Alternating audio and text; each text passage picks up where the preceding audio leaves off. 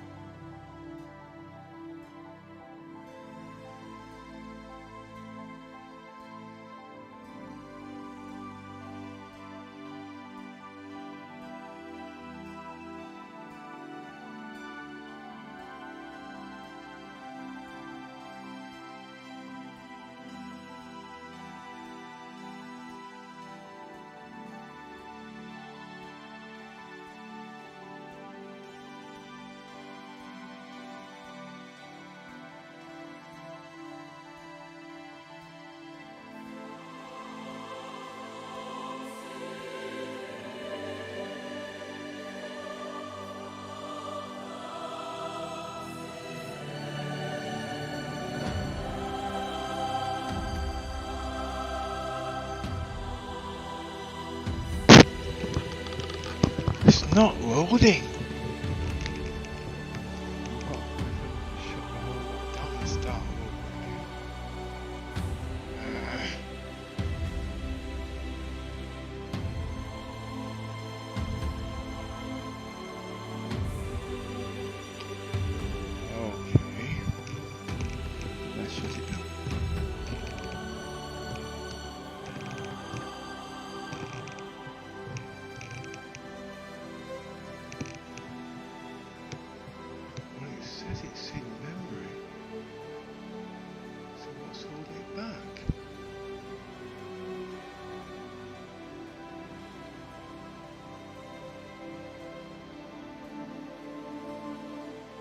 Give it a couple more minutes.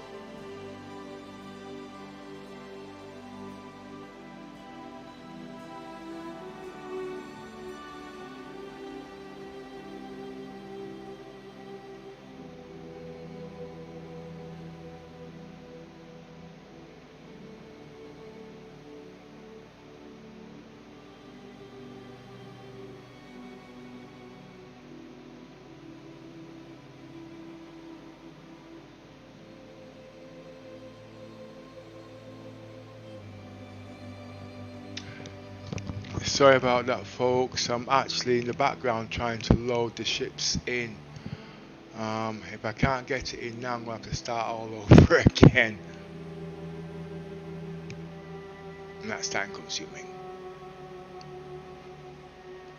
I'm just going to give it a couple more minutes. Actually, there's about 5 ships on the ship. On the Carrack there, you know what I mean? So obviously you got the shroud, it's got to come in from the shroud and back into my PC.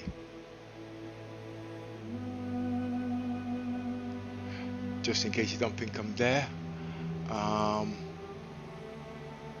There's OBS.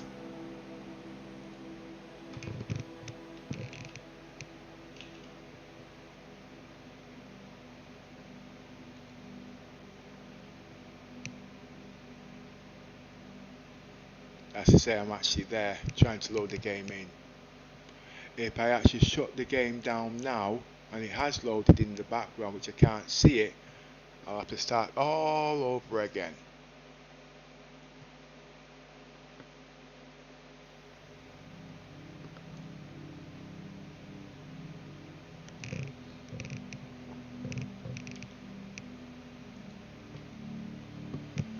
Right, warning, client teleportation.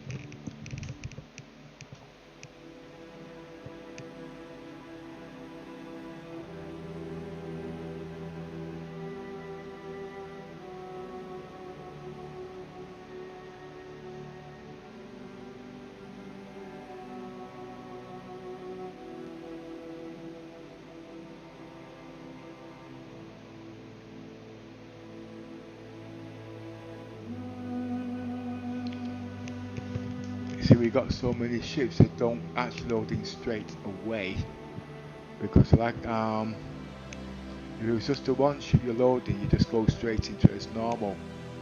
But I've got about 5 ships there. I've got the Mule, I've got the Rock, the Rover, the Carrack, and the Pisces. Now obviously it's got to go through the shroud, so CIG shroud has to load them into the ship for me to get in there. Now this could take up to 10 minutes.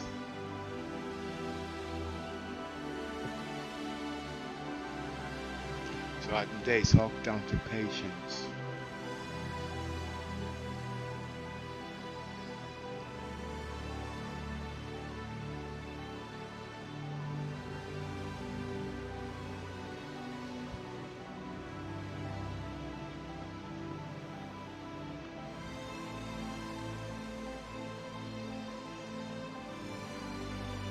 So while that's there fighting with memory, oh,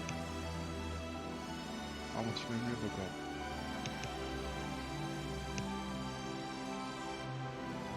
I've used 150 gigs just short.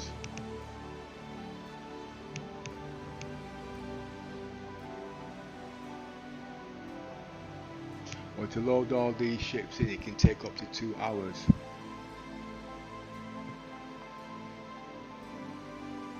But then again, I could show you how I get all these ships on here, when you're only allowed to have 3 ships.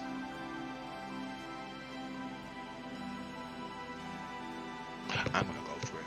No, give it a couple more minutes, wow, just in case. I'm just gonna get myself a drink.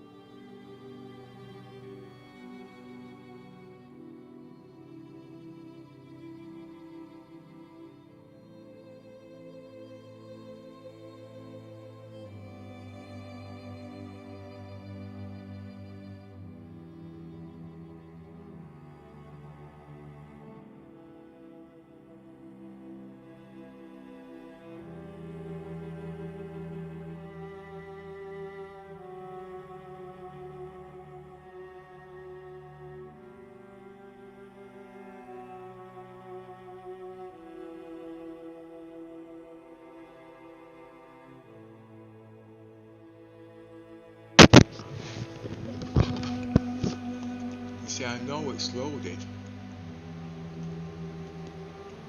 because of the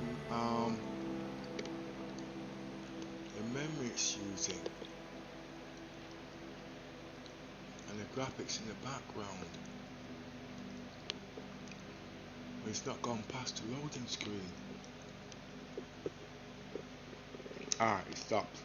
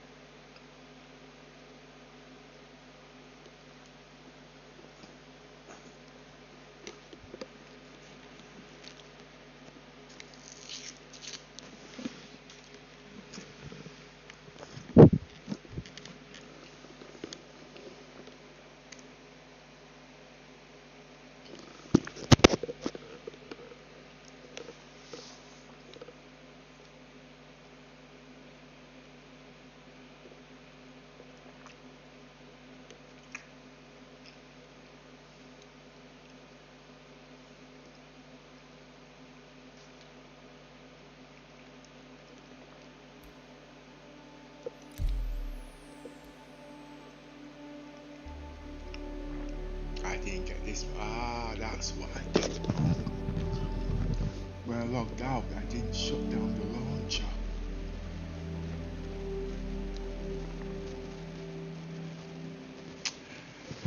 Oh boy. Okay.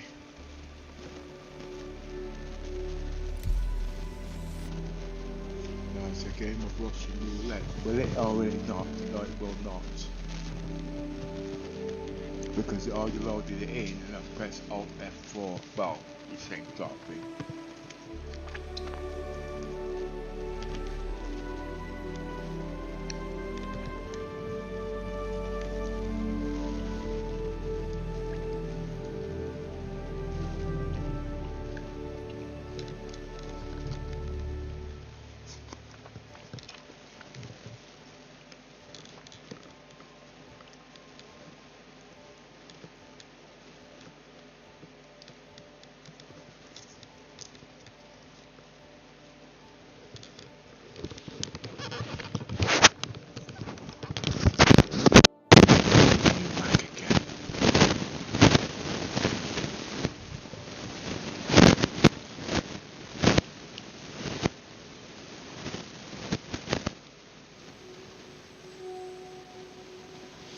Yep, start all over again. So where is the ship?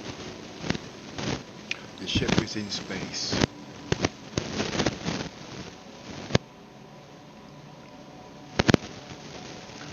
And no latency is bad. I want to eat my ice cream. Let's get these headphones on.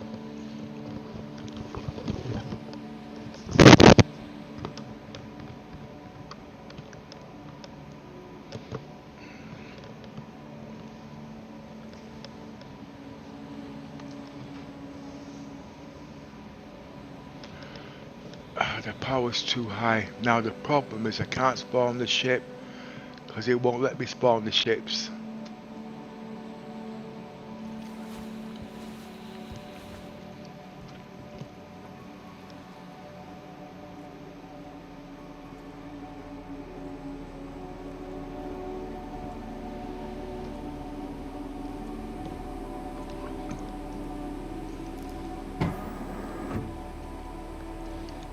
Oh, but before I go out, I need to put clothes on.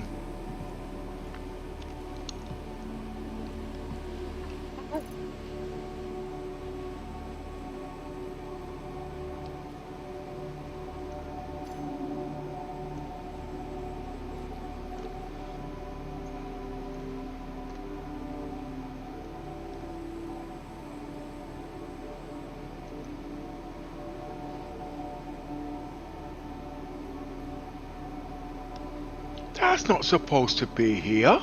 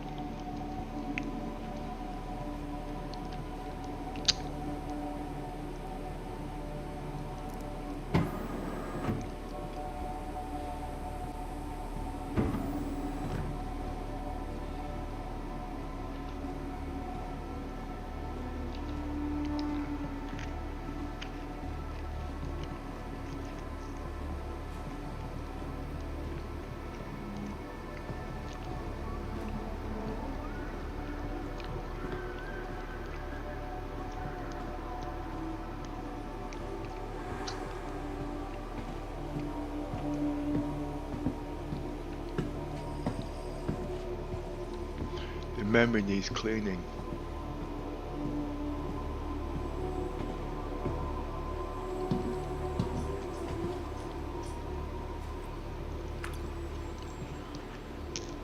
That jacket, you look bulked up. Yeah, that jacket was at Orison, Microtech today at number 10. I picked it up, but I don't know why it's in my stuff here. But the problem is I can't spawn the Carrack now because it won't spawn the Carrack with all my stuff on it. It only spawn 3 ships if it's still there. But I'll find out in a minute. If Rosa comes on, tell him I'm in the streaming room if it's coming in, yeah? Yosa is here, Oh, but okay. he can't add as a friend. There's that bug again that they can't add people. Okay. Same bug as it was before. Okay.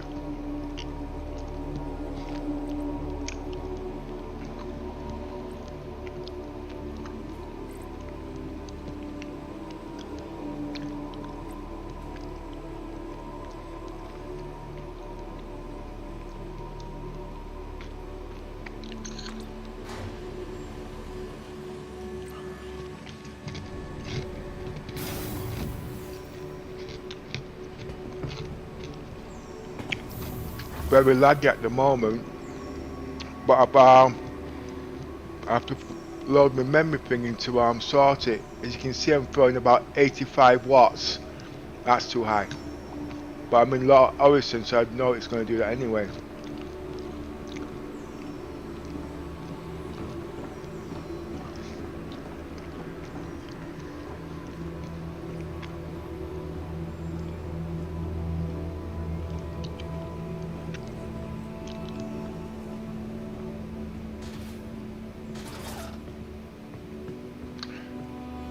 The flashes are about to come in about now. I can tell by the MS it's about 50.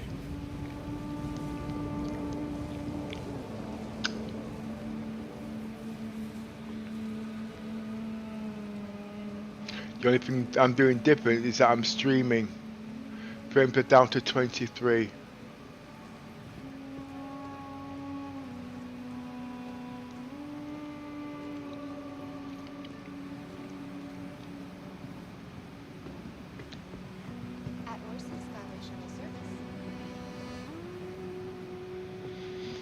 I have to clean up one power bit. That's the wrong one. Oh, my credits came back. At least that's something. Yeah. I think I must have misread it yesterday. I don't want to turn this off because that's not really having an effect on my PC at the moment. But it is. Right, I've just got my second mule inside the Copper's Blue in that rear compartment. I put the one SCU box inside the main compartment. I can't actually put the rented one on because it will glitch the ship when it after 24 hours. So I can't even use it for a roleplay. But I'll work something out. Oh yeah, you said I could use yours for about 6 months. 1 minute. But to find me, in what 47 servers, it's like looking for an eagle in a haystack. Yeah.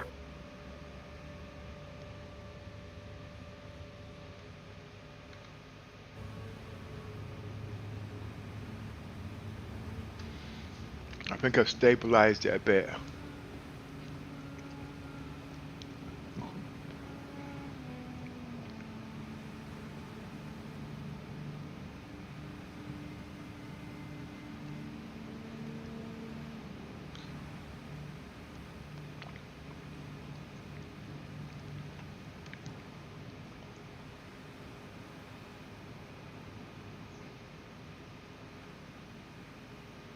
I don't like this 100 watts it's pumping. The next shuttle is approaching the station. No, but I'm streaming. That'll account for the excess. The next shuttle is approaching the station. Last call for passengers. The shuttle is preparing to depart. Please clear the hatch. Shuttle will be departing.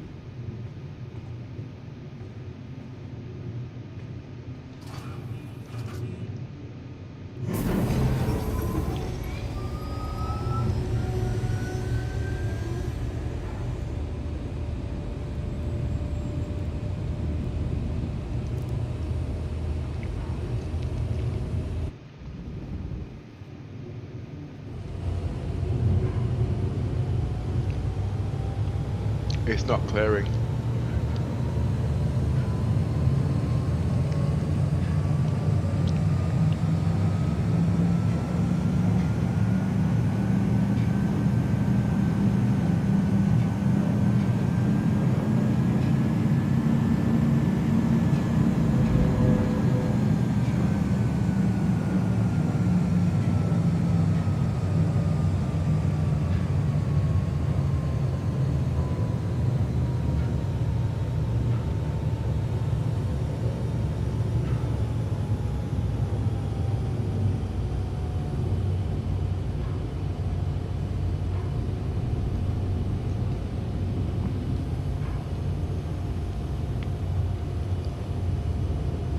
Approaching next station. If this is your stop, please prepare to disembark. Last call for passengers. The shuttle is preparing to depart.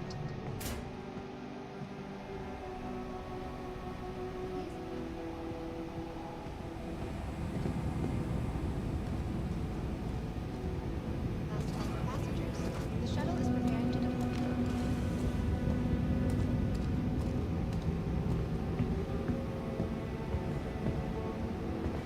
Enjoying the view? Our recently redesigned Crusader Industries shuttlecraft feature expanded vista opportunities with their signature crystal canopies.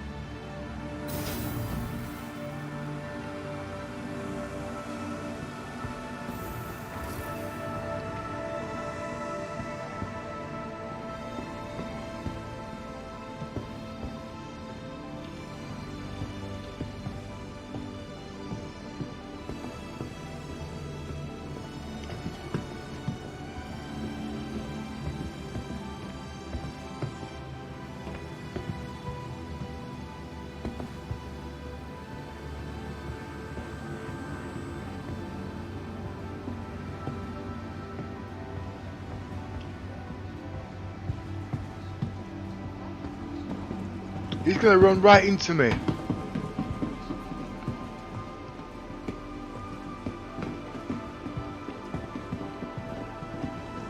He's got my sweater I first started in 2.16. He's definitely a newbie.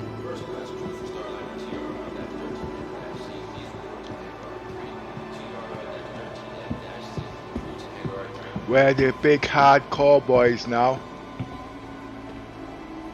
Crusader Industries' proud history of transport science is crafted a landmark vehicle. Genesis started. This ship utilizes manufacturing techniques and the highest quality parts to create one day. Next generation passenger ship. As part of this year's UEE activities, an improved active naval destroyer, the UEE Navy Wait a minute. long-term station and inspected visitors. What was that? Don't miss this incredible opportunity.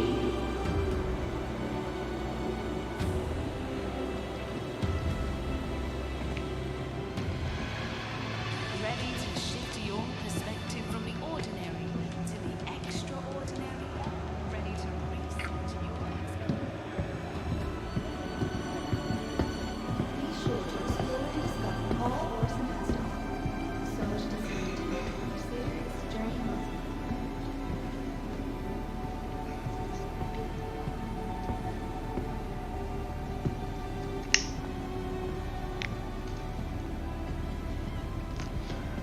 In my days, that jacket I would have called a bomber jacket. Do you remember, little miss? Or do you have another name for it? No, What do you call it? If you need same to thing, a get bomber access, jacket. The Mercury checks all the boxes expected of a dependable courier vessel and then some. Welcome Built with the to same the ASOC engineering and vehicle design retrieval process system. made Right, let's ships see where that go-to Carrack manufacturer is. for galactic transport on any scale. The Star Runner chassis sets new standards for data and It's cargo. not going to let me spawn the ships with all them ships on it. Not a space station.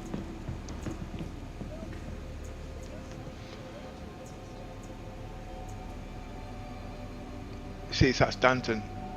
It might, you know. It might.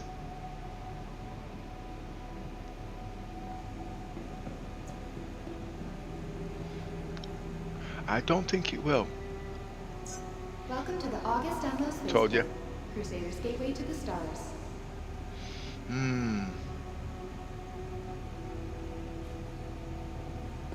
I think CIG should bring that tracking part back into it so you can track where your ships are. How did it work again? That's a trick question, little miss. Basically what I mean is, you've never actually seen it working, have you? Yes, I've done it before. If you clicked on the track, it used to tell you where your ship was and you could go and find it because it gave you like a marker, but it doesn't work at the moment for some reason. Right, when did you... I've never seen that in action. That's why I was quizzing her just now, you But I see. remember Little Miss telling me about it. Yeah, I've heard her say it a few times and I've tried it and it's not worked. Unless she might have mentioned, unless it did happen in 2.6 when we first saw it, but that was many years ago. Yeah, back in the early days when we first joined, I pressed track. Yeah, Do you remember when I had that Cutlass Black go missing? And I yeah. had cargo on it and we went and got it. We went from your ship to my ship. That's how I did it. Well, You that mean was... way back in the day when Pepper was just a lad? yeah, yeah, about 2.6, about 5-6 years ago. Yes, back then. But I've not seen the 3.0 patch. It would save a heck of a lot of trouble because now they've got the shroud, they could load it into the shroud. That's how I've been getting my ships on. Anyway, let's get this going. 1 minute. Which one is it? Yeah, it certainly would save time because I was talking to somebody on the SC UK group. He had 300,000 cargo and he wanted to get to a ship and he couldn't find it. And I said the exact same thing to him, that the tracking bit should start working now. CIG need to bring it back in. Those who work every day to keep Orson afloat.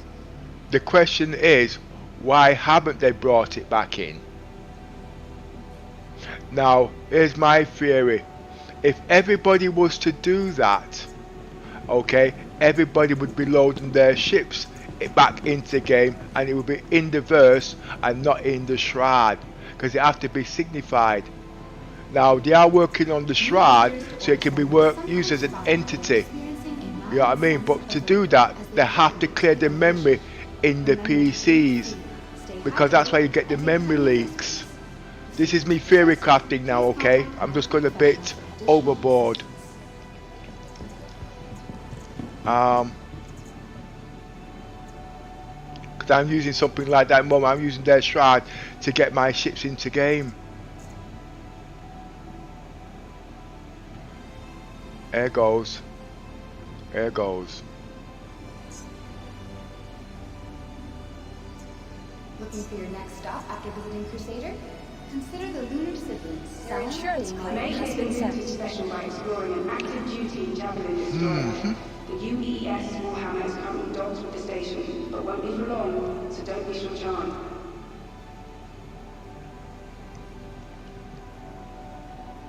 Well, you know what? I know the ship's not going to be there. Okay, it's a full reclaim. So I'm going to walk up. I can spawn the other Carrack, but... see this... Top priority for all of us at Crusader, and we want your help. Keep track of all personal effects. I have to look follow through all my safety account. arrangements, and report any concerns to Crusader Security.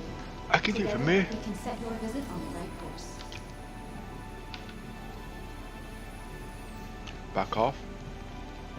Please visit us again. you know what I like about the mule with the 400i Yeah. is that you do not have to get out the seat, like exiting from underneath the ship. You can interact with the elevator button straight from the cab. It's brilliant. So you're trying to tell me, Yoza, you're using the mule as a disabled buggy? What's that called again, little miss, that we're working on? Disabled, isn't it? Disabled car, isn't it? What's it called again? You want about those In real life? motorised type scooters? No. Do you know? Scooters. No, listen carefully. Do you know we've been doing some research on our old age about the mobility scooters. That's what it's called. Yours is using the mule as a mobility scooter.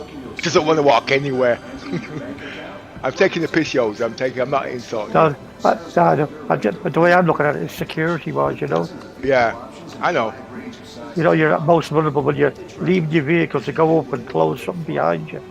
And you got to get back into ship thing quick enough and you can't because we're all panicking. I've been there. Oh, that's it. F2. Now, tell you what, I want to look at them. I'll take a look at quick gander. But I'm going to have to change my clothes again. Did you enjoy the stunning wonder of Crusader's very own gentle giants? You also made me put human clothes on. The soft and lovable, thin and storm blush. Available throughout the tournament. But the javelin is cold. And I'm just a casual spectator.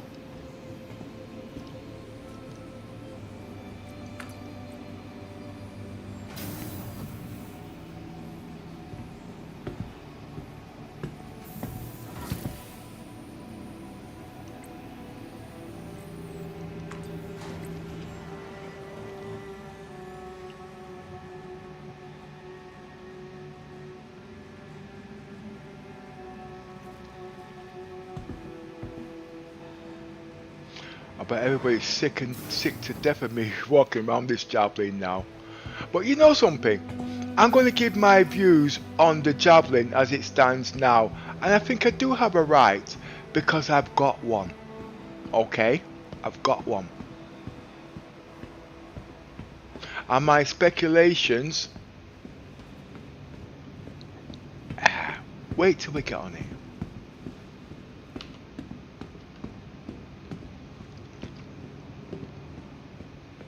So the question is, which is the right ship for me? Basically what I'm trying to say, I've got a javelin, and about 2 years ago when I bought this javelin, the company's given me a very difficult task. Can I run this ship with a minimum of 8 crew members? That's including NPCs. And I did manage to complete that task very successfully, but now going on the ship I've got second thoughts because every room is like a football pitch. Now we've all seen the 890 jump, okay, that's not too big, but look at the whole length of that ship. And just let's use the hangar bay and the cargo bay put together. And don't forget, we do know that the javelin has a basketball court in there for extra entertainment. This is where I'm coming from.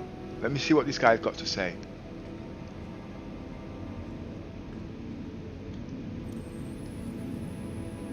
Welcome aboard the UEES Warhammer.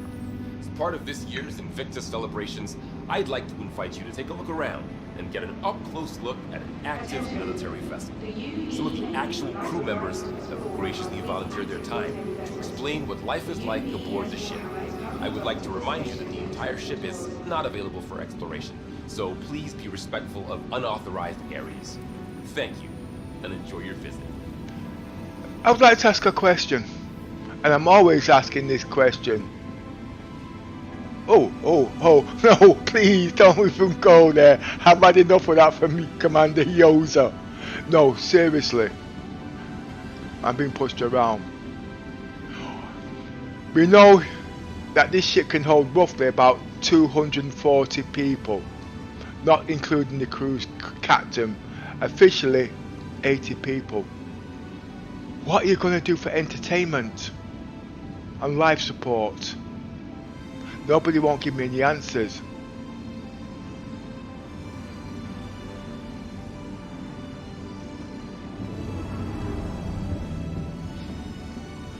I can see you're going to be polite and make monkey faces at me all day, aren't you? Okay, I'll just walk around this ship. The reason why I asked, because I actually bought one for civilian purposes. Yes, I know it's a combat ship, but the way I see it, this ship is so strong, and for civilian operators, you know, everybody's going to be gunning this down, so strength in the ship is the best thing at the end of the day, and everything comes second. Yeah, we can do cargo, we can do everything we want in this ship, but at the end of the day, there are still answers. I didn't buy myself this ship to die in it. And you've actually proved a point to me in the last couple of days that the Javelin has no landing gear, but it can come in the atmosphere, so it proves it can hover. So all ships, like the whole sea, will have the same mechanics. So weight is not a factor.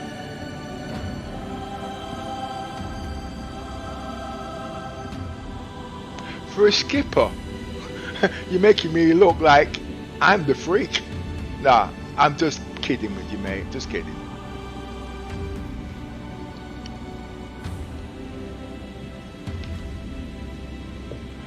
Now this ship, I know it's a military ship, okay? And it's built for that.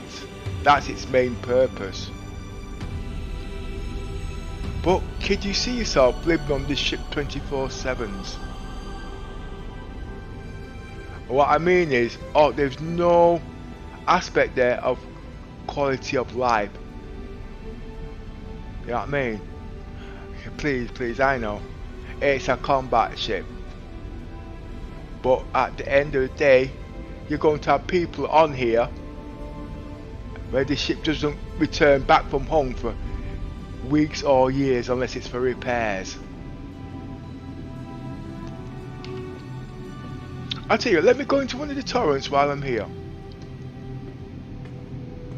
I am using high wattage at the moment, so that's not good.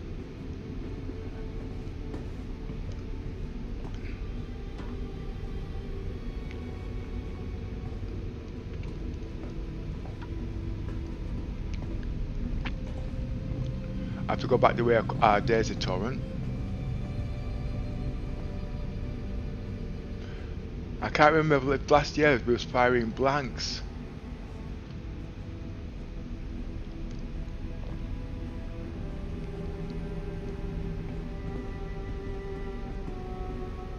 Gotta put this jacket on now, 'cause I know it's cold in here. These guns I've been testing in the Carrack. Basically, this is a man torrent. This is not remote. Now, what's the difference between remote torrent and man? Right. I'm in the cockpit. So because I'm in the cockpit, I can look around, as you can see. In a remote torrent, you can't do this. All you can do is this. You see? Well, this has one extra feature. These are the main guns, the little size 5 guns up there, which you can see. These guns, they trail the big guns. But as you can see, with the Tobii eye tracking. Have you ever wanted to see what life is like aboard an active military vessel? The UEES Warhammer, a Javelin-class destroyer, is currently docked at this station and open to the public. Now, let's see if we have access to what's on board this ship, if they've switched it all off. No, they haven't. Brilliant. This will give you an idea how powerful this ship is and what it's got on it. Power plant is supposed to have 4, but it's not got 4 actually. It's got 8, I can remember. Basically, this ship is modular. It's got modular engine room, so when this ship comes in, if you want it to have extra stuff in there, that's how it will be. But for now, it's only got 4. Let's take the eye tracking off. Those are the placeholders. So basically, it can be coolers, it can be power plants, whatever. That's what these blanks are for. Last year they turned it off. But as you can see, it's all there. Forget about those numbers. Those numbers are not real. Okay.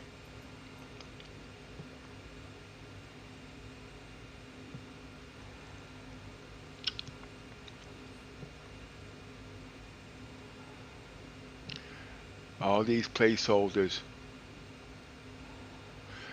And it's now officially stated it's got M9 cannons on there, as you can see. And they ain't small. Look at them all. Those are the Gatlings. Those, I think they're called bespoke. That means they can't be changed. Okay.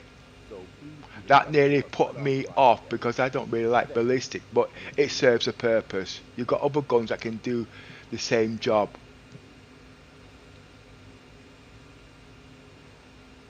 I think those are all size 4 Gatlings. These are size 7 cannons. I know it says, yeah, I think it's size 7 coming from my memory. So these can be changed, but I don't think these can be changed. There's one more size I'm actually looking for. Them big size 9s. I mean the big size 9s.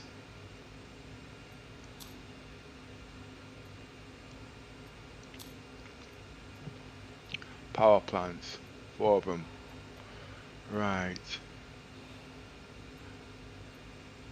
Let's see how many of these systems are active.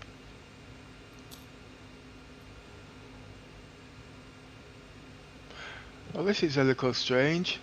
Reason why I mentioned that, because when you're actually in space, these IR signals are very, very high. You can see them from 90 kilometers away. Tested and proven.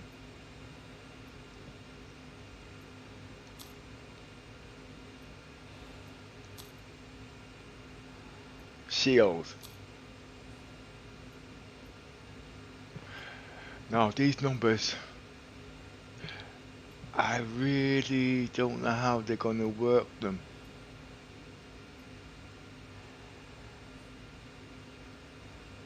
Based on this, the size 1 shields and the size 2 shields. Basically, size 1 shields mark 100. The size 2 shields mark 50, I think. And these have got 4 facing shields. They're 25. But this hasn't got 2 shields.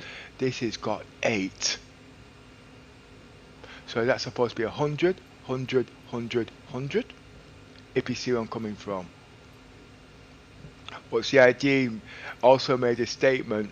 The capacitors, they won't be having 4 capacitors. They're going to be having capacitors all over the ship. So if you knock out one capacitor, it doesn't mean that shield's going to go down. But what it means is, which I didn't say, it will weaken the strength until it can be repaired. Okay, so basically on a Javelin, they could have 200 or 300 capacitors.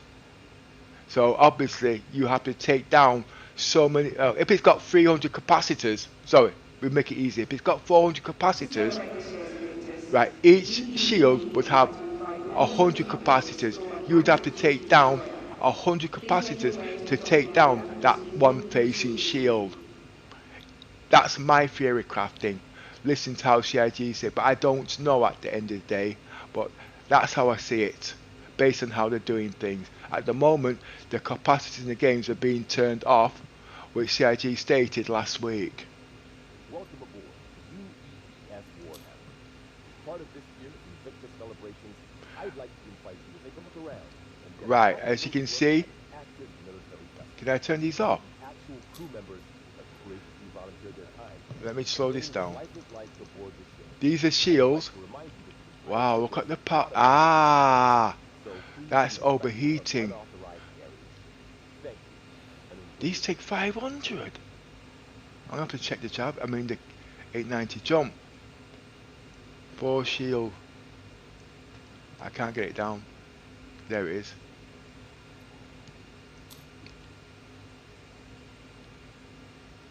See? So the figures are there.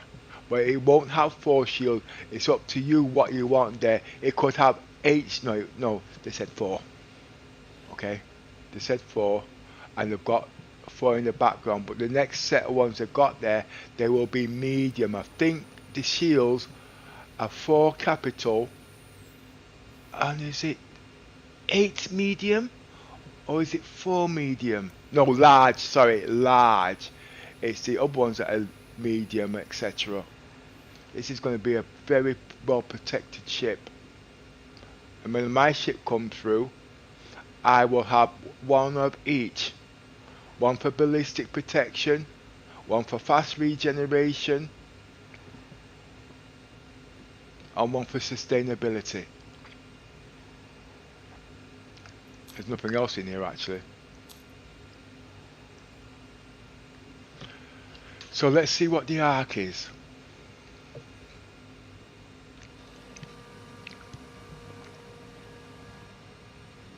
Okay. That's not bad.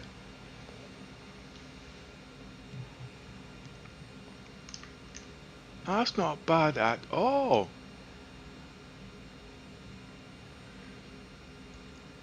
The Rebels have got a better arc than the Gatling. No, wait a minute. Have I got this the wrong way round as usual? I thought those were the ballistics. No, those are bespoke fixed.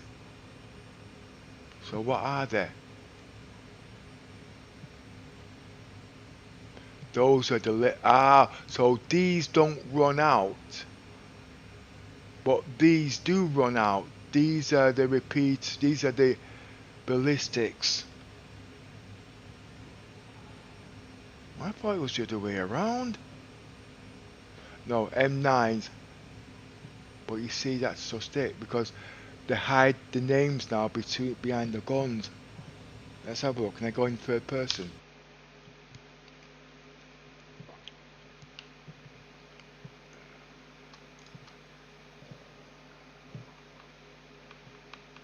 It's nice seeing the ship in daytime.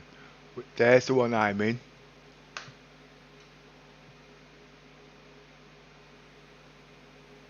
Interesting.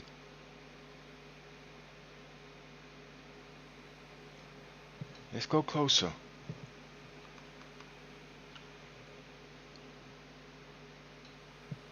It's got a better angle than what I thought. 180 on the size 4s. Alright, that's brilliant. And it's about 120 on the size 7s. Degrees. So that's some massive firepower there. They've all. So basically, what I'm trying to say is, when you use those guns and them guns, why am I? Yeah, I can't turn that off yet. And use those guns. It's got a lot of forward-facing firepower, including those there, them big behemoths, and the front. So yeah, impressive. I did have my doubts.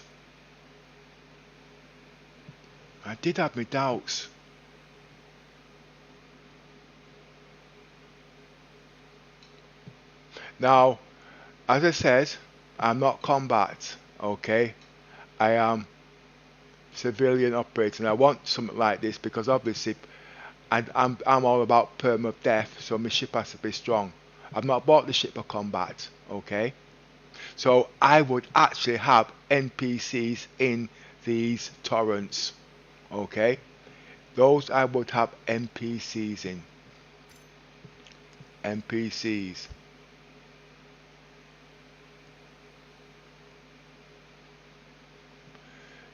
Right. Now, this ship at the moment, to how I've read, it's only got 2 remote turrets. That's these. That's controlled from the bridge, I presume.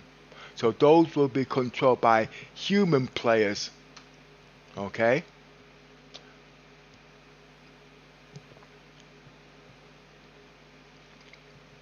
Those at the bottom, like I said, to what I've seen just now, those have got good firing now, but we won't see those until maybe next year.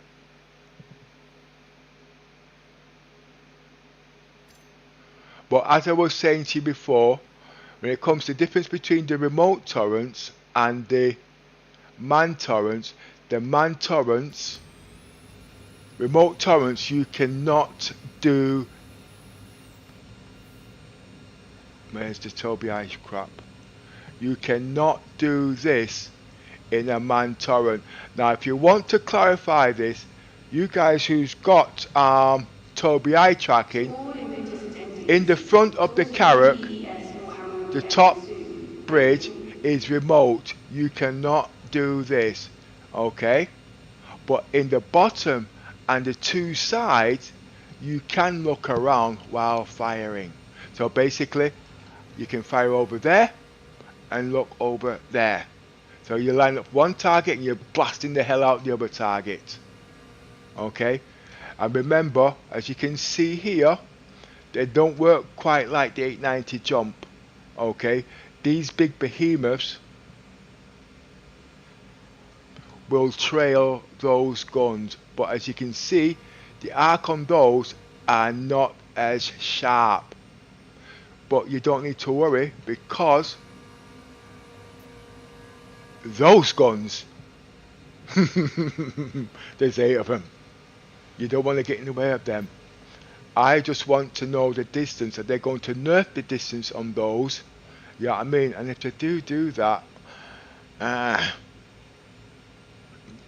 gives the Idris time to play. But they just can't hurt this anyway. Don't care.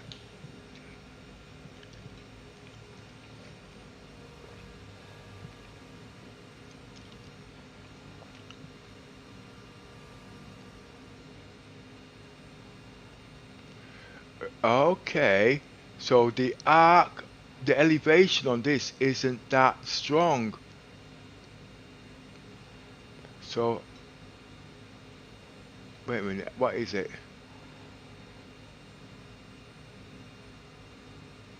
I can't, I have to zoom in.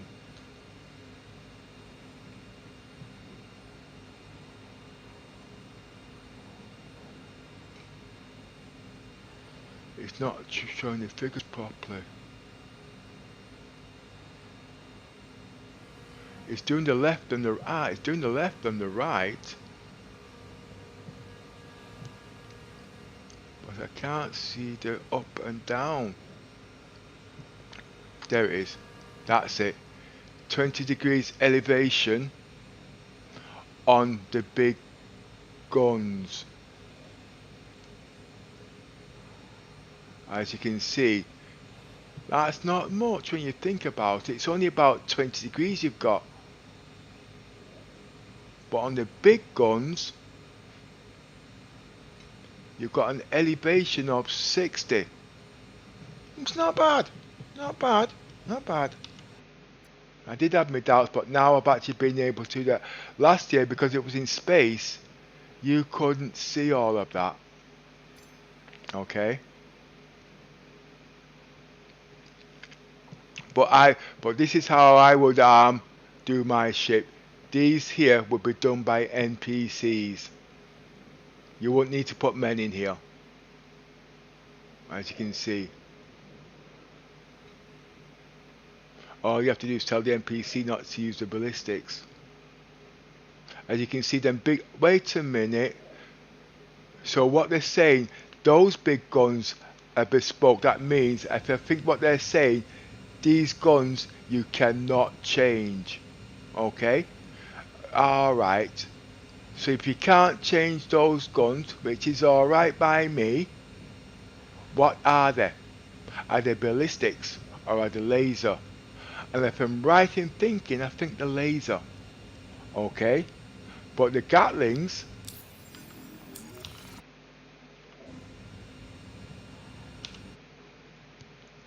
that's those size 4s. Let me zoom in. Hey, how's it? You can go up to it. He's a lucky bugger, him. Now I know you can do that. I'm going to size up that hangar bay. I should do that right now, actually. How the hell was he able to do that? Oh, he's in the safe. Let's watch him.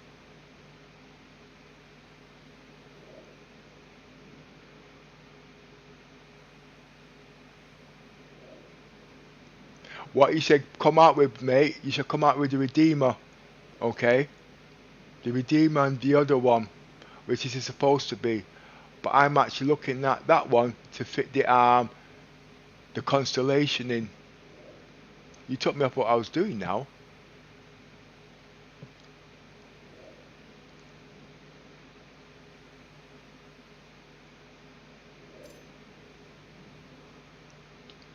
Do whatever you do, don't touch the ship. Let me look from the top. I don't know who it is actually. You could fit half a dozen of these. Oh, he's...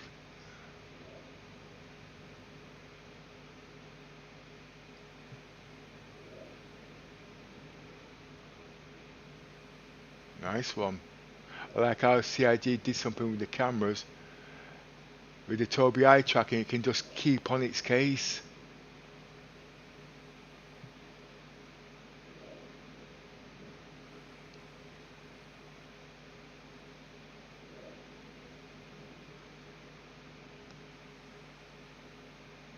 Well, now that I know we can actually fly up the ships, I can actually size up every ship on its hangar now. But anyway, as I was saying earlier, back to me being my theory crafting.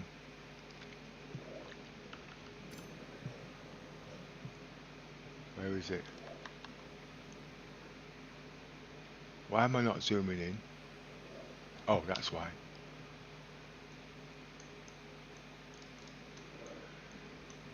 The Gatlings you can change. I would take them repeaters up automatically, and I would stop it. I will put lasers on there because I really don't like ballistics. I know they're good for what they do, but I'm taking them off. And if those are lasers, then size 7s, I'm getting mixed up. The size 5s and size 7. The Gatlings are size 5s, or is it size 4s? I think they're size 4s, and the big behemoths are size 7 spokes, and I think those are lasers. And the Gatlings are ballistics. Okay, now when you take those off, you'll be there.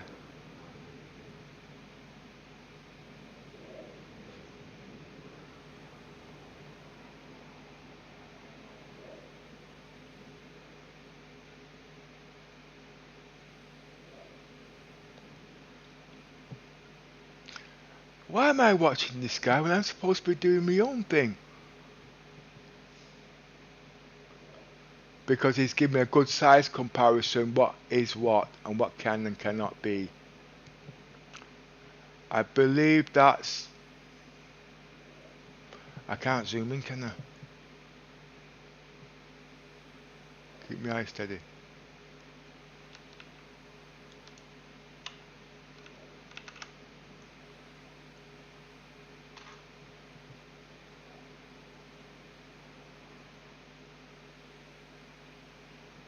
That's not the Super Hornet anyway. Anyway, let's get back to what I was doing.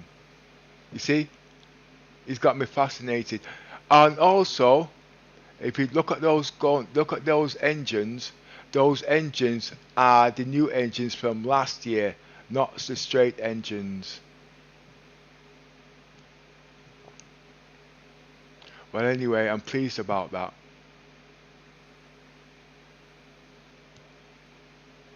So those size 7s size 7s are fixed, bespoke, and the size 4 Gatlings can be changed. Those I think those are size 7s. Those can be changed too, because those are lasers. Them ones can be changed when there's more variation, because those are not bespoke. I think when CIG says bespoke means fixed, and what fixed means, you can't change the guns, but them ones you can, because they're not bespoke. So basically what I mean by that is you can have different combinations of guns on. Let me zoom in.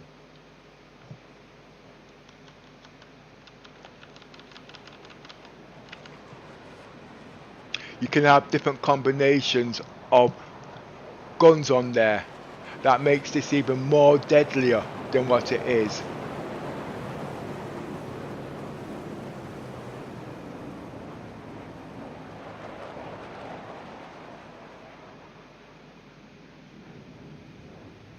Imagine if those had distortion weapons on there and the ship came in, he would shut down them shields, the power plants like nobody's business, but you wouldn't, that'd be such a waste because that's short range. You know what I mean? These are for long range. You don't want people coming too close to you, because the missiles have got, although the size 9s, you're at a massive disadvantage. But you're not at a disadvantage because the guns, because of the power and the rate, now they've dropped the range on them, but it used to be, will work just like missiles. There's not much to say on the weapons actually. And as you already well know, what's that new ship that's come out? The RSI Spartacus, what? Look at miss, anyone there?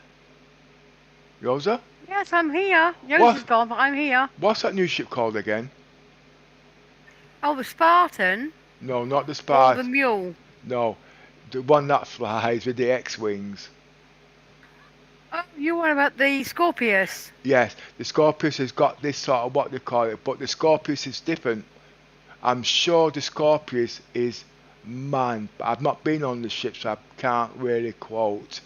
And actually, buying the ships at the moment just to show these things for me is not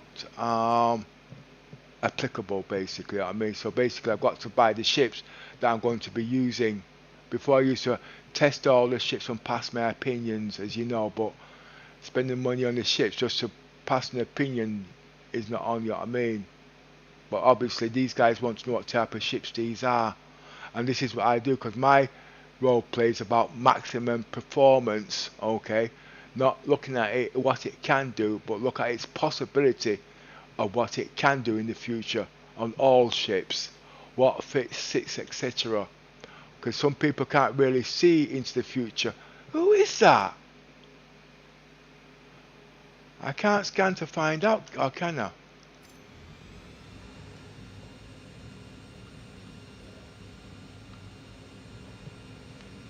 No, you can't with this. Let me have a look.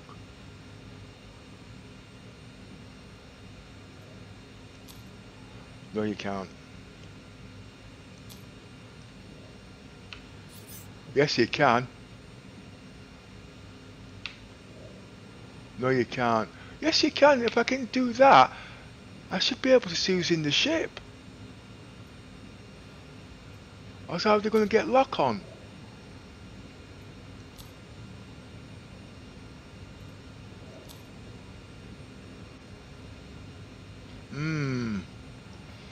Have you ever wanted to see what life is like? I can't see who's in that ship. The UEE Warhammer, a Javelin-class destroyer, is currently docked. Oh, I nearly did. He's gone now.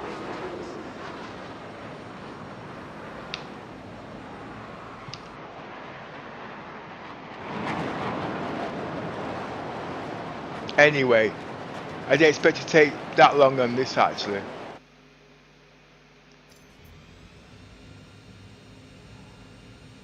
To all Invictus attendees, tours of the UEE Warhammer will be ending soon. Thank you. See?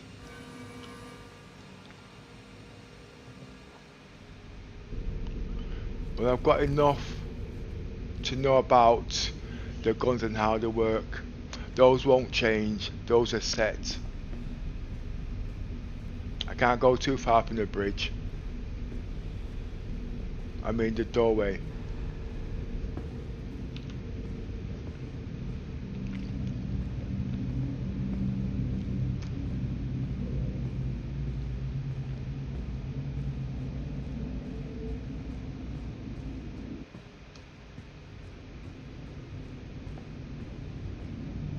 Wait a minute, mate. I've not done it. Wait.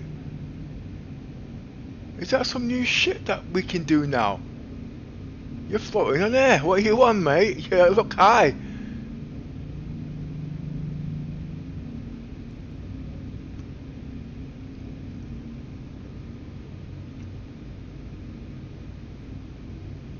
Oh, I forgot to read the texts.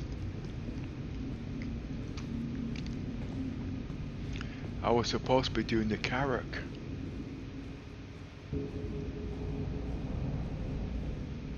This shit feels as cold as Microtech.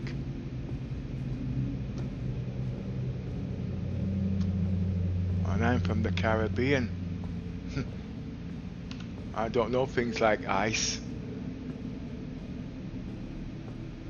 I like to walk around in my boxers all day, soaking in the sun and soaking in the ozone.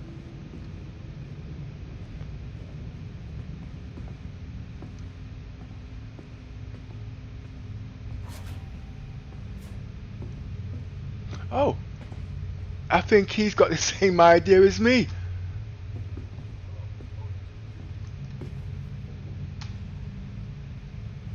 I thought I was the problem. So there is no central. Well, how come she don't feel cold? So you're giving me the impression this ship is cold. People ain't going to sleep too good in this ship.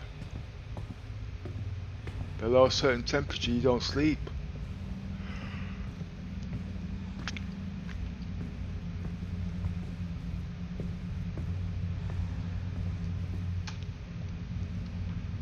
Well, this can't be for the captains, this would be for the first officers. But I won't be having 240 people on my ship. My ship will be civilian. I can hear everybody laughing at me now. They won't be saying that when they come to attack me.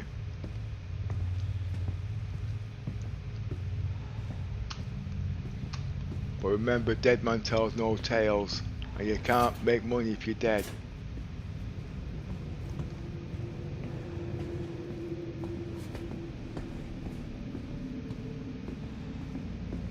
But I'm starting to believe this ship is look up to a bit too big. Just looking on one. I can do it here, can't I?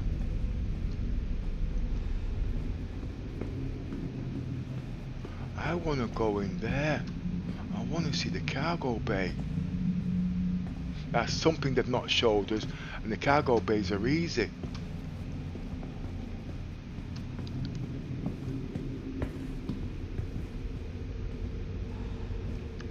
Anyway, let's go back to the dormitories, okay? Because I want to show you the toilets. I'm sorry, but the tours are over. I'll need you to disembark the ship. I'm out, mate. I'm out. Anyway, I must say thanks for showing me the guns again. I've got enough to play with until next year.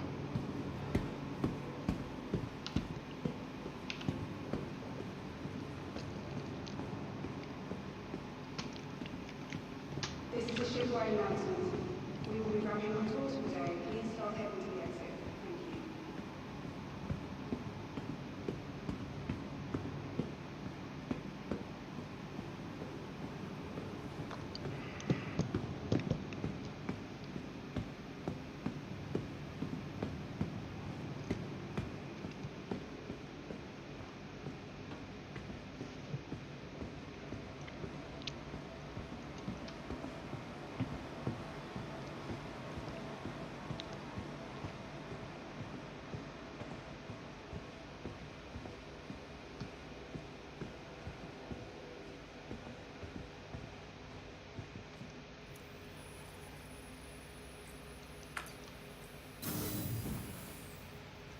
Whoopsie daisies, I'm not going through there, I know. It's alright, but I'm not going through it, okay? I'm not.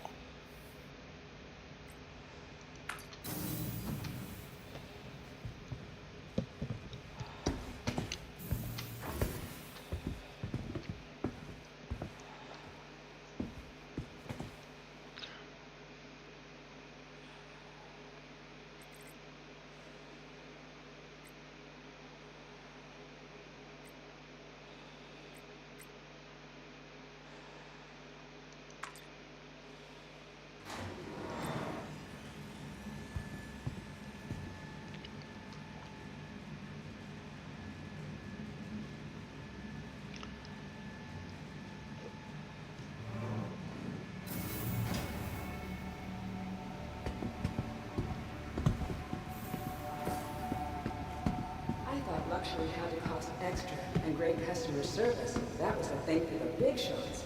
But that was before I stayed at Green Circle. Each room comes with the softest linens. The staff treated me so Welcome well. to the And ASOP accommodations vehicle were so retrieval thoughtful, system. I considered that it was like having a vacation for my vacation. Right, so the first Carrack's supposed to board the ship, but that ship's now dead. Stay a while. The ship's are still at Stanton. Attention all crew for Starliner LK2-TYP-8. Please report to gate T11. LK2-TYP-8. Crew to gate T11. I'm gonna wait the 2 minutes. But why? Well, I'm very confused here. Oh, no, that's what they call it, right. Orison, this Thank you ship. for visiting Orison, the heart and headquarters of Crusader Industries, where dreams take flight.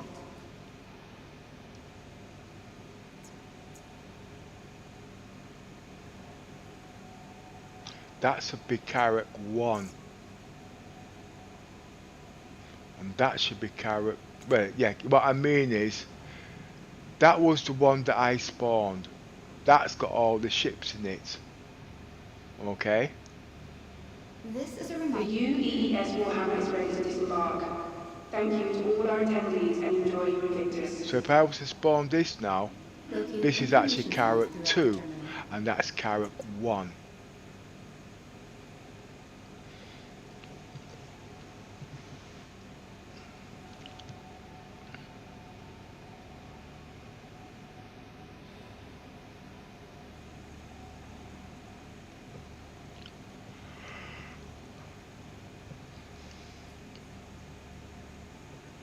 So I'll spawn both ships are identical. The one that's got all the ships in there, including the mule, is the one that's not got the fancy paint on it. Award-winning manufacturing techniques and the highest quality parts to create one thing. A next-generation passenger ship at a price to fit any budget. The Crusader Industries Genesis Starliner. Space travel, as it was meant to be. Contact your Crusader Industries dealer to find out more. 30 seconds.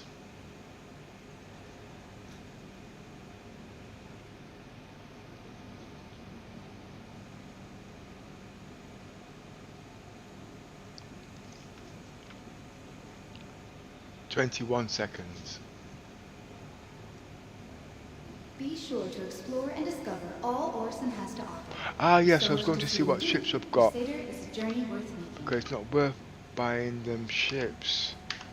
Because I'm into cap ships, you see. Oh wait, I'll just wait. No, I won't. I know what the ships are. Please visit us again. Goodbye.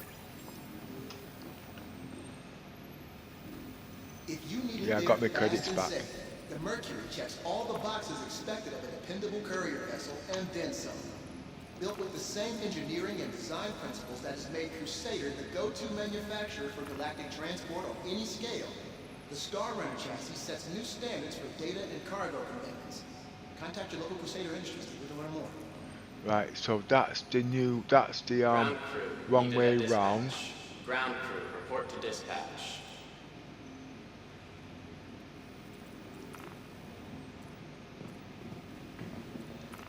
And my proper one, well, they're both mine, aren't they? is that one? Well, the fancy fandangles are not on that ship. It is on Carrack 2. Carrack 2 is supposed to be Carrack 1. But it says it's Carrack 2. As the premier ship in its class, it sets the standard for galactic transport on a massive scale. Contact your Crusader Industries dealer to find out more. Carrack 2.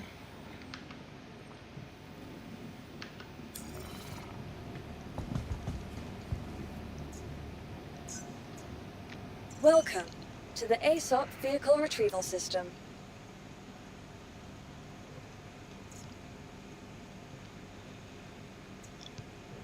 I'll try and put some ships on there, but like I said, it's tedious when one person's doing it. And we can't join up at the moment because we've got no friends list. Else I'd have it done in about 10 minutes. We can find ourselves wondering where to turn. Crusader has the answer to the Ares Starfighter. But the point I'm trying to make, yeah, we can all fill ships, but how would you do it if you're going to fill these ships on your own? Like I said, but I have to do a full episode stream on that to explain it in detail. It's all to do with the shroud now and the memory caching.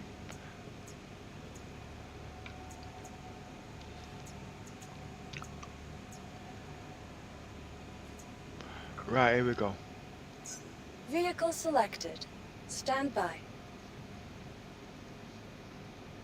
Welcome to the August Demo. Your vehicle has been delivered to the following location. Number which ways go back? Oh no, it's back on the 6, aren't it? Number 10. Please visit us again. Goodbye. Number 10, number 10.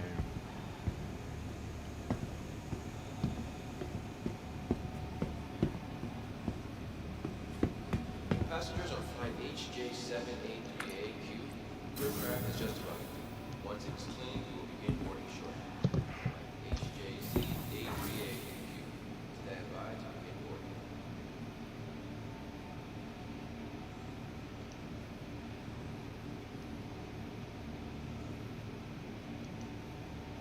Are you telling me I can track the javelin? That's gonna be fun. No, I can't keep. Yeah, can I keep up with it? No, the javelin's quick. You don't want that javelin on your tailpipe. No, it's not the cruising speed, it's the afterburner speed.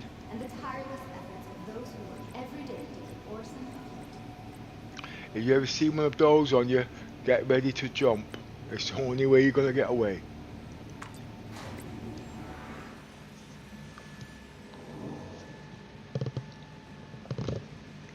I keep yawning. I should be actually getting me rest actually.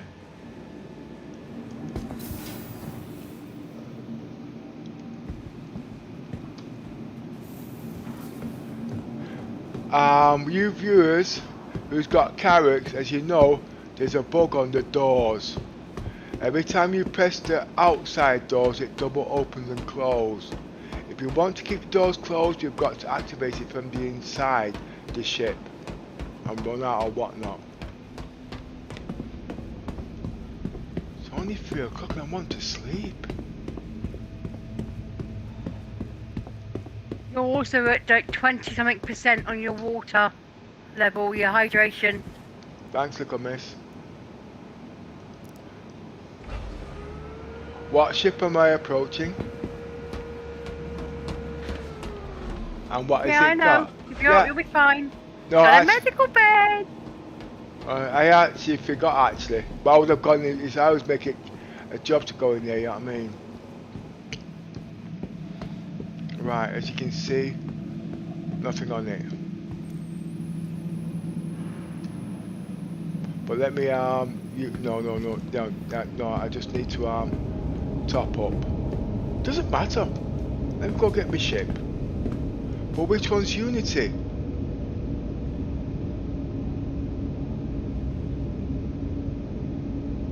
This one's got the mess up guns on it.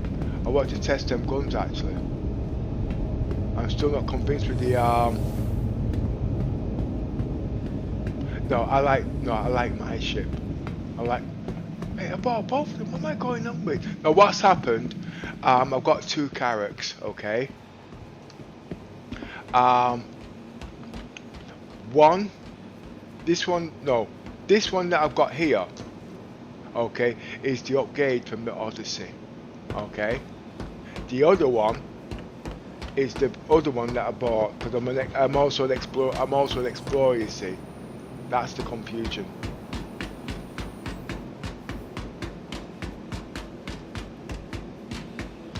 And these have got cannons on the bottom.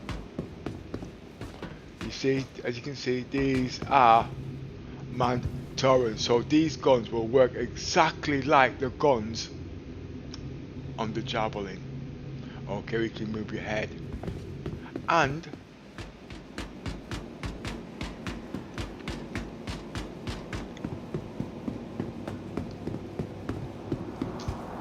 so will those guns. Okay? The Hammerhead also had... talking about the Hammerhead. Let's go and check out that. No, the Hammerhead's got it, so we'll just show you. Well, I can do you in this, can't I? If it'll let me. No, I'm going to stay in this ship for a bit now. No. Yeah, but I'm confused. Somebody help me out here.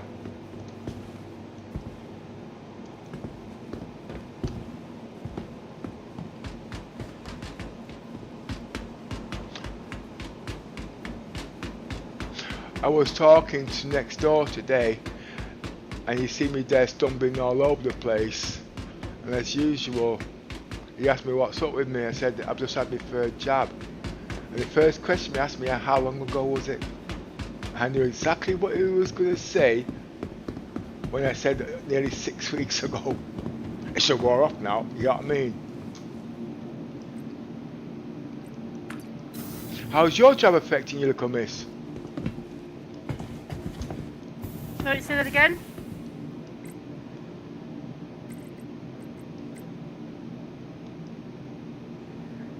Is what affecting me?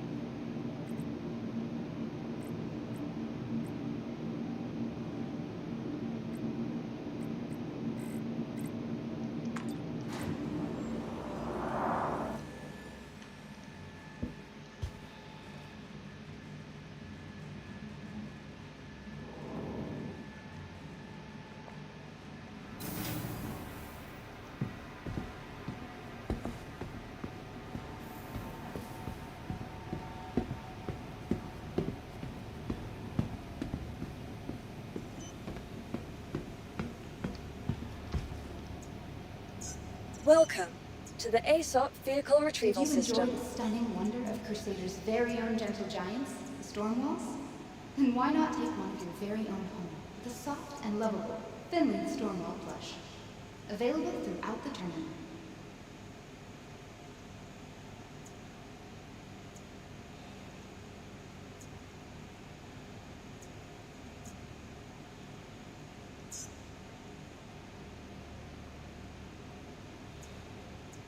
Welcome to the aUEC Vehicle Retrieval System. Ready to sample the true Vehicle beauty of selected. Crusader? Stand Right. by. Little miss? Cocktails to the breathtaking views at Hello? Plaza's exclusive Your voyage. vehicle has been Every delivered to the moment following an location. experience. Stand by. Located on the roof deck of the Stratus building, Cloudview. One sec. Please visit us again. I've forgotten now what I was going to say. Right, yes. You was talking about the tracking system, yeah? Yeah. Alright. Now, one thing you don't know, CIG puts a lot of things in the game when it first comes out, and within the first couple of weeks they turned the whole lot off because of issues. Safety is a top priority for all of us. Alright. Crusader. I love. Your help. Keep Now, all personnel safe. Follow all safety announcements. what CIG should do, Together, okay, set your vision. when they bring these functions into the game, they should give us the options to turn these off. So basically, everything is turned off, right? I.e., like, sorry, it's a coughing business. Right, what I mean is, right, you know, CIB brings everything in, okay, and when they bring everything in, they turn it off. They should change that policy, alright? Everything they bring in, they should have one big menu and have everything turned off. Okay? And if we want to use it in game, we turn it on. That would help with slowing down the crashes and also take the server load off CIG, and they can fix things then within their own steam. But with them controlling turning things off, okay, because they've got so many things coming into the game, it gets lost in the pipeline, so they can't get the feedback that they need to make it better. Now, does that make sense to you? And if it does make sense to you, what's your opinion on that? Yes, it makes sense. But I do believe the tracking has been there for a reason. So if anyone does lose their ship with like a load of cargo on it, they should be able to find it so they can go and retrieve it. Because if that's all the credits you had and you spent it all on the cargo, then you're going to be devastated that you've lost all your credits. So therefore they should be able to go and find it so they can go and retrieve that cargo back. Yes, but I've just gone 4 steps forward. I'll start all over again. Right, CIG is bringing in a lot of content, okay? Now, like ships flying and all these kind of things, when they bring these contents in, okay, they bring them in the PTU, and we see what they're like, and sometimes they bring them into the PU, okay, just like the tracking system, okay, but then what happens, after a very short time, they turn it off, okay. Now, the reason why they turn it off is because it's giving people problems in the game, and also then because they've got server issues because they've got too many things on in the background. So because they've got too many things on in the background, yes, the PC will crash because obviously the PCs can't cover them. Right. Now, I know you still don't follow me because you're going to go right back to what you was talking about on the tracking issue. But what I'm trying to say is, every time CIG brings something in, they should bring it in turned off. Okay, so when they bring it in, it's all turned off. We should have the facility to turn it on. So if we have this facility to turn it on, we will only turn on so much so our PC don't crash. Okay, but what the thing I'm trying to make out is, when we turn it on, okay, we can use these things, and if it's not right, we can give the feedback. But with CIG turning everything off, it gets lost in the pipeline, so we all forget about it until they turn it back on, and then something's gone wrong again, everybody's complained, they've turned it off again, so it's like a dog chasing its tail. So basically, you've got 6 guns. All the guns come in, they're turned off. Thrusters, you've got 34 thrusters. This is painstaking now. I can see where you're coming from. Okay, everything's turned off. But we turn them on as we see fit. Now, for the hardcore testers, or INVICTUS, they can do these tests now in the PU without causing their things to break down, servers crashing and all sorts. Okay, now you might think, what the hell are you talking about? If you see my PC there, look to the right, I work by the wattage. Okay, now I want to turn everything off so I can go below 50 watts, because I know when I go roughly about 100 watts, I'm going to crash. So I'm going to want to conserve as much power as I can, right? To conserve as much power so I can play the game. And for the INVICTUS and the testers, they will put certain things on because they want to do stress testing. Now, like I said, at the end of the day, if you don't know, okay, you put your shields on, okay, and you watch the wattage jump up. If it goes over a certain wattage, you know you're going to crash. You're not going to have them on. or anything like the new lighting textures and all them things. They've got medium, high, low, and they've got off. But they should give us the power to turn them off and on. It also takes the stress off them, and when they've got time to fix it, if there is a problem, they will fix it. But we still have the functionality as we see fit. Unless it's a very serious issue, it can be turned off. Now, you might see my PC there at 84 watts. When I turn a lot of things off in the game, I can bring it right down to 70 watts, okay? Possibly 60 watts, okay? I ain't gonna crash because I'm using minimum power. So with people like you who's got very low-end PCs, okay, you can still stay in the game a lot longer. So you won't need an expensive PC like what I've got. I've got an expensive PC. I can turn the whole world on, but there's still limitations. So basically, you can't do this here because you can't see it, okay? But like, look at this now. All these are off, okay? They're off. And I turn them on as I see fit, okay? That's leave them on so when CIG can do their degrading server performance, it's all there. It's all here, look. Turn them all off. They've got tons of functions in the background. Just create a menu for miscellaneous and turn them on, have them off, and they can have certain ones on or whatever. This would stop a lot of their problems. You know what I mean? But like I said at the end of the day, but because they are new features and it's not fully tested, when they bring it in the game, put it in the game as off. Like this for instance. Use VJoy. That should be off. Okay? But if they think it's an important necessity and it's been fully tested and it works, then put it on.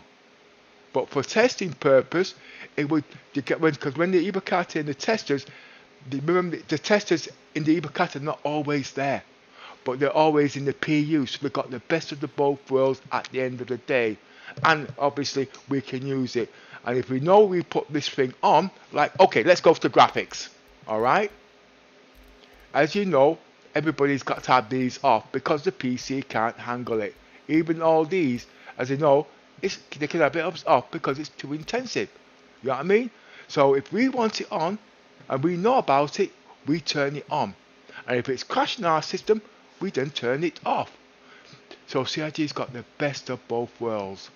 Now, like I said, I know I asked you before, but obviously I know if you understand what I mean, because obviously you're going to give me the same feedback, or you're going to give me the same feedback you gave me just now, focused on what you want. Yes, you said answer the question right, but you didn't get the whole gist of what I was trying to say.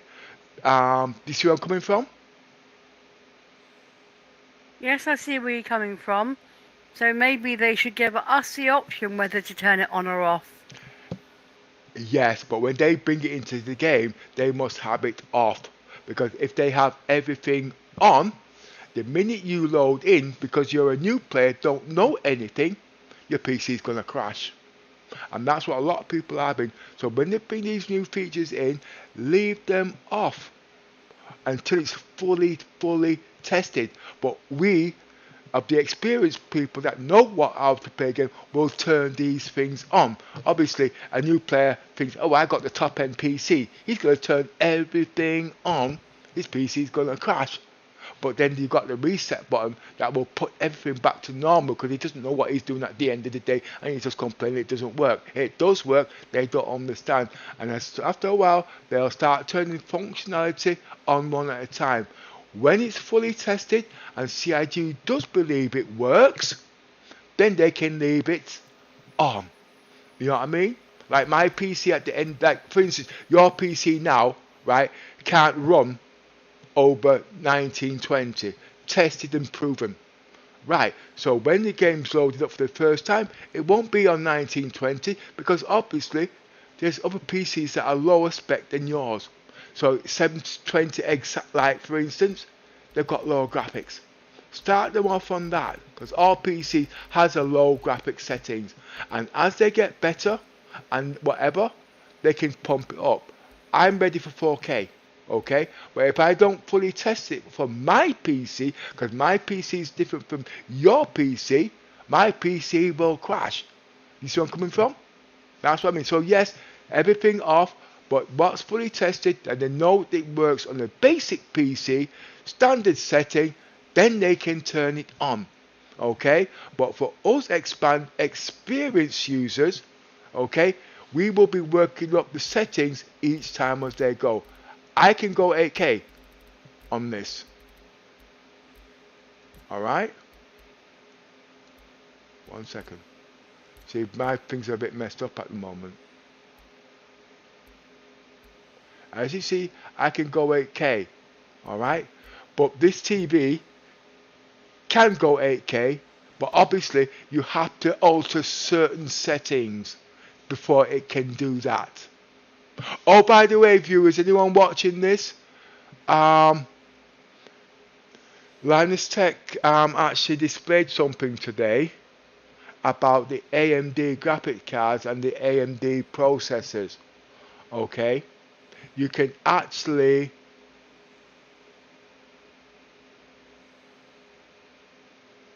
get another 30% out of your graphics card without buying an extra graphics card. I don't know. Little Miss, can you put that in a room and I'll just give them a quick name of it. Let me just show them what I mean. I hope I'm not revealing anything personal in my stuff. Anybody who's got AMD cards, I think you should look at this. Talking about it. Where is it?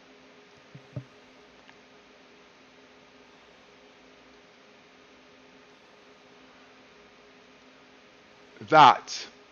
I think you should look at this. AMD users, okay? AMD says you're doing it wrong. What that actually does, you can actually turn up your FPS, okay? I've not censored the video properly yet, okay? But I think it's very, very important. And I do believe it can be done on the NVIDIA. But you have to use another setting, F something, blah, blah, blah, super scaling.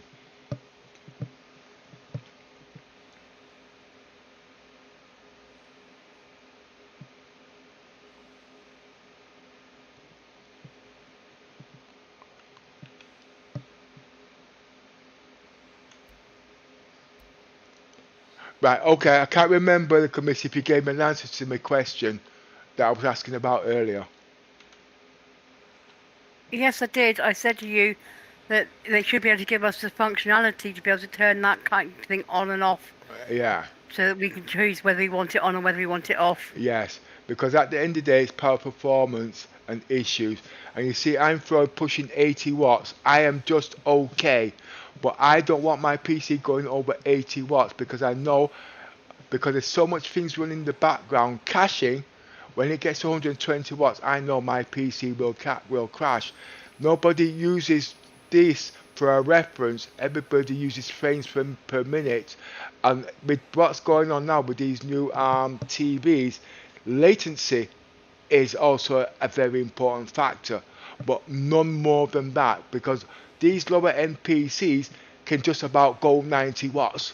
And if their PC now pushes 130 watts, something's gonna bloody break. But they can control all that.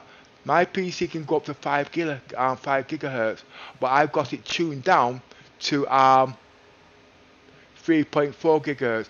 One more thing, you user, what they call it, if you want to downclock your PC, Intel, and you're an Intel user, there is another program you can use that can do all of that. This, okay, Intel Extreme Tuning Utility.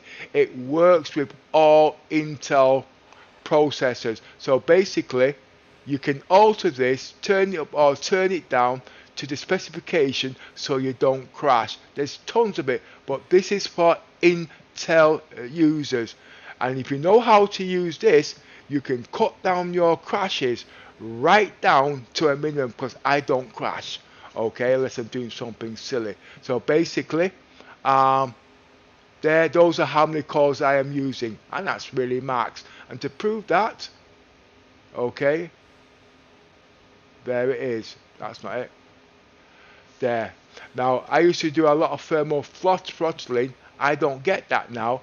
That's because my PC used to be at 4.3 gigahertz, but since I turned it down, I don't get no thermal throttling. But it's all balancing. It's a very easy utility to use. Okay, so go to the Intel website if you have an Intel processor. This will help you to downclock or overclock. I don't overclock, I downclock. So my PC does not crash.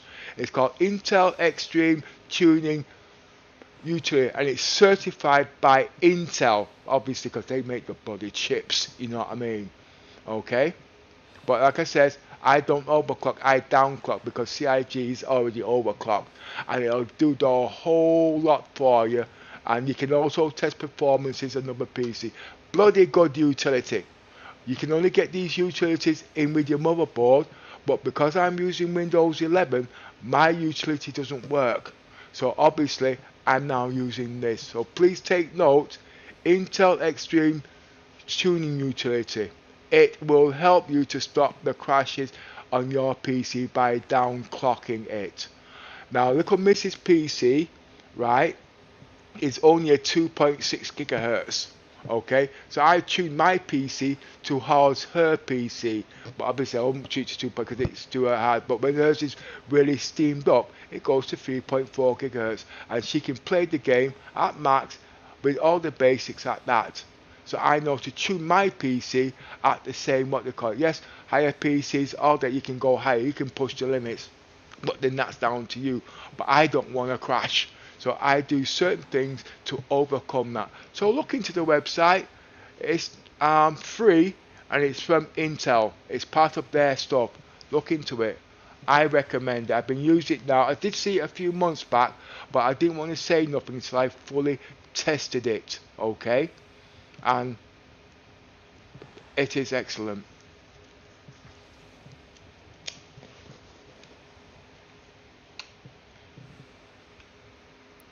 I have put the link for the video for Linus Tech in the actual chat in YouTube. Oh, I thought we couldn't put website in the YouTubes. It doesn't come up as a link, but they can copy and paste it into their YouTube, so they can be able to find it. I know you always just put links. Ah, my word, I'm about to die. I'm about to die. Because you never give descriptions, if you know where I'm coming from. You don't get me, dear. Did you put a description of what it's about, or you just threw the what's his name up? I'll sort it out. I put in a description. This is a video Pep is on about to do with graphics card that he has tried to explain. It's a Intel's tuning utility.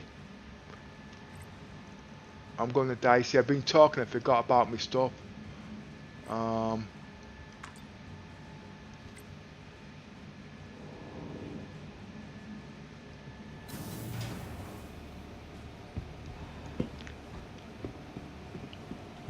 Okay.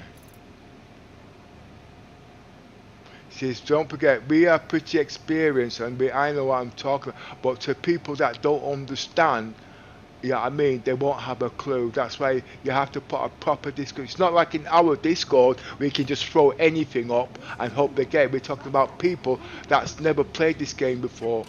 You know what I mean?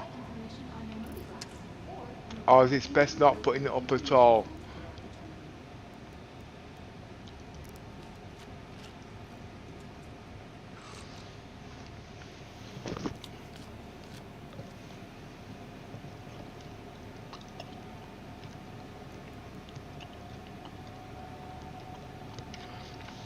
So if you do approve of that description that we've just put just now, please put a thumbs up, please. And I'll start putting a lot more things up in that department.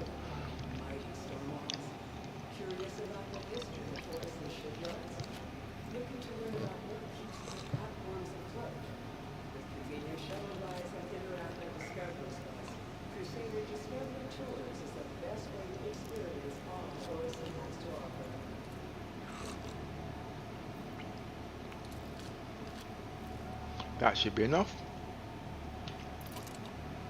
Now the reason why I just mentioned that, because you just put a thing up that told me nothing. It was just a picture with words, you know what I mean? But one thing you need to remember, depending how far forward they go in the video, it doesn't make sense. You know what I mean? So basically, I could be on the video for about another 2 to 3 hours. They see that there, that was 3 hours ago. They won't have a clue what I'm talking about. It's just words. You know what I mean?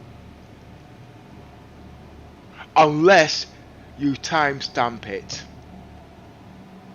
Do you see what I mean, little miss? Yeah. Oh, okay.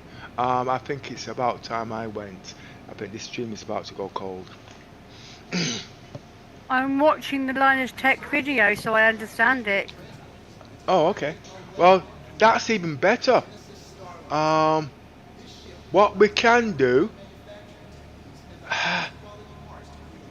I don't even know the laws, but you know,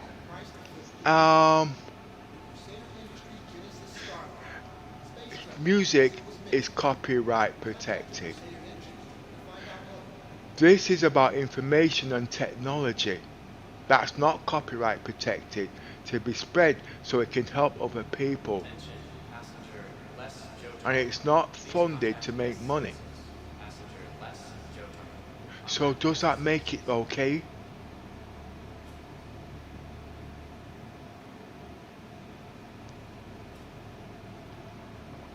I'm going to take a chance.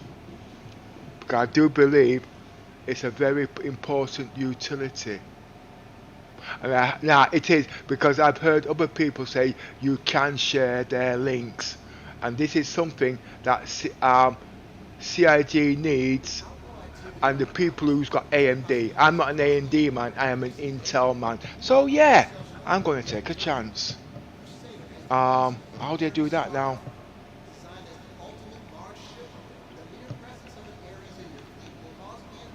Right,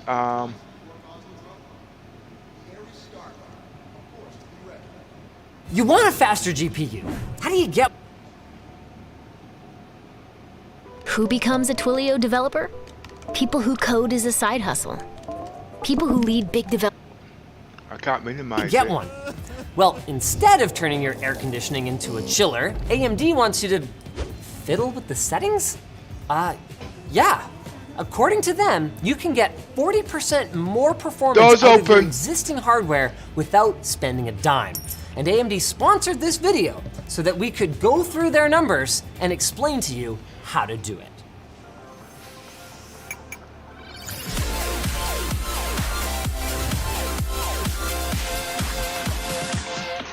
All right, let's imagine you're AMD and you're trying to make the next fastest GPU in the world. What do you do? Well, in the past, you leaned on two things to increase your performance. More transistors, and if that didn't work, more power. The problem is, adding more transistors and power will be impossible unless you want to enter big dumb territory at this point. Right now, high-end GPUs draw close to 500 watts. You know what also draws 500 watts? This 500-watt space heater. Unlike Linus, my computer room isn't very big, so in the summer I have to seriously undervolt my system to avoid poaching in my own sweat. Until I move, there's just no way that I'm buying a card with an over 350 watt TDP, and I'm sure I'm not the only one. Even if the raw heat output isn't a problem, people in the office have actually heated their homes by mining in the winter, so I guess it's a feature, not a bug. In North America, we've got garbage 120 volt power out of most of our outlets, meaning that from a single circuit, you can get 1800 watts max. We're actually getting close to the point where desktops will need a dedicated circuit, like forget plugging in a blender or a vacuum on the same circuit as your PC. Now in Europe, they use 240 volt power, so overloading a circuit is less of a problem for them. However, European wars have been pretty bad for energy prices lately, and they've gone from high to absolutely insane. If GPUs get any more power hungry, it could get to the point where around a freaking war zone is gonna noticeably affect your power bill. All right, so if we can't feasibly add more power, then we're gonna need more transistors. And this is typically accomplished by physically shrinking the transistors. I'm sure you're familiar by now with terms like 12 nanometer, 7 nanometer, 5 nanometer, and so on and so forth. The problem is that the cost of developing new process nodes has gone from very expensive to, oh my god, that's a lot of money. Now to be clear, chip makers are willing to make those investments, but the process nodes are gonna start sticking around for longer to ensure that they get a return. AMD was able to get around this a bit by switching to 3D chip stacking in the 5800X 3D, and I'm sure we'll be seeing way more 3D chip architectures in the future, but that still isn't gonna help us completely break the laws of physics. We're getting scary close to the point where if you make transistors smaller, quantum tunneling becomes a big problem. Now, I'm not gonna pretend to fully understand quantum tunneling, but basically, if the transistors are too small, the electrons will sometimes just pass straight through. Have that happen a couple of times and Mr. Blue Screen is gonna be paying you a visit. All of this is to say then, that in the future, we're gonna have to make games run faster by working smarter rather than harder. And the first way that AMD is doing this is with Smart Access Memory, or SAM. The TL didn't watch about SAM is that if you have an AMD CPU and a GPU, go enable it right now, and you could get a 5 to 10% performance improvement in many games. How did AMD do this? Well, in the past, a CPU could only access 256 megabytes of the GPU's VRAM at a time, which was fine back when you were sneakily watching Newgrounds on the school computers. But in 2022, your CPU should be able to access gigabytes of VRAM at a time, and with Smart Access Memory, you can do just that. To enable Smart Access Memory, simply hop into the BIOS, make a detour to make sure that DOCP is enabled, by the way, that's a tech tip, and then click this button right up here that says Resize Bar. I don't know how common this button is, so you might have to head over to Advanced Mode, go to Advanced PCI Subsystem Settings, and enable above 4G decoding, then set Resize Bar support to auto, and boom. Now your games run faster and you didn't have to spend any money. You can celebrate by picking up a Swacket at lttstore.com. Now, Sam might have been able to get Frodo to Mount Doom. Nice joke, love it by the way. But it might not be enough to get you the frame rates that you're looking for. That's where Fidelity FX Super Resolution and Radeon Super Resolution come in. They're both essentially the same idea, except that FSR is optimized for specific games and leaves HUD elements at native resolution, while RSR is implemented in the drivers and can be used on any game. We'll be using FSR for the rest of the video unless I'm specifically talking about RSR. Basically what FSR does is render the game at a lower resolution, then use a combination of AI and sharpening to fill back in the lost pixels. This can give you a massive increase in performance, like 10 to 50% depending on your settings. But it does come with the caveat that you're going to be decreasing image quality. The question is, by how much? And this is where I'd like to shout out AMD for a second. Typically, for this kind of testing, I would just set up a single computer and only test on that. But AMD actually sent us over 3 systems to target 3 different popular gaming resolutions, and the results between the different resolutions tell a really interesting story. First of all, at 1080p, you should only use FSR or RSR if you absolutely have to. Even slight downgrades in resolution can lead to an image that's softer than 10-ply toilet paper. So if you need that extra 20% of performance, you should try and get it by dropping the in-game settings rather than enabling FSR. I'll put some examples on the screen, but realistically, YouTube compression's gonna have its day with it, so unless you're subscribed on Floatplane, this might not be that meaningful to you. At 1440p, however, it's more of a mixed bag depending on the game. Assassin's Creed Valhalla, for example, looks great with RSR enabled, with a nearly imperceptible loss in image quality during the majority of your gameplay. Tiny Tina's Wonderland and Horizon Zero Dawn are less favorable due to how FSR works, however. Tiny Tina's Wonderland, a Borderlands offshoot, has hard black lines around basically everything, which can become a nightmare for aliasing, and in a lot of situations can end up looking worse than if you didn't enable it at all. Horizon Zero Dawn, on the other hand, has everything close to the player looking great, but the benchmark has a lot of stone textures that can start looking a little strange in the distance. FSR can have some trouble deciding what to do with a line about a pixel thick when it's upscaling, and this is especially true if it's on a moving object, and this is especially true at lower quality settings.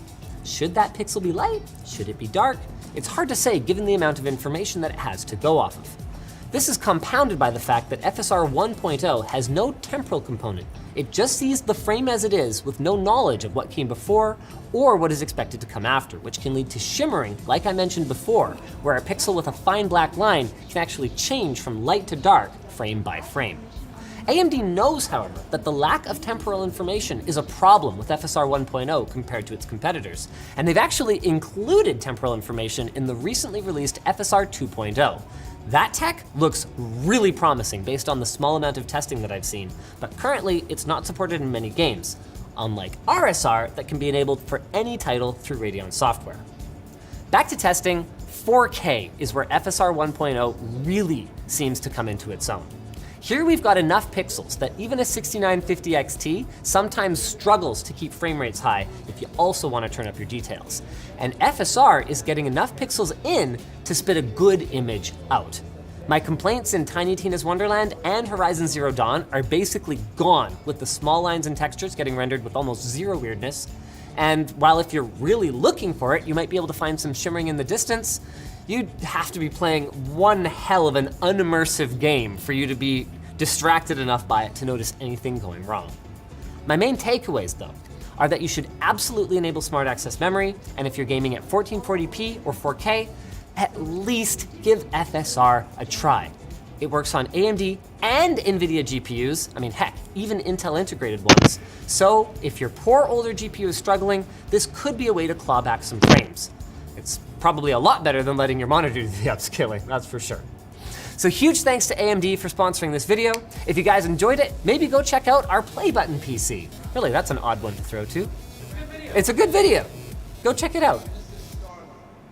Is HelloFresh worth the price? Absolutely. In the beginning, I was doubtful too. Now, you all heard Mr. Linus say all of that, but let's go one step further. Suppose you was in 8K, superset doing the and downscaling, going back up to 8K, it would work. If you can do 4K on your graphics settings, and you can get 8K on your equipment, downscaling on the AMD, and yes, they said it can be done on Intel. Okay, so this is something to help you guys to get the best out of your PC. I am going to be working on that 100%. It's there to help us guys who play Star Citizens that wants the best out of their TV. We all know that CIG is also working on HDR, okay? And I've seen some very, very impressive stuff. I'm using a 75-inch TV, okay? And I've been using it for the last couple of weeks, and I'm very impressed. I'm using Samsung, so it's not certified, okay, like the LG. Alright, but I've had a couple of problems with my 85-inch LG. I took it back to the shop. So I hope that helps you guys, okay? And I'm going to get back to my game playing now, okay? I just want to make sure I've turned all these stuff off so I don't have any interference. So the committee, if you could put a timestamp on that, so anybody who's got this sort of equipment and they want to get a bit more info on it, that's what they can do. But this is for the people that know what they are doing. Linus has given an idea on how it's supposed to go about, okay? But I do believe if you've got 8K sufficiency in your PC like I have, okay, it's gonna blow your mind. Now let's get back to my game.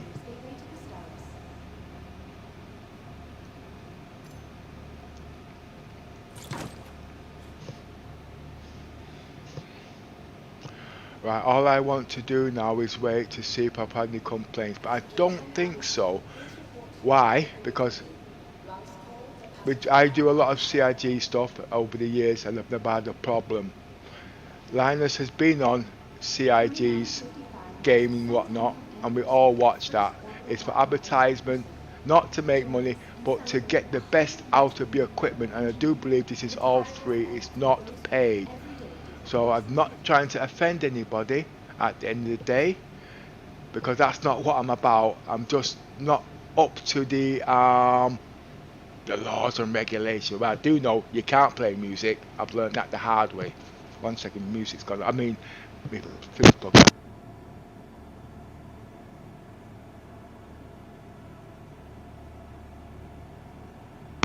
so if you're not subscribed to Linus, I would do so. Okay? I've had to correct his stuff a couple of times over the years. I'm talking about the power supply. When I say you need more power supply when you're running these heavy graphics cards, and a couple of years later he admitted when his thing shut down. Not making a mockery of him, okay? When I say CIG guys, I don't mean CIG officials. I mean the backers. Basically, if you remember a few months back, Linus came on and everybody made fun of him, thought he was an idiot. He's not an idiot. It's his personality of how he does his things. And if you watch all his videos, it goes on the same way. It doesn't mean say stupid. That's how he does his promotions. That's how he does his business. That's what he does. But because some people fail to understand that, because you've got a lower IQ than what he's got, you make a mockery. But these guys work hard to bring these things across so you guys can get the best out of your PCs. CIG is also the same. They do a heck of a lot in the background, but because you don't understand CIG, you make a mockery saying that they are, what's the word they use? Scam, that's it. But if they were scam, they wouldn't be here now, okay? But there's a lot more to it. Yes, everybody gets unhappy because people make mistakes. Look at me. I'm speaking, I say the wrong words, it comes out wrong, so you look at me like I don't know what I'm talking about, okay? But these are where I research everything, okay? Right down to our Microsoft Simulator, right down to the whole lot. And talking about Microsoft Simulator, which everybody knows is a pretty good game, this Star Citizens kicks the ass out of all those games. Why? Because Star Citizen's got everything in it. Example, Microsoft Simulator is only one planet of a couple of flying ships. Okay? Planes. This takes a bit of that, it takes a bit of this, and puts it into one big massive package. But the most important thing is, how much does Star Citizens cost? £30, 35 quid to get into the game for a lifetime of playing the game. Alright? Now, that makes this game the best damn sim game that's ever been built, because it's got everything. It's down to your brain, down to your intelligence to get the best out of it that you can. And yes, you can run this on a very, very basic PC, but you just got to know how to tune it. But the only way you can do that is to research it. CIG is not going to tell you. They want you to work it out, because at the end of the day, it's your PC and it's your equipment. They take no blame for anything at the end of the day. But what they do, they give you the basic requirements so you can switch that PC on. If you haven't got that equipment, it's not going to work. If it's not going to work because you've got other things in there that you don't understand. We all know that we're not all brain techs at the end of the day, but all you just need is a little bit of intelligence. Yes, look at little miss. She never saw a computer in her life. She thought PCs are just for chat rooms to talk to friends until she met me. Boy, she can run around a spaceship like nobody's business now, and she's telling you how to work it. Sometimes she makes me look stupid. You know what I mean? But anyway, let's get back onto what we are doing, yeah? I hope that all helps.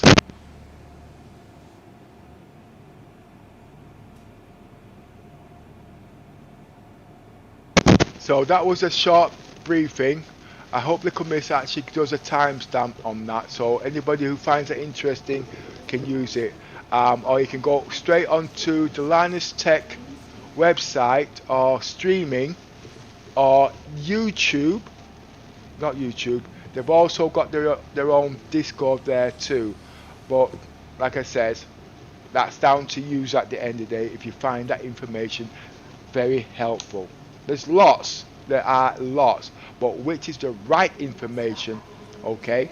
The only way you can know if it's the right information is to cross-reference it and use what you know to test what works for this PC when you want to play Star Citizens. I am playing Star Citizens on different PCs for performance, and I'm throwing 85 watts. It's still too high. I am actually in the what's his name at the moment.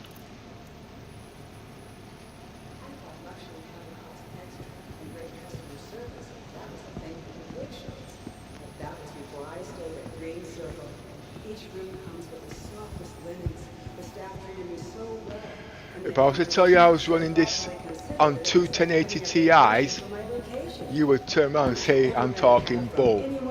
But I am running on 280 Ti's in SLI, and I'll prove that. And a lot more things in the background. But it takes tuning.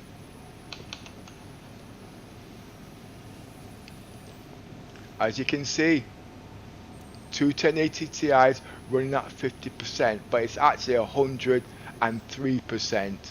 But look at the cooling, it's not very high, and obviously it's using 11 gigs of RAM, but on the new 390 Ti's they've got 24 gigs of RAM. This PC is on par with the latest tech PCs out now when it comes to graphics cards, and at least a fraction of the price. Because these two graphic cards is 7 years old, and it's in power with the latest one for at least a fraction of the price. And what I mean by that is, if you start off with a 1080 Ti, then you're going to go to a 2080 Ti, and so on. How much would them three graphics cards have cost you over the years? A lot more than what this would have cost. And secondly, because I'm using SLI, it's going to last me years to come. Yes, SLI is dead.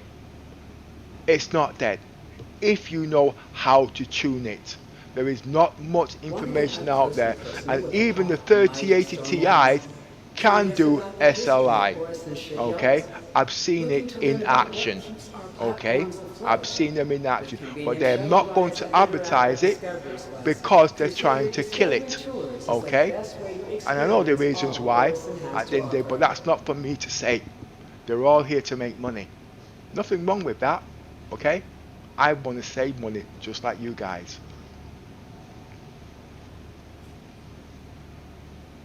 And as you can see, the CPU is 4 years old. I don't need to buy anything for this. When I bought my CPU, that cost me £1,000. The top of the range at that time for the same one with 20 cores was £2,000. This CPU works. As you see, it's not overpowered. But if I wanted to wait, the last generation in this generation, okay, with the 20 cores, will work brilliantly. This PC is on power with the 5th gen PCs that are out today. The only drawback, no, it's not even got a drawback, it can even run 256k RAM. But obviously, I'm not spending no more on this PC. The only thing I'll ever spend on this PC for upgrade is a processor. Okay, I can't remember the name of it, but that'll be in about 3 or 4 years when it comes down to roughly about 50 quid. So it's a bargain, and this PC will be old, but it will still keep on power with the latest PCs. Little Missy's got a little PC laptop, and she can do all of this at minimum settings. Contact your Crusader Industries dealer to learn more. Right, let's get my ship out.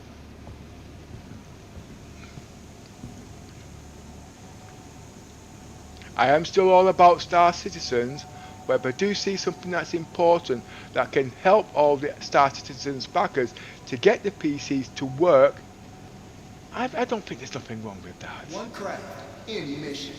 Crusader Industries But proudly presents the as Linus stated, that's for AMD users, okay? From airborne assaults to supply Well, drops, I'm an cruising Intel. success. As the premier I've got ship of its class, I've it got sets it on the test standard for right rapid now. transport on a massive scale. Contact your Crusader Industries to find out more. Welcome to the ASOP Vehicle Retrieval System.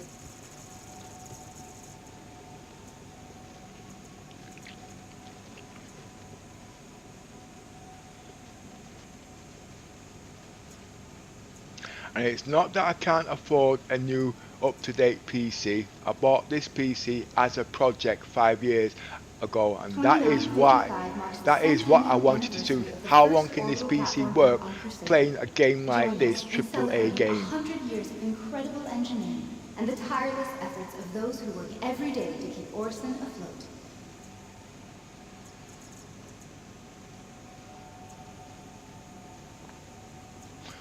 This is very confusing. What is this doing? I don't get it.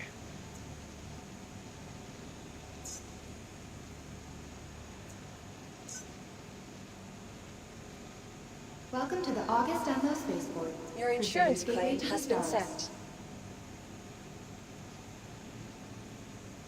All my peace ships need claiming. Well, now it's right. Attention, departure team. Flight PS3-6XB-C is cleared for launch. Ready cargo check. Flight PS3-6XB-C Vehicle selected. cleared Stand for by. launch.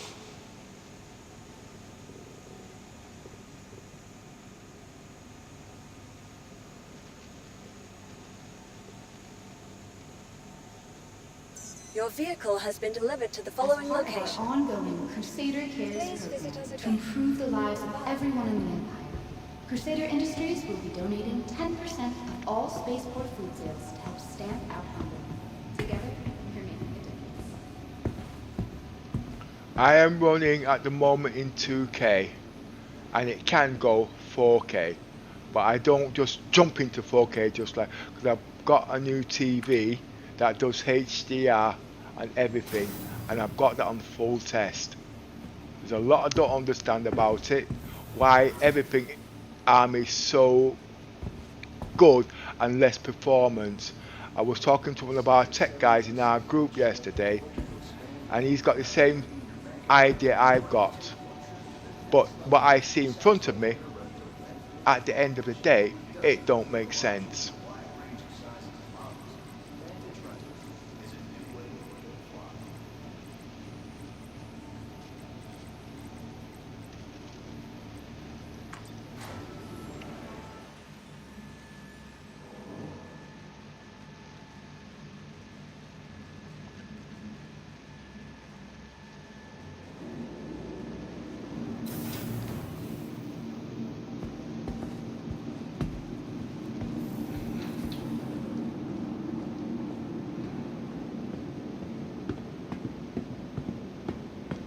I don't understand these ships at all.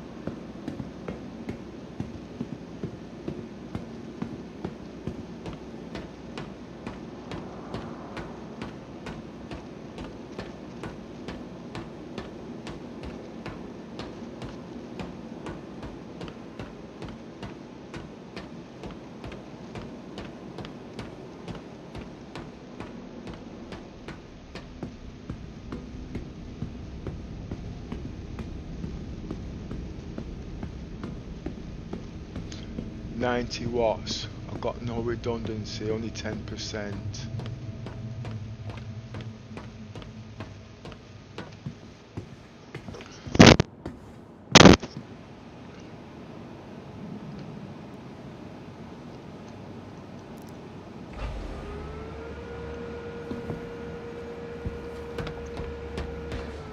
Workarounds. In this patch, you'll notice every time you use this ship, the doors open back. It's an old bug. So when you're getting off the ship, okay, you think your ship is closed. It's not. Okay. Example. As you see, I'll press this, and the doors will open and then close. Will close and then open back. Please don't make me look stupid now. Okay. I'm going to have to learn combat.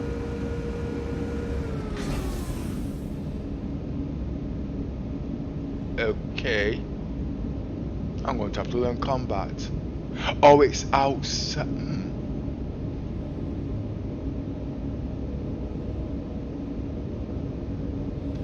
I got to repeat that bug. I know it's doing it all the time. It's outside.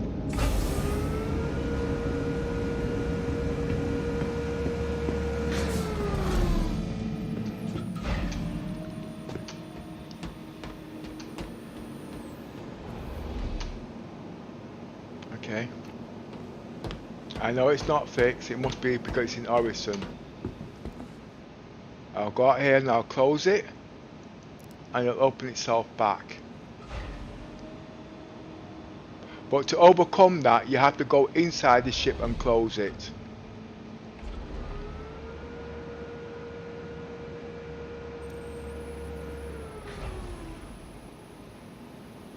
Okay, alright. It's not repeatable.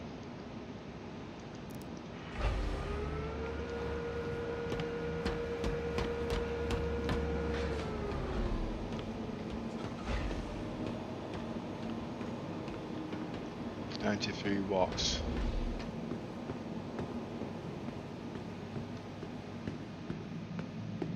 I like my bomber jacket.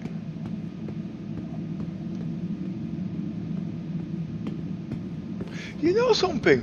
It's the first time I've seen those lights.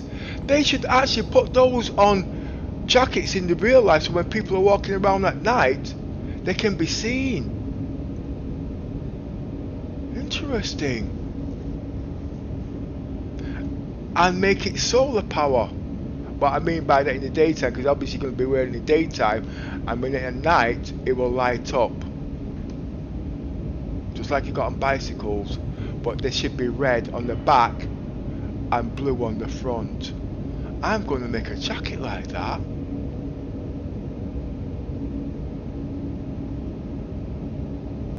They've got some very clever people in CIG.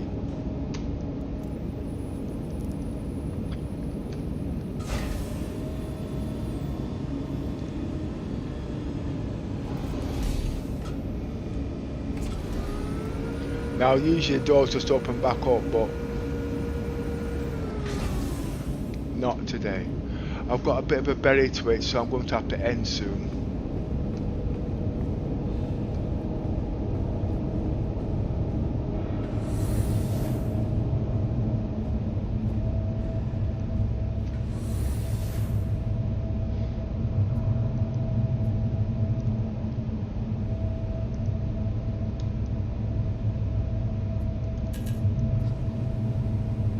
There's no point me discussing the lifts then, because if the lifts are not moving, okay, whatever floor you're on, send it to the top floor, then it'll go to the bottom floor. They call these bug workarounds.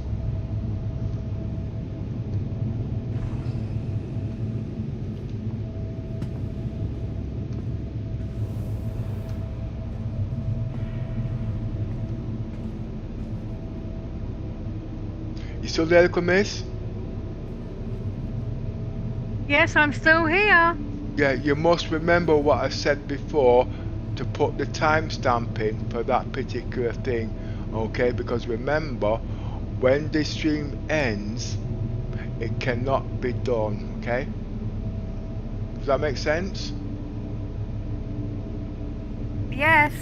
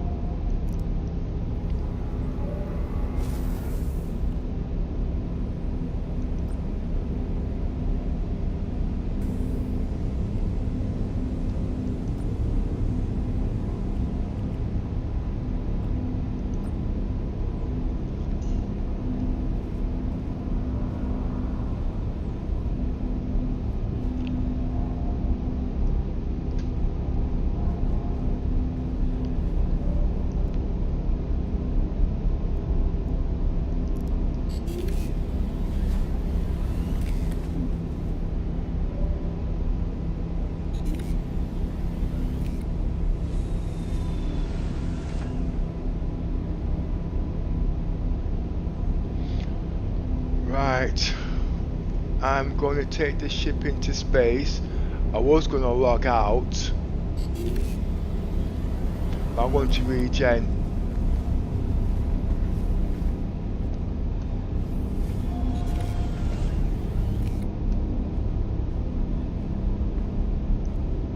I did want to do the expedition today on the mine with the Carrack.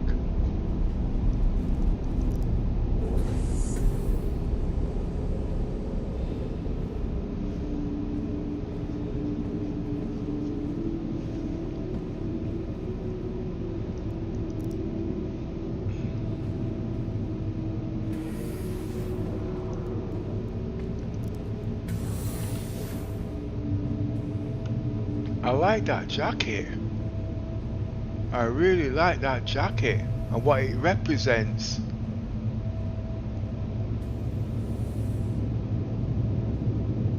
I've got to find out where this jacket and buy a few more of them.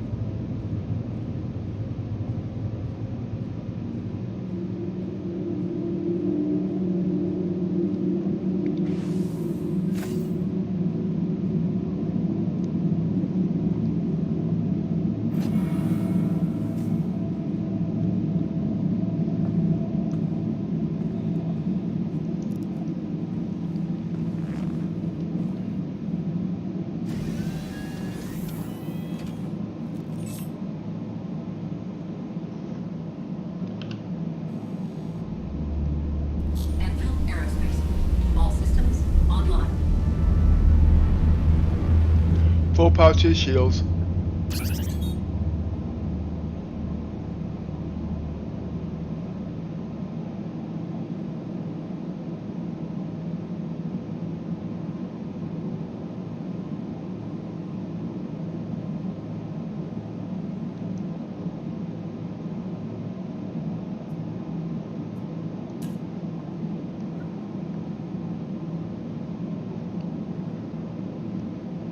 You are clear to launch.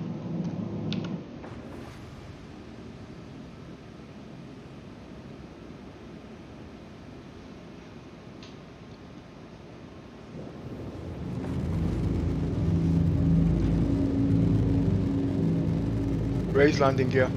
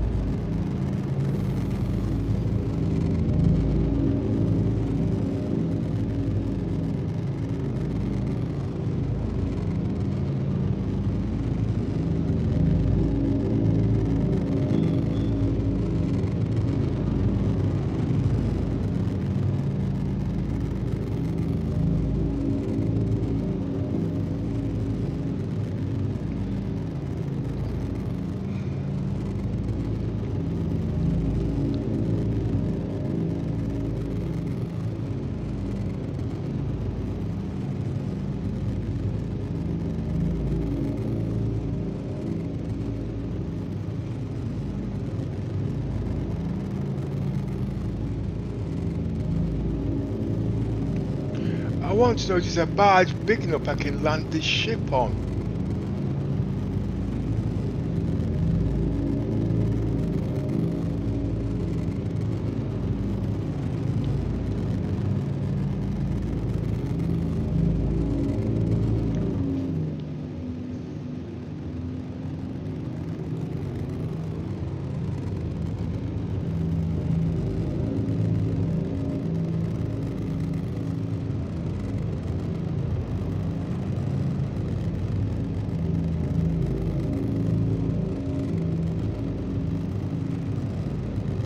What's that there? Let's get ready.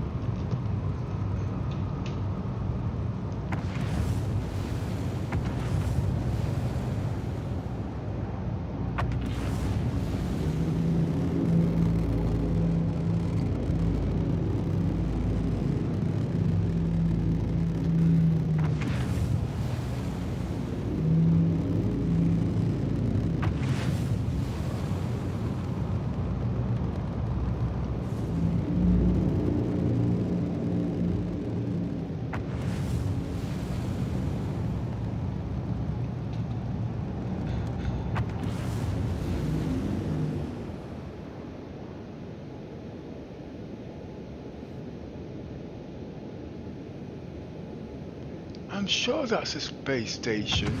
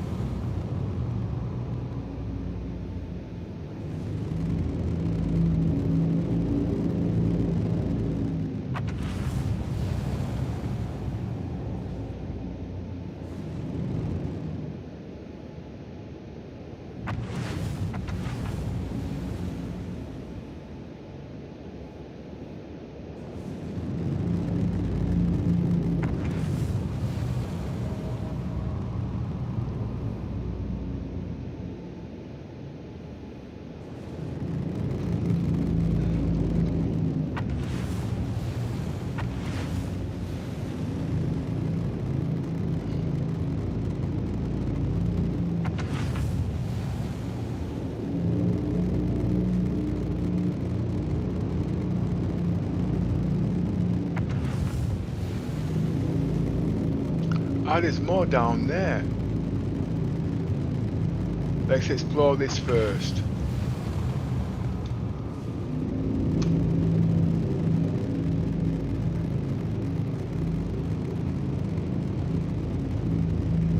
Can you read what that says, little miss?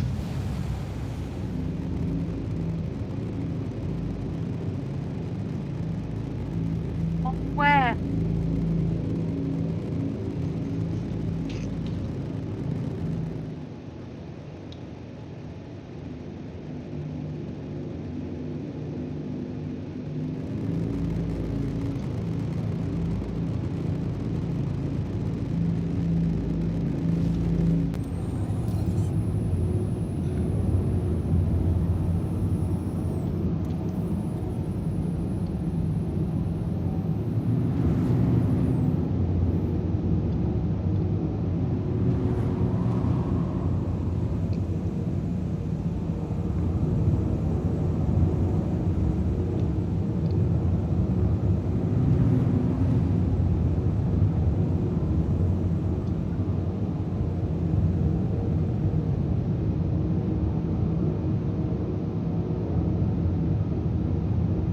CRUS something M something.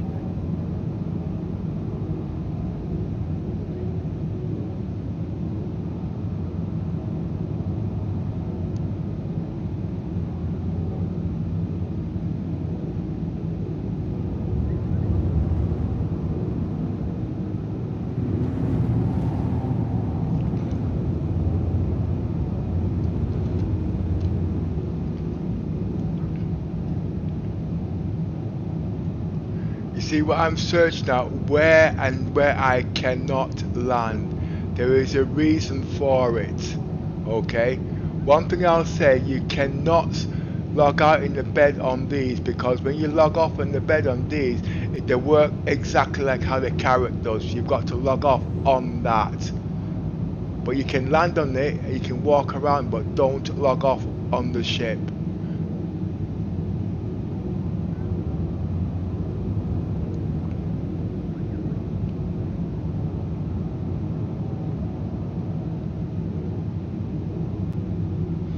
To fix the SLI. Shields off. Shields offline.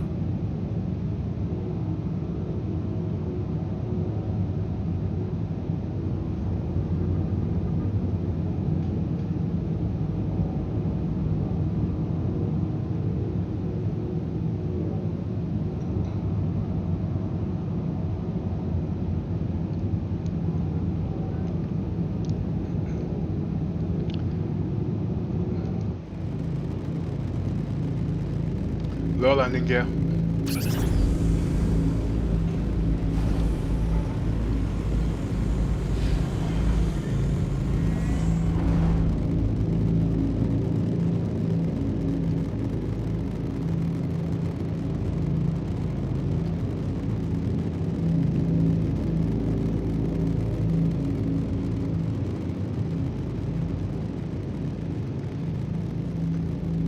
to do more tweaking on these new graphics because they're starting to interfere. Because I'm actually pushing it pretty high again. The MS is up to about 40, so it's not rendering quick enough.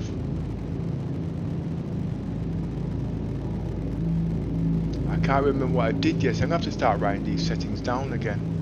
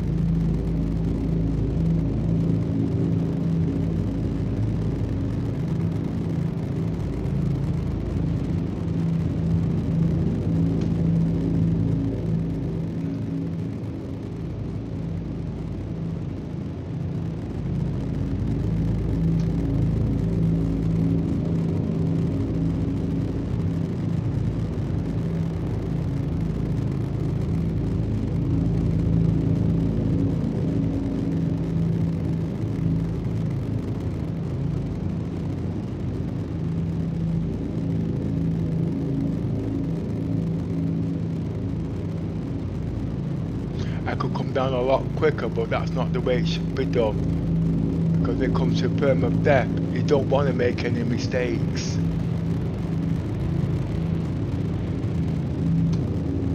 These are billion-ton machines.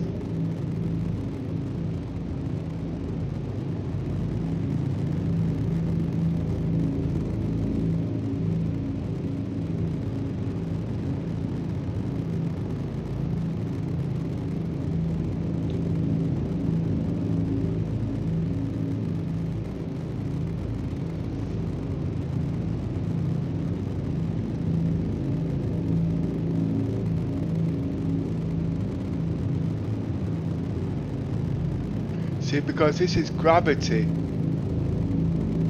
it should be able to land anywhere around here.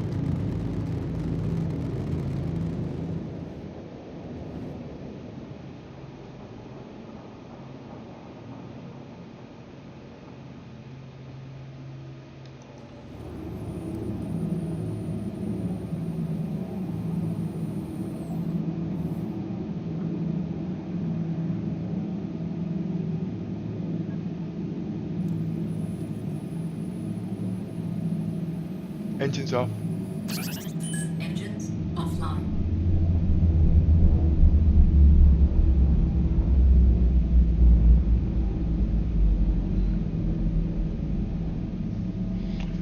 I've just got a bit of a belly twitch.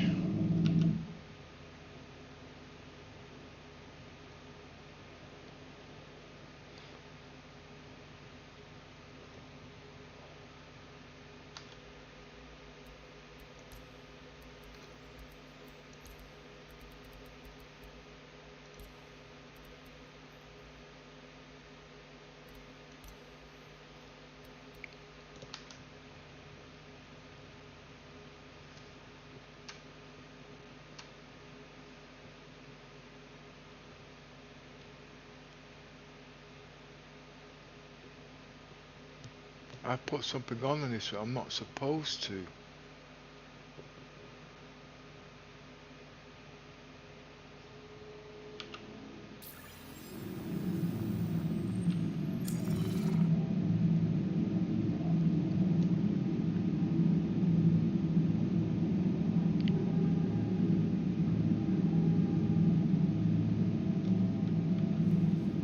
Let's leave the colours on here.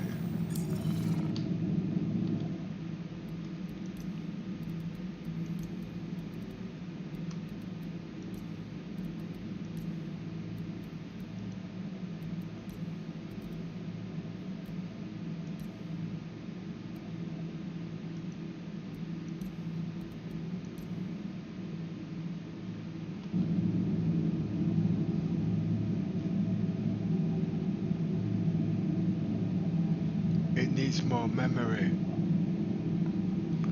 I've got to reconfigure it. I've got to delete that server cache. I'll be back in about 15 minutes, if it's okay.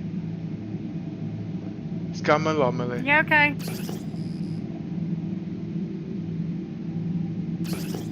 That's so I don't crash by the time I come back.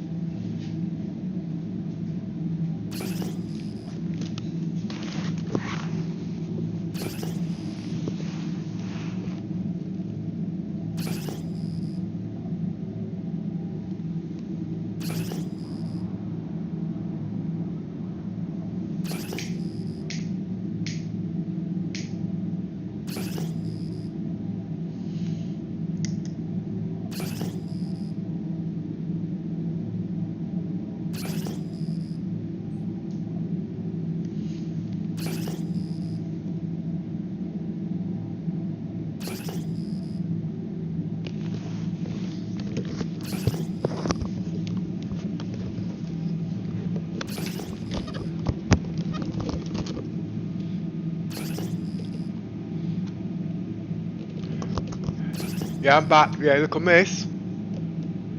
Hello? Yes. Right, I was just reading. Read back what you just put there, because actually it increases the performance, the FPS by 20%. You put lower. I lower my settings. I downclock. Unless I missed something. I don't know. I put the Linus Tech Tips video is at -32.4.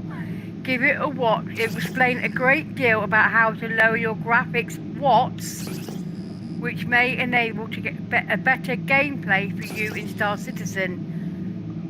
Lower the watts, not the graphics. Right, I'm going to explain. It's not quite like I could have misunderstood. It's all about increasing the FPS.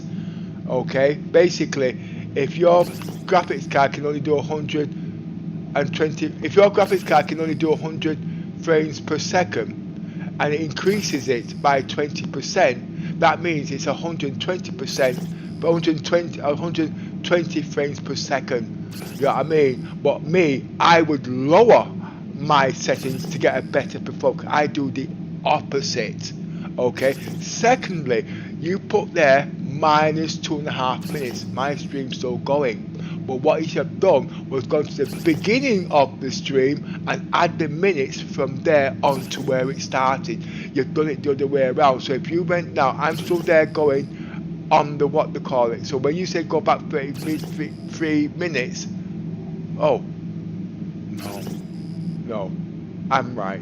When you say back 33, I could be playing for 3 hours, and you go back 33 minutes. That's 33 minutes. That's 33 minutes minus from 3 hours. This was where CIG went wrong a few days ago, because they was working on the Shroud. When the Shroud when basically what they've done, they shut down the server in Microtech, and when they activated it back, all the ships were glitching in the walls. What they had forgotten, right? Orison was on rotation, like the planets of the moon.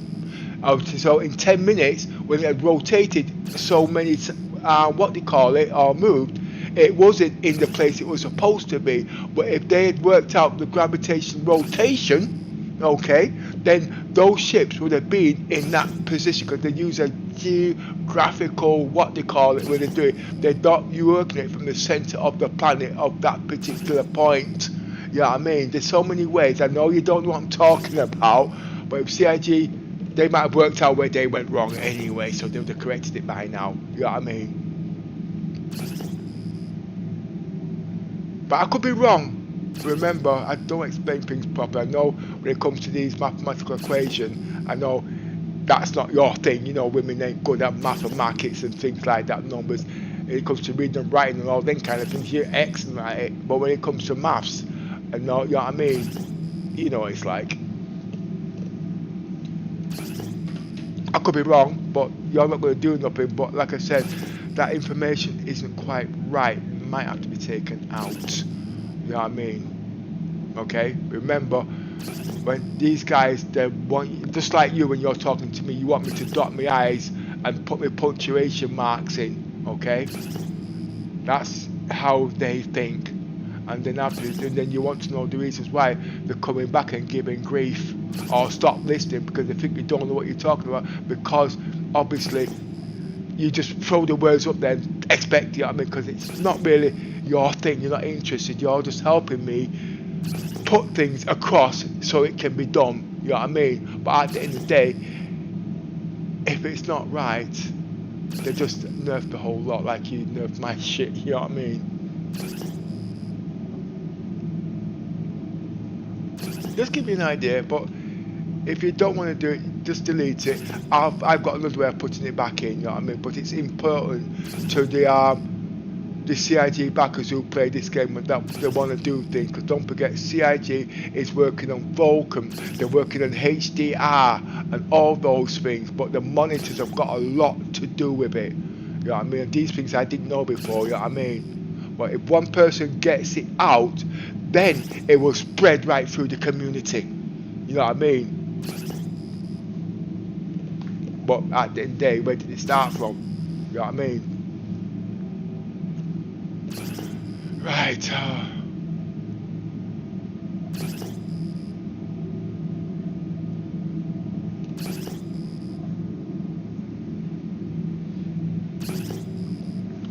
Right, for example, I don't know if I can move this mouse and find out where it is. You see, now it's minus. I could be wrong. Let me see if I can find it.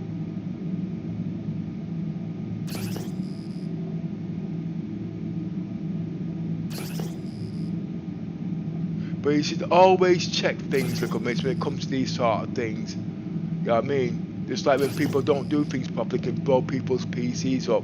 That's why I always say never give tech advice to people, because at the end of the day, you've got to understand the inner working, because everybody's PCs are different. And what we're doing now, we're not actually in our community giving these tech advice, we're actually giving it out to the whole world. Okay, so it has to be accurate. And like I said to you today, YouTube is bigger than Twitch. All right, but these Twitch people don't know that, because they can see they can make money out of Twitch. But since I've had this TV, I've seen a heck of a lot more on YouTube and what access YouTube has got in the streaming world. And I don't just mean on what we're doing here. It's massive. It is really massive. But the statistic community don't know that. All they know is Twitch. You know what I mean? And what they're trying to do is they find out that people are watching YouTube, so they're trying to put the stuff on YouTube, but they don't seem to understand it's a lot bigger than that. There's more access to it. Twitch, you can't do certain things, it won't let you. But because it's a paid description, blah blah blah, and I don't know the legal rights on there, what you can and cannot do. I don't use it, but I might start using it, you know what I mean? But I think it's to do with making money. But I like using YouTube. I've always used YouTube, you know what I mean? So it's not about making money, it's about what I do here now, content creating. But anyway, let's find this time sleep how, because it's only 6 minutes long, wasn't it? You said it was minus 32.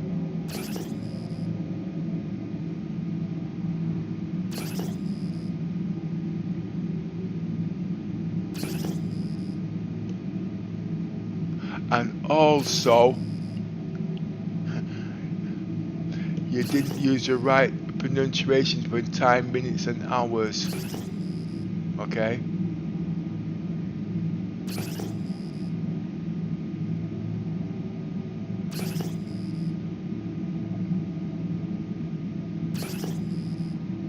And it has to be done before the stream's out, you see.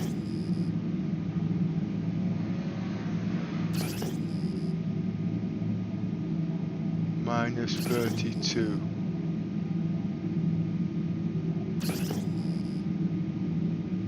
Nope. I am at minus 32, 18 seconds, and you was minus 32, what they call it, seconds. Like I said, yeah, I mean, if you go back and you'll see, it's fluctuating.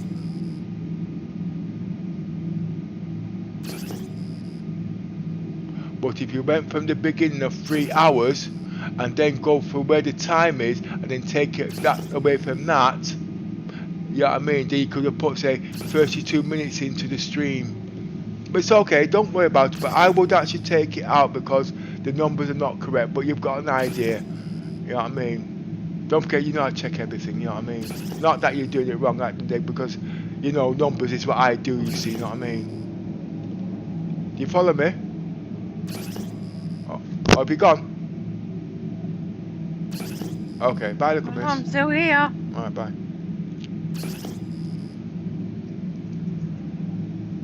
No, I'm still here. Yeah, it's alright. Thanks anyway, you know what I mean? It's just that we've got to be a little bit more accurate, because our lingos, we know certain things. It's just explaining it, you know what I mean? We're not professors at the end of the day, but we just like to offer our services. Until somebody wants to come and make money out of it, then they turn it into a bloody scam. Just the information there about line is texture there, and so I can sort it. But you can actually put it in the other comment box. I know you want to put it in there, but the other comment box is the best place to put it. But I'll tell you what, we'll wait until the stream finishes and then you can stick it in there. And that's one of the reasons why I want to change my streaming for not fit for kids, because I don't know what's going to be good. Because remember, I've stepped up Star Citizens up another level. Basically what I mean by that, I am bringing most of my, not personal life, but you know how we do things at home or in the real life into the game. So obviously I've got to give you guys a bit more slack. You know what I mean? I'm not worried about the P's and Q's too much. And explain what we are doing of the future of Star Citizens. Because it is a role-playing game. And it's not a little 5-minute quick fix, shut down, we'll come back next month or come back next. It's a continuous gameplay. Yes, we've got problems in the game, it crashes and whatnot, but like I said, if you know how to tune your PC, you are not going to crash. But CIG's put something else in the game called Hunger and Thirst. Okay, so because of Hunger and Thirst, you're going to get time out. But when you get the time out, you don't get back into the game. CIG hasn't quite thought about this properly yet. But what they're trying to do, they're trying to cut down the server load. But at the end of the day, they should leave these things in and find other ways around it. You know what I mean? And that's what they're doing with the Shroud.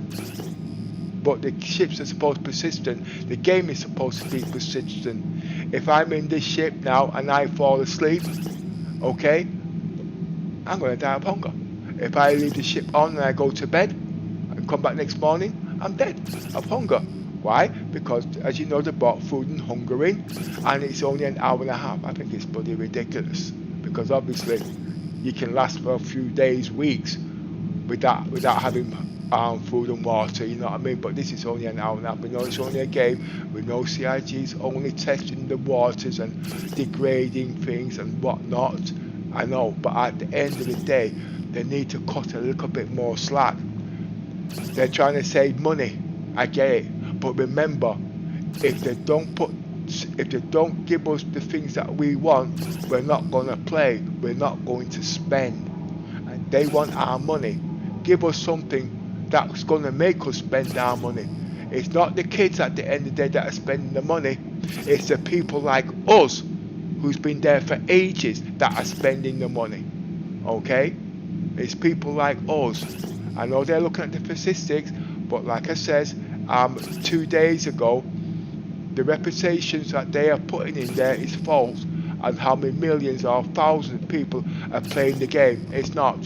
Because when they put the game in for free, like, everybody's coming in with different accounts. Okay, and when it stopped, those accounts then disappear, but the accounts are still there, but they are obsolete. But one thing CIG don't seem to understand is the griefers are opening up these false accounts, because I did a test on that, and they're using those false accounts to cause griefing so people don't play. What I mean by that, I announced that, oh, I'm going to be going somewhere, blah blah blah, there's only one ship that can destroy my ship, and within about an hour that person came on, don't know, because there's nobody on my friends list, and they had a retaliator, because that's called stream sniping at the end of the day. But I'm learning defense and strategy, so because I'm learning defense and strategy, I ain't calling it griefing. I'm finding ways so it doesn't happen. Why? Because I like to stream. Why do I like to stream? Because I'm not alone in the game at the end of the day. But when I'm playing the game like everybody else, just flying around Star Citizens, I can't show them my experience. I can't show them what I do. I've got to sit down and explain blah blah blah, and it doesn't work. But seeing these things, then they can go back weeks, months later on my work. Oh, I remember that. That's brilliant. I didn't know my PC was good. Oh, do you remember Toppings? Oh, he was only a kid when he first came here 7 years, and it goes on. You know what I mean? And to prove that, go on the first videos we went on 5 years ago, okay? and how shabby those things were and how it's improved up today. You know what I mean? There's so much improvement, you know what I mean? That's called going back on things. I'm just gonna get myself another drink, yeah?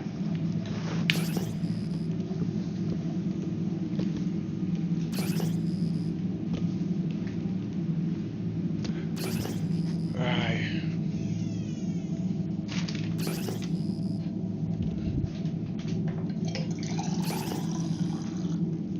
So the Linus 007 group doesn't know that we were onto them what they were doing with the stream yesterday. You know what I should do? I should do a special video on the definition of streaming and who to look out for. But remember, it's not streaming; it's their role play. So that's the way I'm going to put it, because at the end of the day, they need so many variations in the game. Now, as you know, in my post there, I've got Fugitive, okay? But when people see Fugitive, it's something to do with criminal activities. But mine is mistaken identity. You know what I mean? Basically, because there's so many things wrong in the game, you can get a crime stat.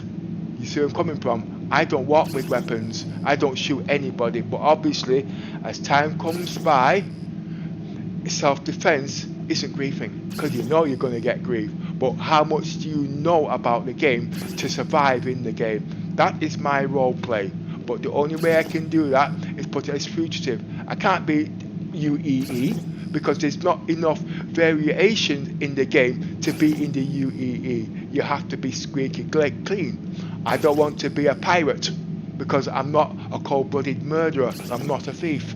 You know what I mean? But being a fugitive, you learn both sides to stay alive. So when you're around by yourself or with a couple of guys, you know enough to stay in the game. Because remember, in the game, it's all about perm of death.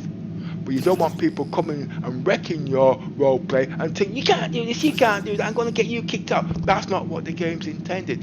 It's all about your IQ level, your intelligence. Everybody's different, but they all evolve in different ways when the game plays. And that's what makes this game so versatile. EVE Online is nothing like this. Elite Dangerous is nothing like this. You know what I mean? They've got the same characteristics. You know what I mean? Even Flight Sim, it's nothing like this.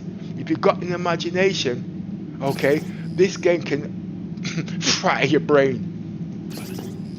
Just don't get into the trap of spending £15,000 or £45,000 on the game like I did.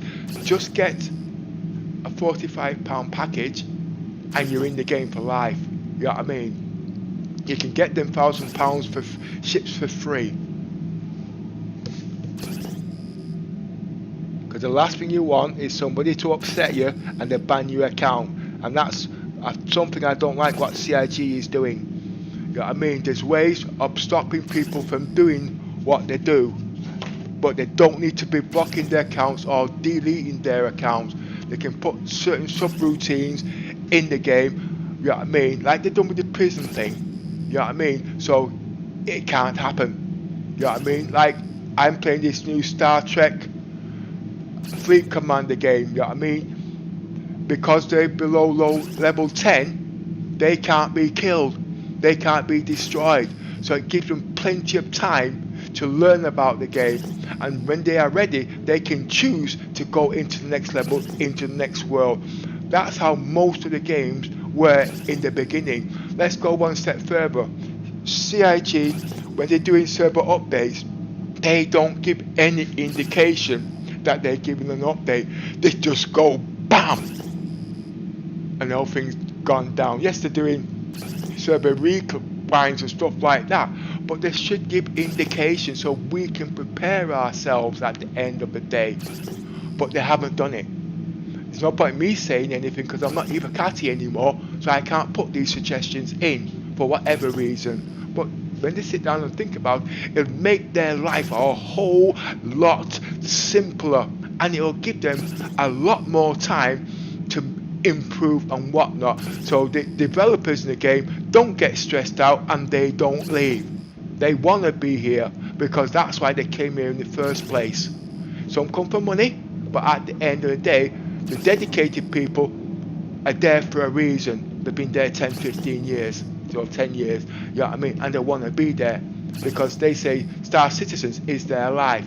Yeah, but when it comes to the stress, they jump ship because they've not worked out the business plan. And remember, it's not the seniors now that is running this shit, like Chris Roberts, who's the grandfather of the game.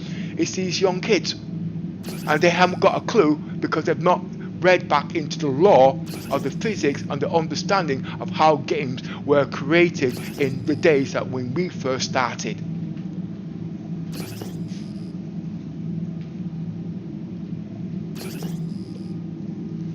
But yes, kids have got new ideas. What's happened? Kids have got new ideas. Why is my TV keep going off? Have I lost something? I'm out of breath.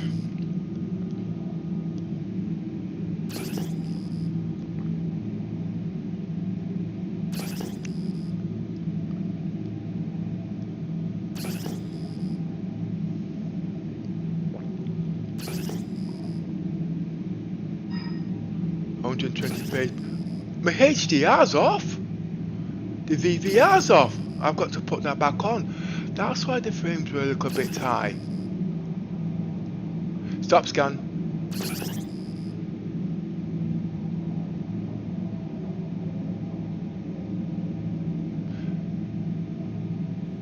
Shields on.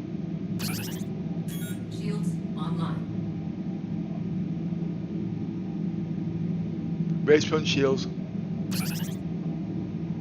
Right, there's no effect on new Babby, so it must be pretty high anyway. My TV keeps going off, and I can't find that upper bloody control. I know it's in this chest somewhere. It will turn up. Now, let's see where I am. Right, what do you say? Shields on. Raise shields.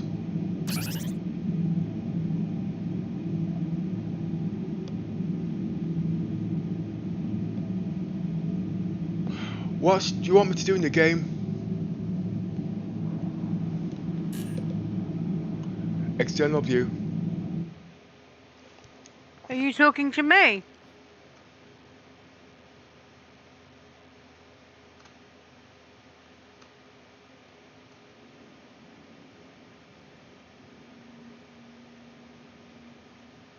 Well, I thought we were going to be doing land cave mining. There's no way I can do that today, okay? Because to put the ships on here, it's going to take me at least 2 hours, okay? If I'm going to do it on my own, because it's a sequence of logging in and logging off, and making sure there's enough wattage going through the PC. I did do it this morning, and then the guys came on in the group, and I started talking to them, and obviously I couldn't log back into the game. You know what I mean? So I want to do that in my own time. So yeah, I'll be up 4 o'clock in the morning, and I'm going to repeat the whole process. But this thing is, the ship that I use is rented, okay? Those ships causes a lot of problems, and I'm not going to go into the reasons why. Just remember what happened last year, and then I've got to then dismantle my ship. And you know, I like to keep my ship for weeks, you know what I mean, not respawn them, you know what I mean? Because remember, I'm about semi-perm of depot, doing what I can in the game, you know what I mean? You follow me? So Yeah. So if I go and put that mule on the ship there now, and I put 6 ships on there, the next 5 hours, the whole lot's gone. So if the whole lot's gone, when I wake up in the morning to go do the role play, I can't do it. You know what I mean? And as a policy, I don't buy small ships. I'd rather buy the big capital ships. The only way around it, no, I ain't melting none of my ships. None of them.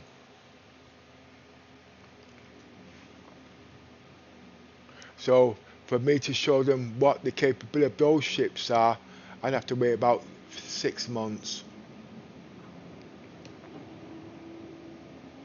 So basically my ships, they're pretty old at the moment, and I'm happy with these ships. You know what I mean? But there are new ships coming in. These ships are antiques. You know what I mean? We've been discussing in the group. You know what I mean? They are getting a little bit dated. Okay? And then when the guys start to realise this, and there's no facilities for them, you can upgrade and CCU ships and all them kind of things. But like I said, when there's a mistake being made, CIG is not very sympathetic. You know what I mean? And then if somebody says something, they get banned. That's the part. It's not fair. I'm not banned, but you know what I mean? I've seen these youngsters that spend £1,000s worth of on ships, just started work, just leaving school, you know what I mean? They hear about the game, they hear me telling them, this ship is brilliant, that ship is brilliant, and guess what? They find all this money to buy the ships, and then all of a sudden, they've disappeared. Yeah, because they've got lives to lead. They've got to meet their girlfriends, they're getting jobs, you know what I mean? They're having kids. They can't sit down there and play this game 24/7. You know what I mean? They might not be able to come back until they're sick or when they're pensioners like me. So at the end of the day, you know what I mean? But the old guys like us, you know what I mean? It's not fair because it's like we're shrewd out. That's what CIG's missed out on. They're not looking after the seniors. They're not looking after the old people. They just want to bring the new people in, but they're not going to stay. Just like the other day, look at all the Ibakati guys. You know what I mean? This got one guy, he was in Omega. You know what I mean? He's been there from day one. You know what I mean? But because his work was so demanding, he had to go to work. When he came back 6 months later, he was shooed out of Ibakati. I really felt sorry for the guy. I really, really felt sorry for him. All that years he had put in there, and there was no sympathy because he wasn't there when they needed him. They forgot about the services they put in. Mine's a different one. Mine should have been looked into, but let's not put me. Don't forget, I talked to all these guys in the background. You know what I mean? There's another one. He was lucky. What was his name? Conley. Somebody nicked his video. You know what I mean? Published it because obviously he was private. They gave him a warning. Where they didn't turn around and say where they got the video from. They would have known he wouldn't have posted it. And he got a copy strike and he didn't do it. Look at Cameron. You know what I mean? Something happened with him. You know what I mean? But like I said, at the end of the day, he had enough supporters to say, well, look, no, he's not a griefer. Something had gone wrong, blah, blah, blah. He got away with it. You know what I mean? But like I said, CIG are not sympathetic as they used to be. Something went wrong. They're not looking after the guys that's been there years. These new guys that are coming in, right, they're on this, I'll use semi-scam. Okay, we don't catch on. You know what I mean? So all the true people say, well, shit, I got my family to look after. I'm not putting up with this shit. They're not looked after. They're not even looked after for the services. Not mocking CIG, they have got a heck of a lot of work on. And yes, they do get their fair hard shit from the people in the background. It happened yesterday in Around the Verse. What's the guy's name? Oh my word. Gerard. You know what I mean? I just caught the back end of it. I didn't fully hear what's going on, but he paused the video. And then he said, well, we can pause and we can stop. And they all said, stop, no, carry on, we're sorry. You know what I mean? It's hard. You know what I mean? But still at the end of the day, like I said, they need to have proper people for these kind of things. Because the guys want to stay. But sometimes they feel really disheartened. You know what I mean? Because, like I said, they make game their life. There's one guy, he didn't come here to play the game. He came here to test the ships. You know what I mean? And this was the only way he could do it. And he's a chubby guy. I don't know his name. He's alright, but I'm not being personal. But remember, that's me looking in the history of the game from when it first came on, because I've not really been there since 2016. I was there beforehand, way back in 2012. I lost that account. You know what I mean? But like I said, at the end of the day, it comes down to customer service. You know what I mean? But like I said, there's a lot of things they can put right, but it's not the seniors running this game now. It's the new boys, because their words are so damn strong. And the seniors can't put up with it anymore. Just let them do with it. Not saying they're wrong. They've got some damn good ideas. Okay, they have got some good ideas. Just like when I first came on, they was all fascinated with my ears. Where am I getting all this shit from? But I was using old tech. You know what I mean? I didn't know they were paying attention. I didn't know that the spectrum was as big as it was. You know what I mean? Blah blah. And guess what? I started listening to guys in our group, and then I put in spectrum. It was all bullshit.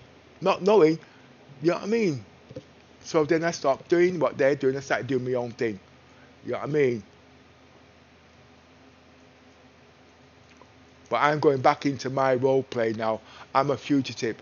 And I don't mean a fugitive because I'm a bad person. Because there's so much things wrong in the game. Mistaken identity. I don't carry weapons. Never have done.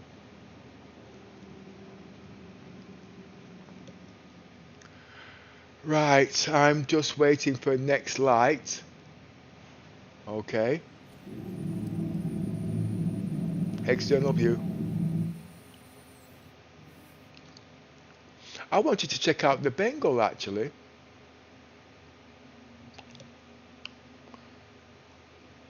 So you can land on these things, but one thing, when you land on these establishments like this, don't log off in your ship, because that is not your spawning point. The spawning point is a planet that you're on, unless you're off this so it doesn't latch. Oh god, what's the word? Well, let's put it this way. If you were to put an Aurora in the hangar deck and you try to spawn back in that ship, it's not going to work. Okay? You have to log off in the bed on the Carrack. Well, it's the same thing. I'm in the Carrack. Alright? If I log off in the Carrack, it's not going to work, because the Carrack is not the spawning point. This platform's the spawning point, but the platform's not got no bed. So obviously, it's Orison. I want to fly in there actually. That's a cargo center. But to do the next role play that I want to do, I can't with Orison, because the way it works, there's no. I've looked and there is no back doors to get into Orison apart from the landing pads. And if you go over certain parts, it's restricted. But I will find a way. You can spawn. You can put things on here. You know what I mean? But like I said.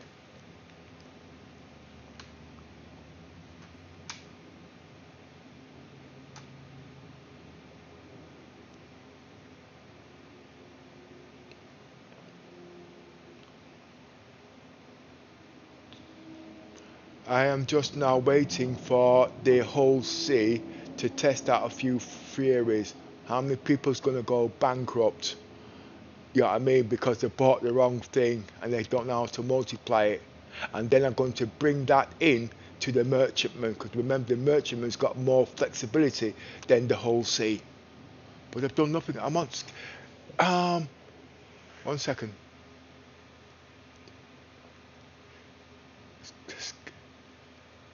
Scan anomaly.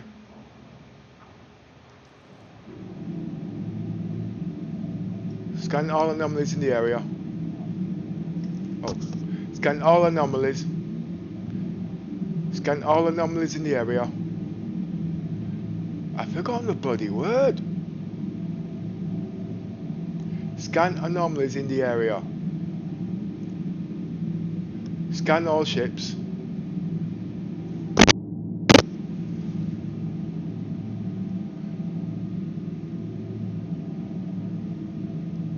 Scan all ships.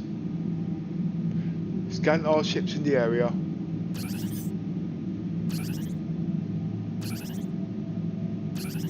I'll just use that for a bit. Let's take off the eye tracking. Let's see what's in the kitchen I can scavenge.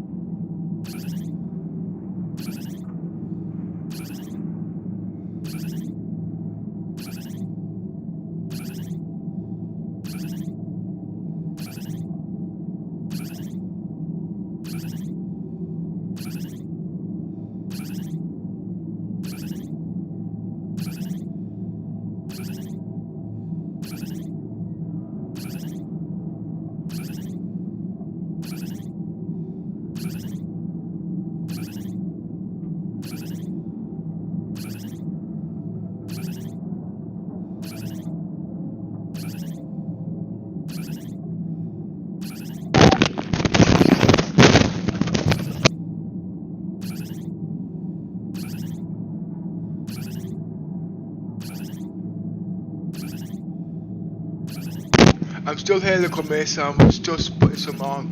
I'm trying to think what I'm gonna do. I might go. Yeah. Do you mind your mic, please? I know you need a new one. Yeah, but you know something? Every year I have to buy a new microphone, and these microphones are not cheap. But how much does this one cost me? 150 quid.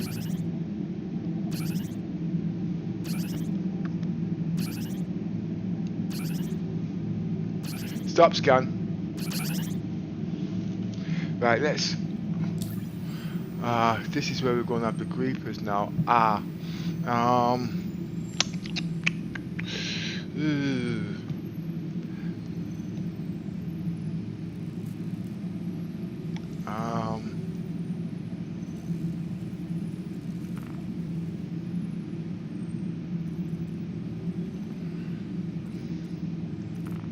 I want to do exploration, but I don't want to put ships on ships. It's going to take too long.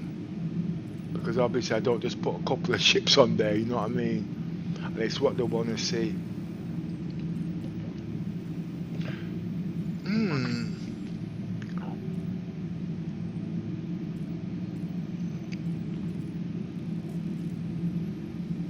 Because I've got to balance the shields on everything. I'll balance the shields now. Race run shields. Engines on. Engines online. Right, let's balance the shields.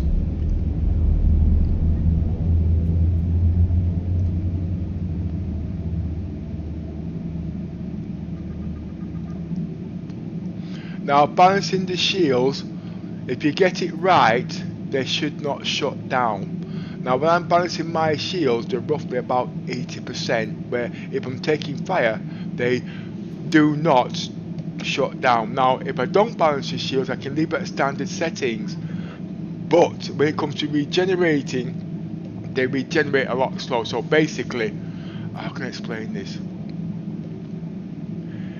If you have 4 shields, and it takes 4 minutes to regenerate them 4 shields, you can regen 1 shield and it can be a minute to reach 25%.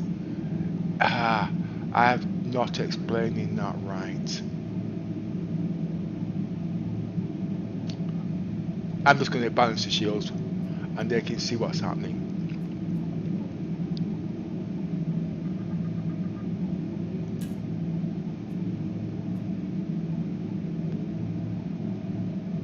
What are these guns doing on here?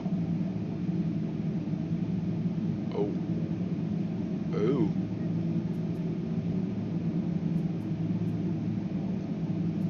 External view. What ship am I using?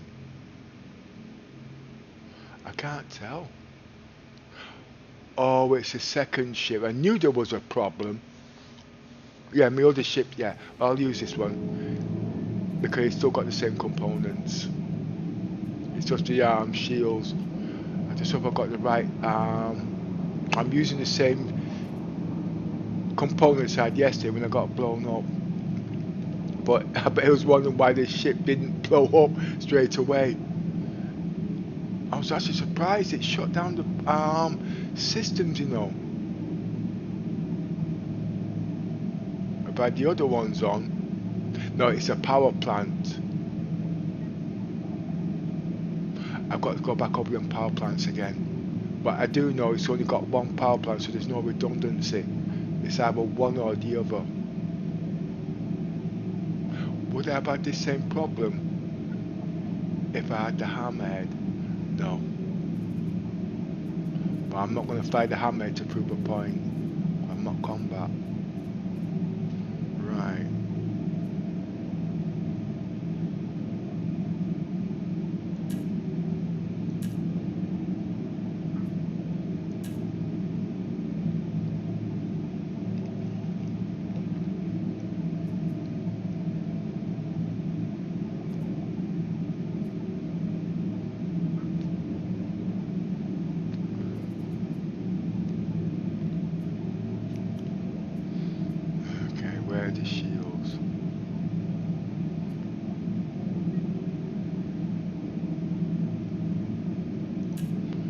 I should be writing these numbers down.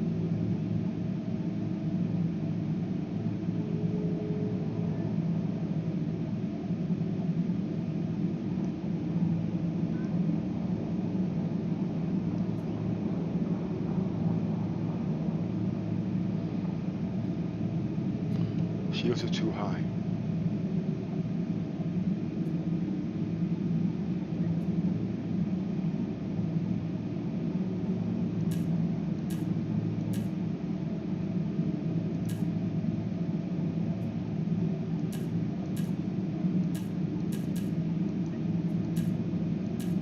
Basically, what I'm doing, I'm balancing the shields so when they do regenerate, they don't overheat.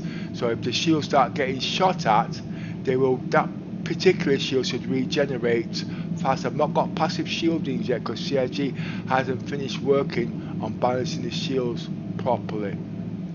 So I found another way to do the same sort of thing. So yes, the Carrack can do a bit of combat, a little bit, but only on small ships. Remember, it's got no guns and it's got no missiles.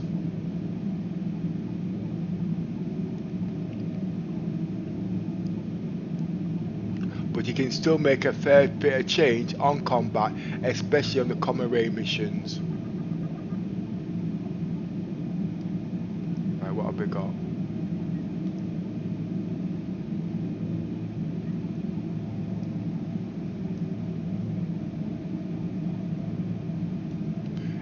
%.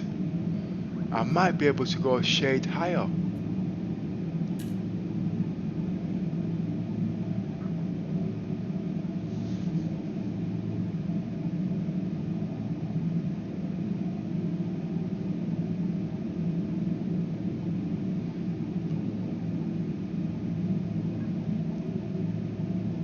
Raise back shields. Shields off. Shields offline.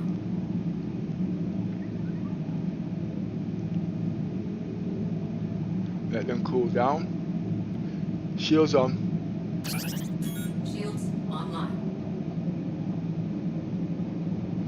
When I was looking at the Javelin, the power of those, I think they were 6,000.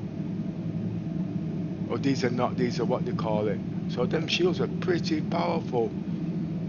I can get more redundancy out of the shields. Race front shields.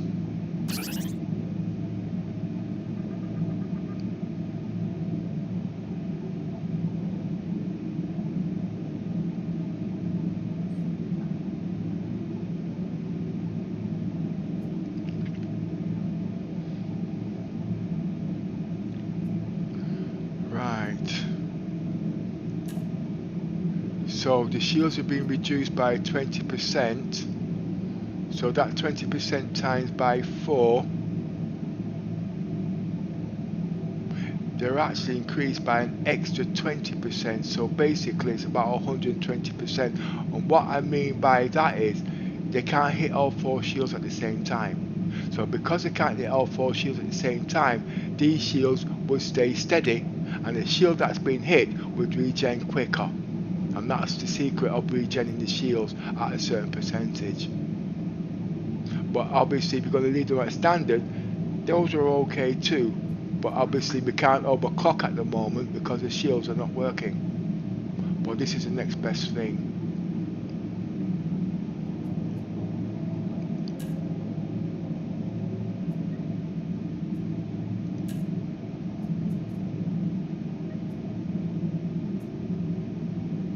Got the wrong guns in there.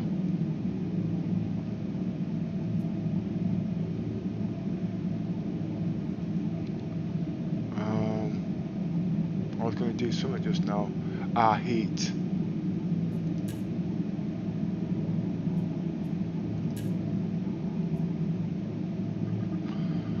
Right, the EM needs to be lower than the shields. And I can turn one shield off to compensate. Shields off. Shields offline. Them shields need to be brought down to under 1,000.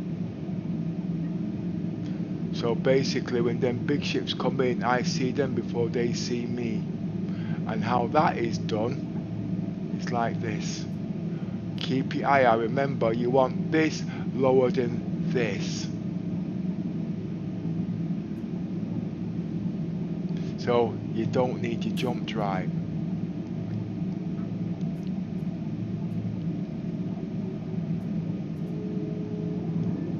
All I'm doing is just give me an idea how I compensate my shields. You want to see the enemies before they see you, as the game stands now. 10,000 is not enough, okay?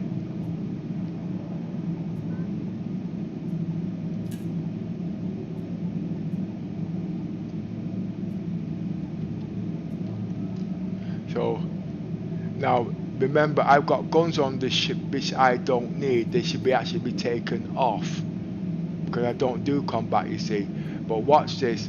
That's 1,000 there. Okay, that's going to go right down because obviously when you're doing claim jumping missile combat, you need to cut your signatures down as much as you can. This is a problem. Alright? You only use your jump down when you're going in jump.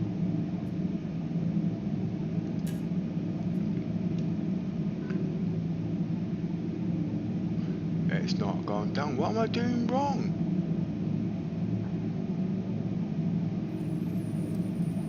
You tell me the little 2 weeks I've not played the game, I've forgotten how to play it.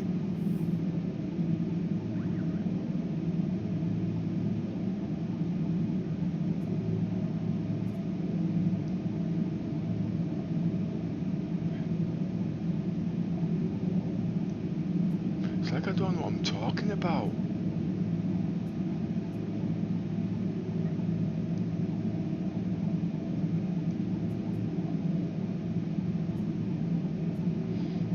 I know the guns are a problem, they soak up a lot of power, but there's something else in here.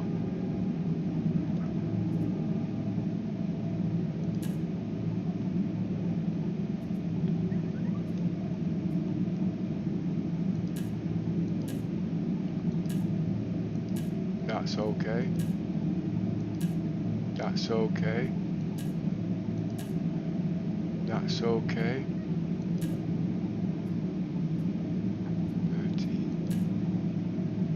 11.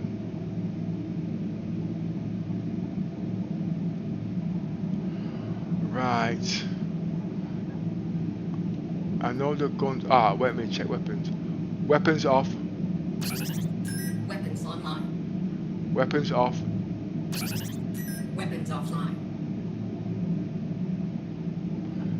It's the EM. There's something in the EM I've got to turn off. I've had it down a lot lower than that.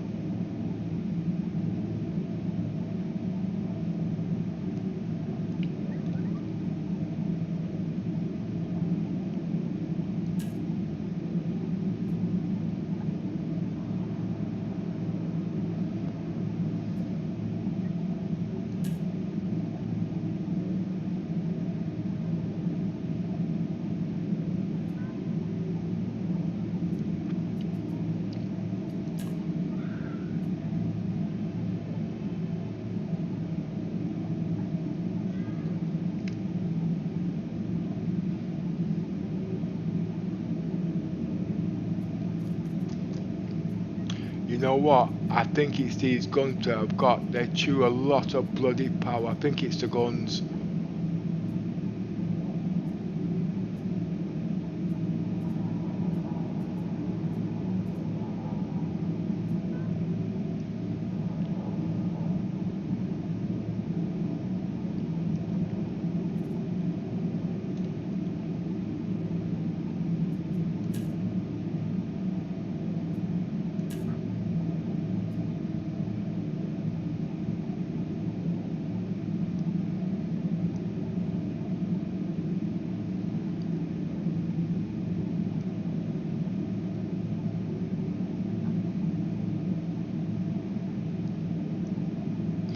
Right, let's calibrate the shields.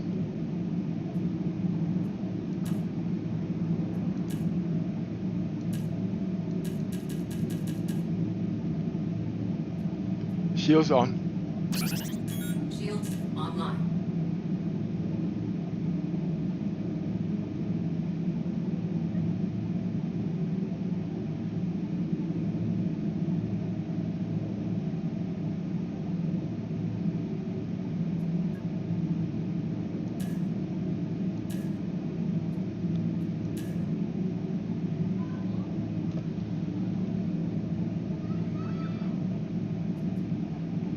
I can't get the EM down. I think it's the guns. They're too high. The guns are too high for them. I just threw these guns on, and you do it somewhere. Or you use the wrong shit. The Ermskins use a lot of power.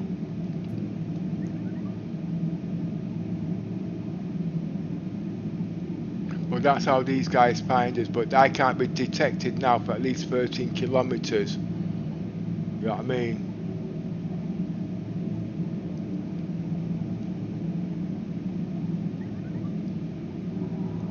The one shield's okay.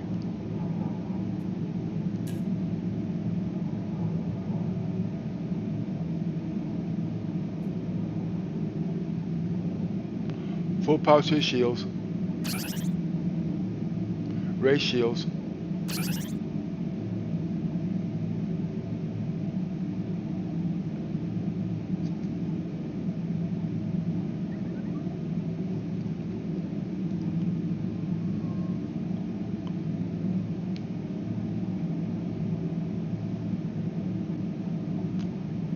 Scan all anomalies. Right, just give me a few minutes before my dinner burns.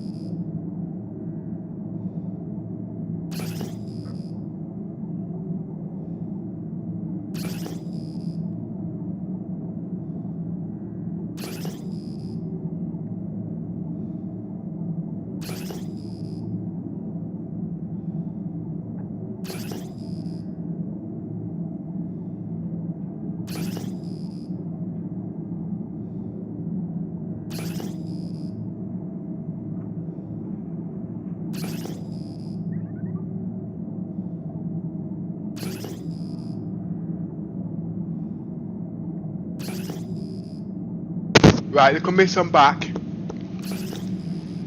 And you Yeah, still okay, no problem. Right, let's talk about griefing. Let's talk about crime stats. Okay? As we all know, if you get a crime stat, level 1 crime stat, it's usually about 5-10 minutes, yeah? Do you agree with that? Yeah. And if you get a level 10 crime stat, yeah, I know it did go down, it goes up to, say, level 5. You can get in prison for all 10 hours, yeah? That's okay, but that doesn't defeat the object of going into prison and stopping griefings from doing what they're doing. Right, where am I coming from? Listen very carefully. As I said, if you get a level 1 crime stat, you get 10 minutes in prison. If you get a level 5 crime stat, you get 10 hours in prison. Okay, now you say that's fair. But the point is, it's not fair. Why? Because you can clear your crime stat. And if you've got if you've got a level 5 crime stat or a level 1 crime stat, you can clear it in 5 minutes. They should change that. Okay? And basically what I mean by that is, they've got 1 crime stat, it takes 10 minutes to clear. They've got to come back, or they've got to wait, or make something harder to clear a level 2 crime stat, and so on. So basically, if they've got a level 5 crime stat, it's not going to take 5 or 10 minutes on the old law to clear the crime stat. If it's a level 5 crime stat, it could take nearly half an hour or an hour. And in that time, there should be some kind of interdiction where they can become and they can be shot dead by EEE or whatever. Because at the end of the day, NPCs are going to keep coming at them. Guess what? They're going to run out of ammunition and all this lot. They're going to die. And guess where they're going to end up?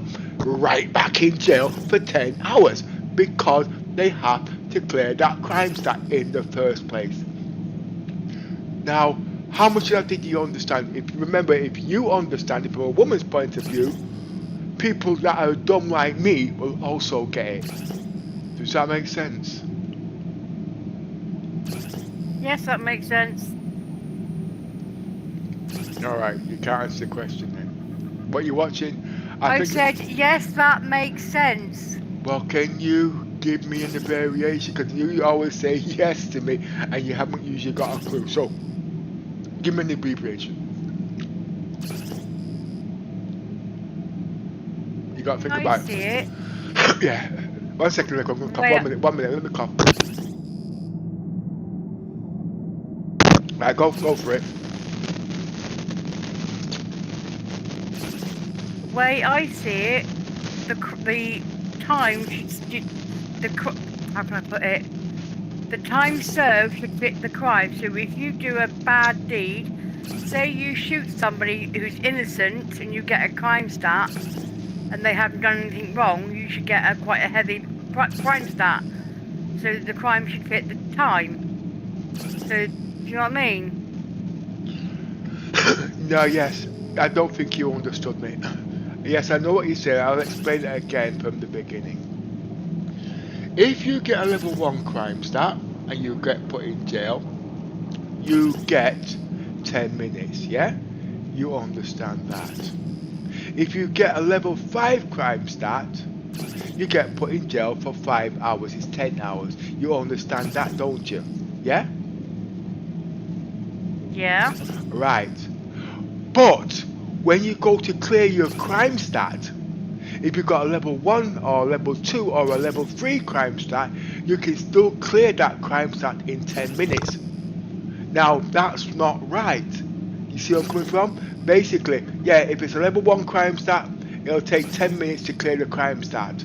Clear the crime stat at Port Korea. But if you've got a level 5 crime stat, it should not take the same 5 minutes to clear the crime. There should be penalties depending on the level. And on the level of you clearing that crime stat, there should be some sort of interdiction that people's gonna come and kill you. Okay? I.e., You know what I mean? So basically, if you got a level crime stat, you go to Port Korea. It should not take 10 minutes to clear the crime stat. It should take 2 or 3 hours to clear the crime stat, because in the process of clearing the crime stat, you're going to be attacked by rubber bullets, all sorts of crap. So basically, it's more dangerous for you at the end of the day, the higher the crime stat you get. You know what I mean? So basically, you got level 10 crime stat, you haven't reached Dale. But if you go to Port Korea, you can clear that same crime stat in 5 minutes. That's wrong. So the guys can go back out there and commit all these bloody crimes, and there's no penalty. Because don't forget, these guys are pros when it comes to bounty hunting, but there's no penalties for them. But remember, at the end of the day, okay, how much of that do you get now? Or do you want to leave it for another day? I understand every part what you said. Yeah, but I know you understand, but when you're explaining it back, you're explaining something totally different. You see where I'm coming from? From what I know, when you get a crime stat, whether if it's a level 1, 9 times out of 10, if you go to Port Korea, there's no AIs there. The higher the level goes, there are AI people, you know, like NPCs there. But yes, I do agree, if you've got a level 5 crime stat, it should take longer for the crime stat to be cleared. Not the same amount as a level 1. Yes, I do agree with that. Right, you follow you. Now, who told you that? That if you go to Port Korea, if you're over a certain level, you get a higher crime. Who told you that? Where did you get that from? I'm asking a question. Basically, I've been a level 1, and there's been no NPCs there. I've gone in and cleared it, no problem. I've had a level 5 crime stat, and there's been NPCs there shooting at you.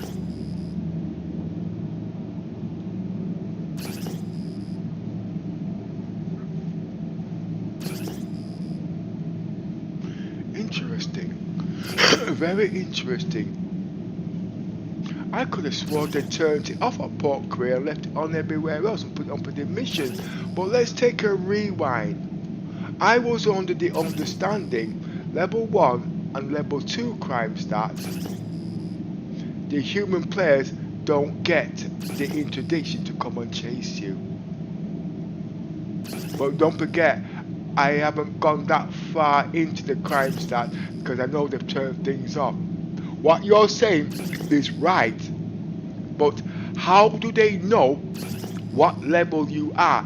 Because if I go there with a level 1 crime stat and you go there with a level 5 crime stat, how are they to know who is what at that particular? Because I'm going to bloody well die on a level 1 crime stat because there's a person there with a level 5 crime stat. You don't get me, do you? Yes, I do get you. Yeah. Because a level 5 crime stat person will have a bounty on their head, so they'll know which is their target. No, but you got no, you're classing everybody. It sounds like you're classing everybody on the same merit. If I went with a level 1 crime stat and you went with a level 5 crime stat and you got the bounty hunters in there, they ain't gonna pick and choose their target. They're gonna shoot to kill. You know what I mean? But like I said, if I got level 1 crime stat, okay, and you've got level 5 crime stat, I do believe human players start chasing you from a level 3 crime stat. But the way you're saying, the NPCs pick and choose their targets at that level, and I'm saying, how is that possible? Right? If I got a level 5 crime stat, you got a level 1, and we both go to Port Korea, they're not going to shoot at you. They're going to come and shoot me. No, I don't think it's going to work. No. That wasn't what I said. The human players. If I've got a level 5 crime stat on my head. Yes. Then I've got a bounty on my head. They're going to take that bounty mission and come and shoot me down. Yes. But that wasn't that's what you turned it around to. But that's not what I was saying in the beginning. Nothing wrong with what you said there. That's totally different. You now switch on to human players, but I'm talking about the mechanics in the game. Okay, and I repeat again, alright, I've got a level 1 crime stat. It takes me 10 minutes to clear that crime stat. You've got a level 5 crime stat. It should not take you 10 minutes to clear that level 5 crime stat. They have to make it harder. And what I mean is, right, you might have to go away, you might have to go to a different terminal, you might have to hack 3 terminals, etc. Does that make sense? We're not talking about NPCs now, we're not talking about human players, we are talking about the skill level on you clearing your crime stat. Because at the end of the day, you might be the best sharpshooter out there, but you're not a computer hacker. So when you go to hack a level 5 crime stat, it's going to be virtually impossible. So because it's virtually impossible, your ass is going to jail and you're going to serve your sentence. Now, can you see where I'm coming from that angle? Yes, I can, and I also agree with you. I also think if you've got a level 5 crime stat, yes, it should take longer, but maybe what they should do is put different types of mechanics into the game. Like, say you go to the Fort Korea and you go to the place where you clear your crime stat. If you've got a level 1 crime stat, you go to that particular machine and it takes 10 minutes. If you've got a level 2 crime stat, you go to a different... You know what I mean? Go to a different machine each time, so it takes longer. That's what so there's about 5 machines in there to do each one. That's one possible. That is what I was saying by making it difficult. You know what I mean? That is what I meant. The mechanics are there, but it's not put in. So let's use the word griefing. So at the end of the day, then these griefers there now that might be pro shooters when it comes to the ships, but when they find out that they might be going to jail because they haven't got the necessary skills to clear that crime stat, they're not going to do it. Okay, that's one scenario. Now we've got hacking ships coming in, like the Mercury, that can clear the crime stat. Obviously, you go in the Mercury, you know the NPCs are going to come and find you and shoot you. So you're not going to get there. That's variations. You know what I mean? But like I said today, they have to go to the machines to what they can't. There's so many different ways. But like I'm just saying, at the end of the day, I've been sitting down there and thinking about it. Because remember, I'm a fugitive, okay? And I'm looking to see how people act, you know what I mean? And how they go about things, you know what I mean? Because like yesterday, you got upset, I didn't get upset. It was a trap that I set to see what was going to happen, how they were going. They made a mistake. They came out with a retaliator bomber. That's called stream sniping. But at the end of the day, if I was qualified enough, I wasn't so tired, I could have got out there because they could not shoot in that area. But if you remember the day before that, they was able to blow up my ship in the safe zone. That's what confused me. But I said to you, they're going to wait for me to leave. But guess what? You got the guy. I saw the guys running around, but they're not supposed to be able to shoot in the safe zone. That's what stumped me. But as I said, my ship is a fast ship. The ship was supposed to outrun those missiles. Okay? I might have made a couple of mistakes, but that is the level of my play. We all have different levels of play on whatever we do. You know what I mean? It's just making our role play better. You know what I mean? Because you know, at the end of the day, if I don't want to be killed, I ain't going to be killed. But half the stuff in the game is being nerfed. You know what I mean? Making my role play different as a survival game. You know what I mean? Because at the end of the day, them sharpshooters at the end of the day, they ain't that good. All they know is to shoot a couple of guns. But when it comes to using the brain behind it, they haven't got 2 brains that can work between the what's his name. And they say, oh, we just shot a streamer, great. You know what I mean? But we have other skills to defend ourselves. But like I said, these guys expect CIGs to work all this. This game is a survival game on your own intelligence. Okay? And those mechanics need to be put in game at the moment, at the end of the day. You know what I mean? So you would call griefers, them griefers will cut down. Yes, the piracy will stay, and yeah, them people will stay pirates until they die. They will die. They will get caught. Because there's no such thing as free amnesty. It doesn't work. Because we all know you're a pirate. We all know you're a cold-blooded murderer. Somebody knows you. You can hack it from the system, but somebody knows who you are. But in the game, how they've done their mechanics, it's wiped clean. You disappear. Mistaken identity. There is no mistaken identity. Why? Because in the real world, you've got DNA. And there is records of something stored somewhere. Does that make sense? Yeah, it makes sense. Now, give me your abbreviations, good, bad or ugly, please. Yes, they should make each level level 10 should be the lowest, level 2 next, and so on. So to make it harder and harder and harder to clear your crime stat. Like I said, you have different machines for each crime stat level you've got. All and right. everything else. Okay. Anyway, I need to go and get something to eat. That stops me dead, didn't it? That's all she ever does is eat. Sorry, you guys. Right. Well, basically, what I'm trying to say is we are talking about griefing and crime stats. What I'm just trying to say, anybody who's watching this, okay, clearing your crime stat isn't as it says on the tin. We all know if you get a level 1 crime stat, you go to jail for 10 minutes. If you got a level 5 crime stat, you go to jail for 10 hours. That's alright.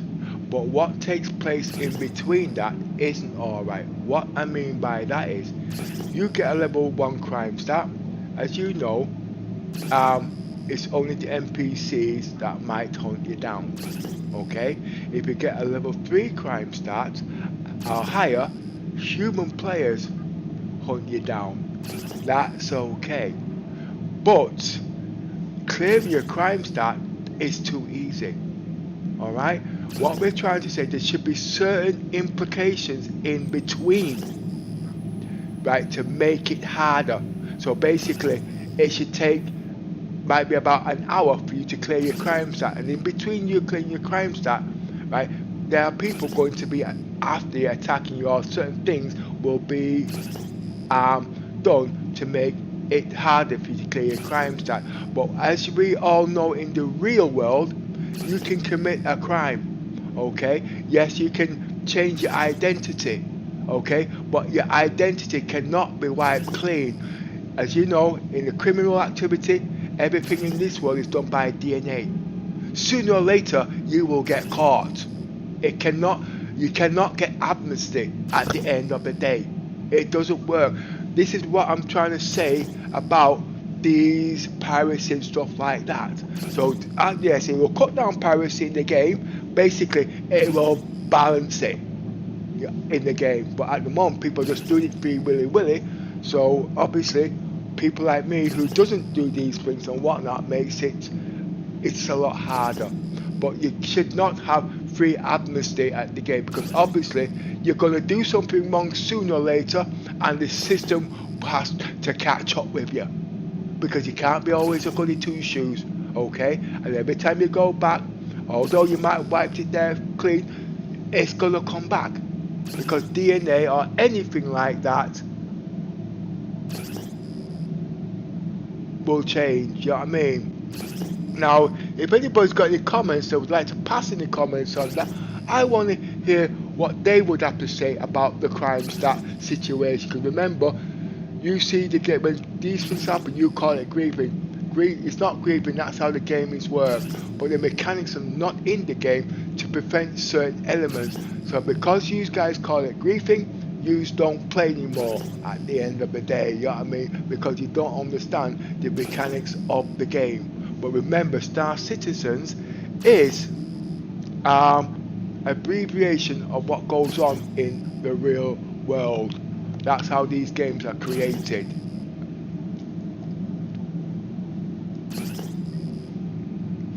I'm just having a cigarette. Look at me saying going to be back for about another hour. She spends most of her life eating. You know what I mean? Nothing wrong with it. We all have to eat. I'm just taking the piss out of her.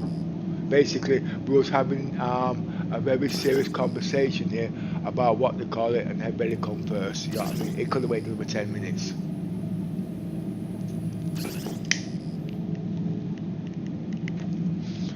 Basically, I'm trying to have discussions and put back some activity in the game so you guys can do something. I am actually waiting at the moment to do some bounty hunting, but whatever, you know what I mean, just something to do, because my roleplay was kind of messed up this morning.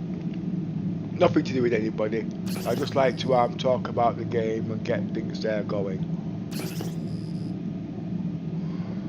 Right, in the next couple of days I'm going to be putting some apps that I would recommend to be playing this game on all different levels, from scavenging down to bounty hunting, down to knowing the time and day and stuff like that.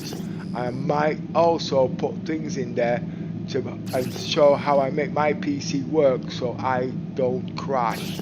Okay, I'm not saying I'm the bee's knees in the tech, but I've been playing this game long enough, so I do think I do have a right to have my say.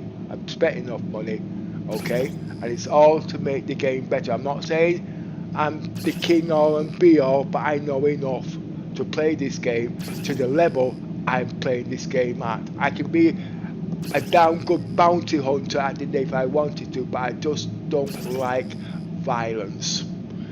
Even yesterday or a couple of days back, I was in the expo and all I could just see was combat ships. It just turned me off. You know what I mean? I wanted to see more about mechanics of the game. I want to see science things. There's nothing in the game science. How are we going to defeat people in combat? We all know science will defeat combat because it's all science. It's hard to explain. You know what I mean? Like the Endeavour. Can the Endeavour defeat the Javelin? Yes, it can. Okay? Because it's a science ship. And science is about future. Javelin's an old ship, so it can't be upgraded at the day. But new ships come in, can be upgraded. You know what I mean? All those things at the end of the day.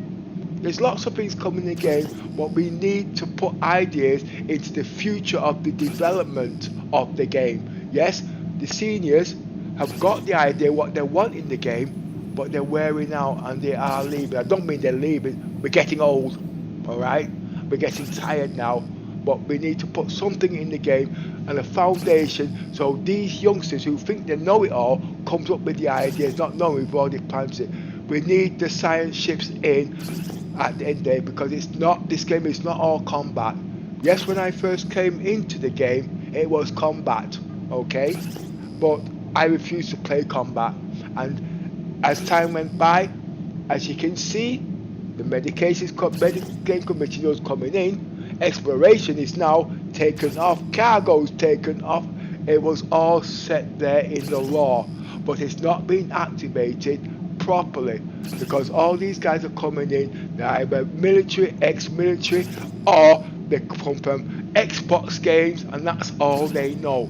But guys who's got some intelligence and some knowledge and a pretty high level of IQ don't see the game like that.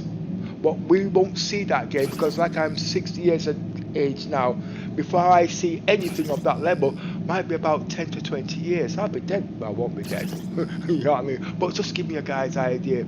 We need more science things in the game, because science at the day will deter combat. The world is not all about war and disaster. It's not. But this game sometimes portrays that. But if you look at the game properly, you will see there's a lot more cargo people coming in the game. There's a lot more people coming in to do mining, okay? But at the end of the day, this game is about science, okay? We've got the ships, something. Yeah, we've got the EMP, but that's just for knocking out people's shields and whatnot, okay? Science and science things is what this game needs, and it needs it now. Because us explorers and us scientists and stuff like that, we're not cold-blooded men. We like to think things through. You know what I mean? How we can get away from... What's all that? Scan all ships in the area.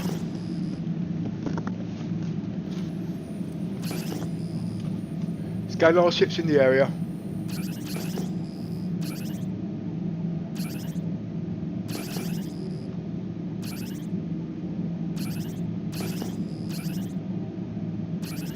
Stop scan.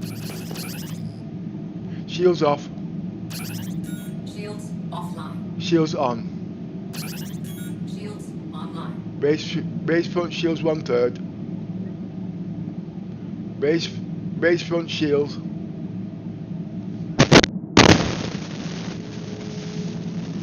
I'm just checking my shields. Shields, it's on. Scan all ships in the area.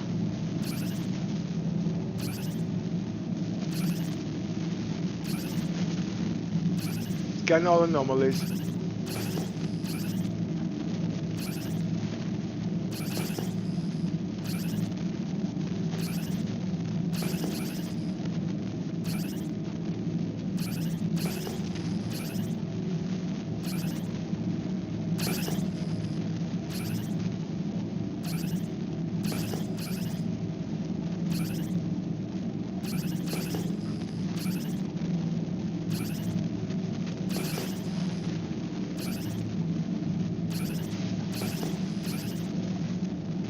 Those are supposed to be ships, but they're not moving. Yes, it is. It's going away.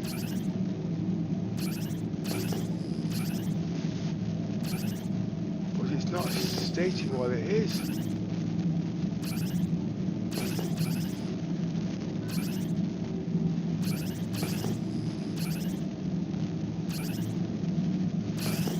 Stop scan. Scan all anomalies. Now where was I? I've forgotten now actually. But I think you guys get where we're coming from. We need science in the game now, or science, because that's the only thing that can combat them things at the end of the day. Because us astrologers, or what you want to call us, we're at a very bad disadvantage when it comes to combat. Alright, that's a very bad disadvantage. We need more defense. I'm in this Carrack there now, okay? My defense is its shields. My defense is its speed, okay? My defense is its hull. Them three things put together, I've got no guns. You know what I mean? So how am I able to survive? And some places soon you'll be playing the game where you're not allowed to have weapons at all. All those factors haven't been in the game yet. You know what I mean? Science is the next way forward. Not exploration, what we're doing now, science. There needs science things in the game. And that's going to be the balance between physical combat and science combat.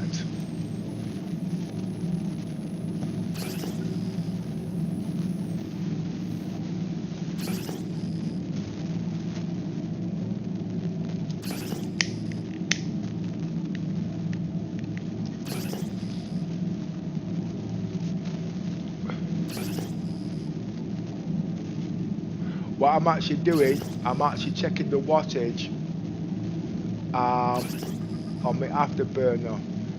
I'm making sure it stays under a certain level.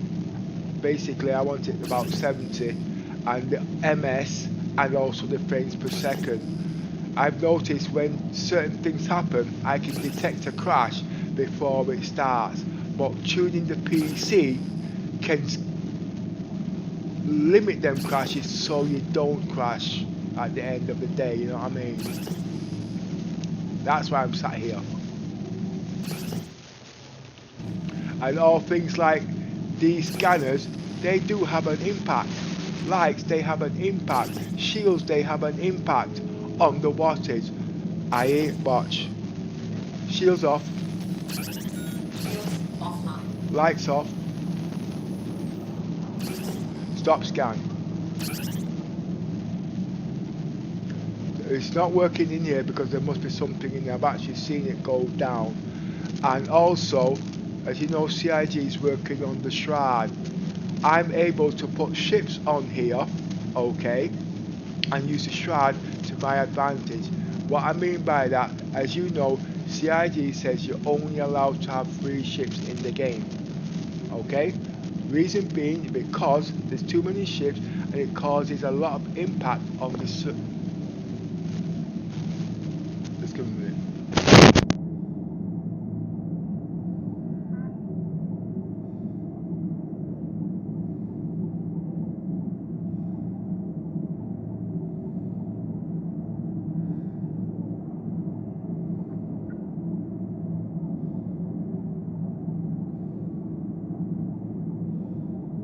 Sorry you guys, I'll be back. I just got visitors at the moment. I'll be back shortly.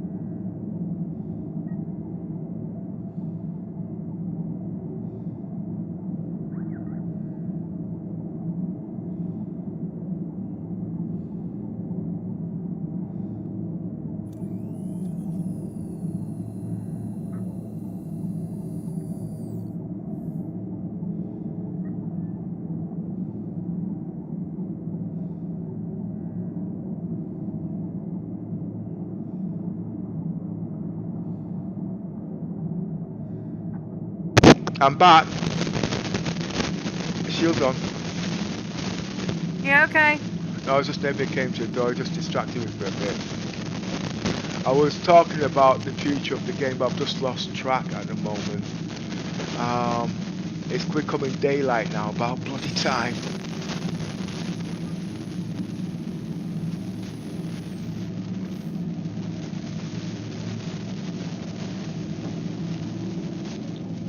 I need to explore around here a bit more, and I need to say as much as I can about Orison as I can.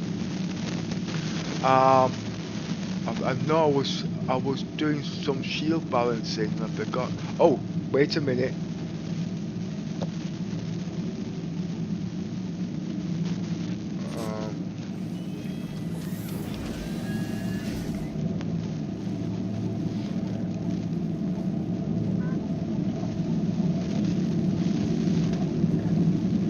But what I need to start doing now,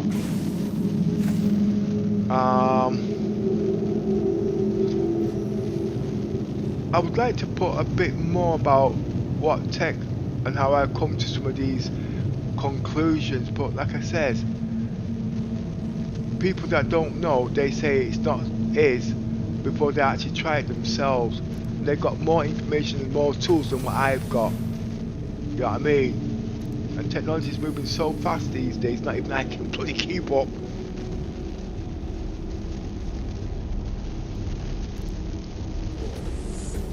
But anyway, your PC, I want to make it last as long as I can to see the benefits. Because in the early days, these PCs were very expensive. You know what I mean? And to some certain people, they can't afford it, but they want it to last. And secondly, they need to give true figures about how many people are playing in the game. And what I mean by that is, they've got the 3 weeks on. That's false representation. Okay, yes, everything's doubled, but after the game, after the 3 weeks finished, then those are the numbers they should be using.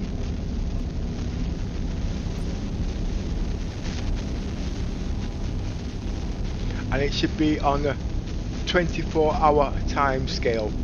CIG states on average a player plays at least 1 hour a day. That's 7 hours a week. Okay, so you know what I mean, and then times that by the server around the world. That'll give them a clear simulation. Not someone like me who plays for 18 hours a day, 7 days a week for 5 years straight. You know what I mean? But at least it does add to the numbers. Those are what you call true figures, as close as they can. The 3 week is false representation. You know what I mean? They're making millions and making these money. I'm not disputing that fact. Okay? But at the end of the day, there's different combinations at the end of the day. And what I'm actually worried about, when they've got all these servers on there for the 3 weeks, who's paying for it? Not the guys who are coming there for the couple of hours to see what the game's like and then get off. We, the backers, the long-term ones, are paying for it. But there is an imbalance, because obviously everything we've got is free. The only way they're getting revenue is for the ships. But the seniors, or the people who've been there, they're not quite there because of whatever. Them people should be looked after. Yes, we get the huff, they get the huff, we all get the huff. You know what I mean? They should have specialists to deal with those special situations. The people who's been here for years, they should look after them, because they're the one that's got the history of the game. They're the one that can tell them what the game was like at 2012 when the game first started, right till the end. There's going to be nobody left. You know what I mean? Even Chris Roberts, he's going to die sooner or later. He's going to have a successor. You know what I mean? But at the end of the day, that will be down to the shareholders. Yes, I know it's not. It will have to go. There's too much money involved.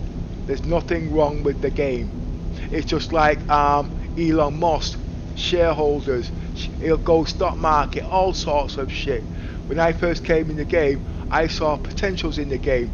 Like NASA was looking on all these kind of things. You know what I mean? I wasn't bullshitting. It always sounds very high potential, but it's technology. We all want technology. We all want to see the future. We all want to know what's going to happen, even if we don't know what, if we don't live to see it, you know what I mean? There's a lot of people who's dying in the game in real life, who's been there from day one, and they send them off with scholarship. That's respect, because they did things for the game. But at the end of the day, the game needs a lot more than that. CIG made a slight mistake yesterday. Yesterday, the day before. I don't know if it was mistaken. It was talking about the Polaris. Yes, what they said made sense, and what they said is true. Okay, they can bring the Polaris out. Okay, but it would take 2 years to develop that Polaris. Yes, but if they was to focus on the Polaris, they can focus on other things. Okay, they've got to bring money in, and if the one person is working on the Polaris for 2 years, it's going to fry the brain. They need time to explore. The question is, all right, they know that, and they knew that from when they had the Javelin, not the Javelin, they knew that from when they had the Carrack that came out and the 890 jump, what problems that had. They've got it sussed, and they got it right. But guess what? Pyro's coming out. Okay, the Javelin's supposed to be coming out in all that time. The Javelin's in no state at the end of the day. The Idris is in no state. They've got all the floor plan at the end of the day, and yes, they're working about it behind the scenes, but they're not giving no info. Yeah, well, they can't, because people don't understand. But so what they've done, they've added longer time onto the game. But how long? When are certain things coming out? They're not telling anybody because they don't know. Why don't they know? Because the staff that they've got are not staying long enough. Why they're not staying? Because obviously there's something in the management that's not working right. It's not the management's fault. They have to adjust with the times. Okay? But remember, we the backers at the end of the day is what's keeping the game going. You know what I mean? They don't say that, they won't admit that, but we are. We're all part of it, the developers, the community, everybody. We all have a part. We're keeping the game going. Everything we're doing in the game now is free. They have to bring revenue in. They've got to do this, they've got to do that. I get it. But the people who don't understand these things, they're the ones that are getting upset. They've got hard work. They've lost a heck of a lot of damn good stuff. They didn't just leave because of this or because of more money. They left because of the shit they were getting. Yeah, but they lost some good stuff. They can't bring them back now if they wanted to. You know what I mean? Because they can bring them back by giving them more money, but that's not going to work at the end of the day, because it's not. You know what I mean? But people are very passionate about this game, and they're not in the game for the money. Okay? But the new people that are coming in, they're in there for the money, and because they're in there for the money, they're booting the people in there that is passionate, that want the game to work. Why? The new people are not listening to the seniors, but the seniors are listening to the new people. But they get so much of a headache, just like with the kids, just go and do it. They can't be bothered, and that's what's making the quality of the game go down. Okay? The game is not as detailed as it. Yes, it is. Look at this. This is detailed. This is good, but it should have gone a lot more far than that. The ships at the end of the day, they should have at least one ship that's complete, so people can see what those ships can do. You know what I mean? There's nothing wrong with the game. There's a lot of AAA games out there, and this game is, it's out of this world. I don't care what anyone says. Okay, I've played quite a lot of games, and I keep cut back. I played the game on test beds actually. You know what I mean? Just like most of the content creators, but they can do a lot more.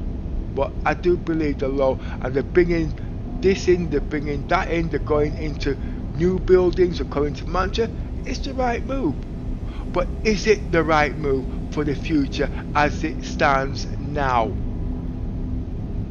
You know what I mean? They need some proper think tank people in here.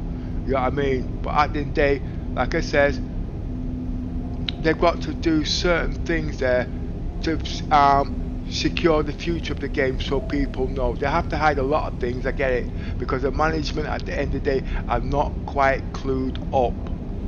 Yes, they know what they want to do in the game, but like I said, certain things they need to do. And I do believe in some parts of the game they are wasting a lot of finances where they can make it better.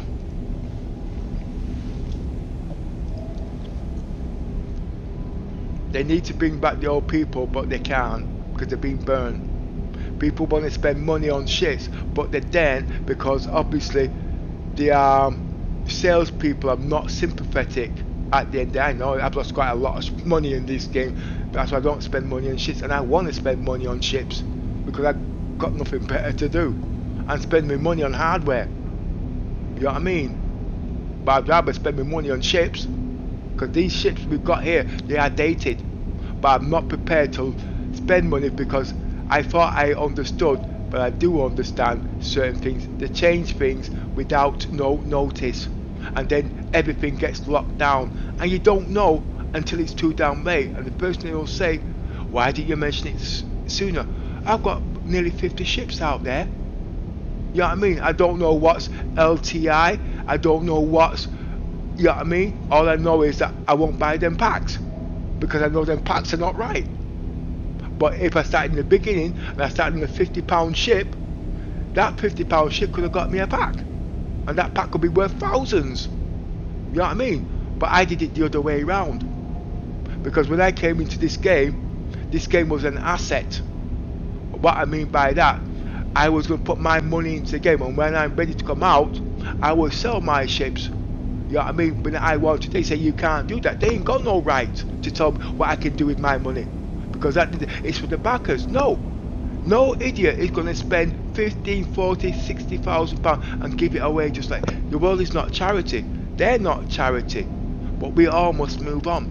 And when we let these ships go, those will bring new people into the game. Why did they play these games? Because CIG is giving away ships, so they come into the game.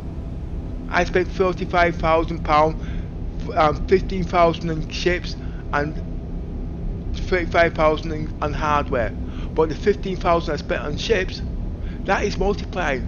But then to be told at the end of the day, I can't do this with my ship. I might not want to stay in the game, but I want to recoup some of my assets back. It's not, they're not going to lose, because it's going to bring more people in the game. Came in the game at the end there. I'm not saying I'm leaving the game. I'm not saying that's my intention. I don't know what the future holds. They don't know what the future holds. But they're not going to spend money like that. Yes, with sponsors, with supporters, but there is a limit. And then when they start talking to us seniors as if we're children that don't know any better, they're wrong. No, I'm not affected at the end of the day, because I'm not smart when it comes to money. But I'm just saying that then they need to be a little bit more sympathetic at the end of the day. They're not going to lose, but still they don't want salt in their mouth. You know what I mean? They can go a lot farther and a lot quicker, but they just need to be a little bit more understanding and a little bit more sympathetic. They are sympathetic when they get attacked by these people out here, but they don't understand the reason why, and vice versa. You know what I mean? But like I said, they're on the right track. It's in 10 years of the making, and it's going to take another 10 years, another 20 years. I won't see the game finish. That's not what I mean, because like I said, I see the future of this game. It'll never be finished. Chris said that years back. The game will never be finished. It didn't mean it won't be finished. Okay, there'll always be things put into the game. All right.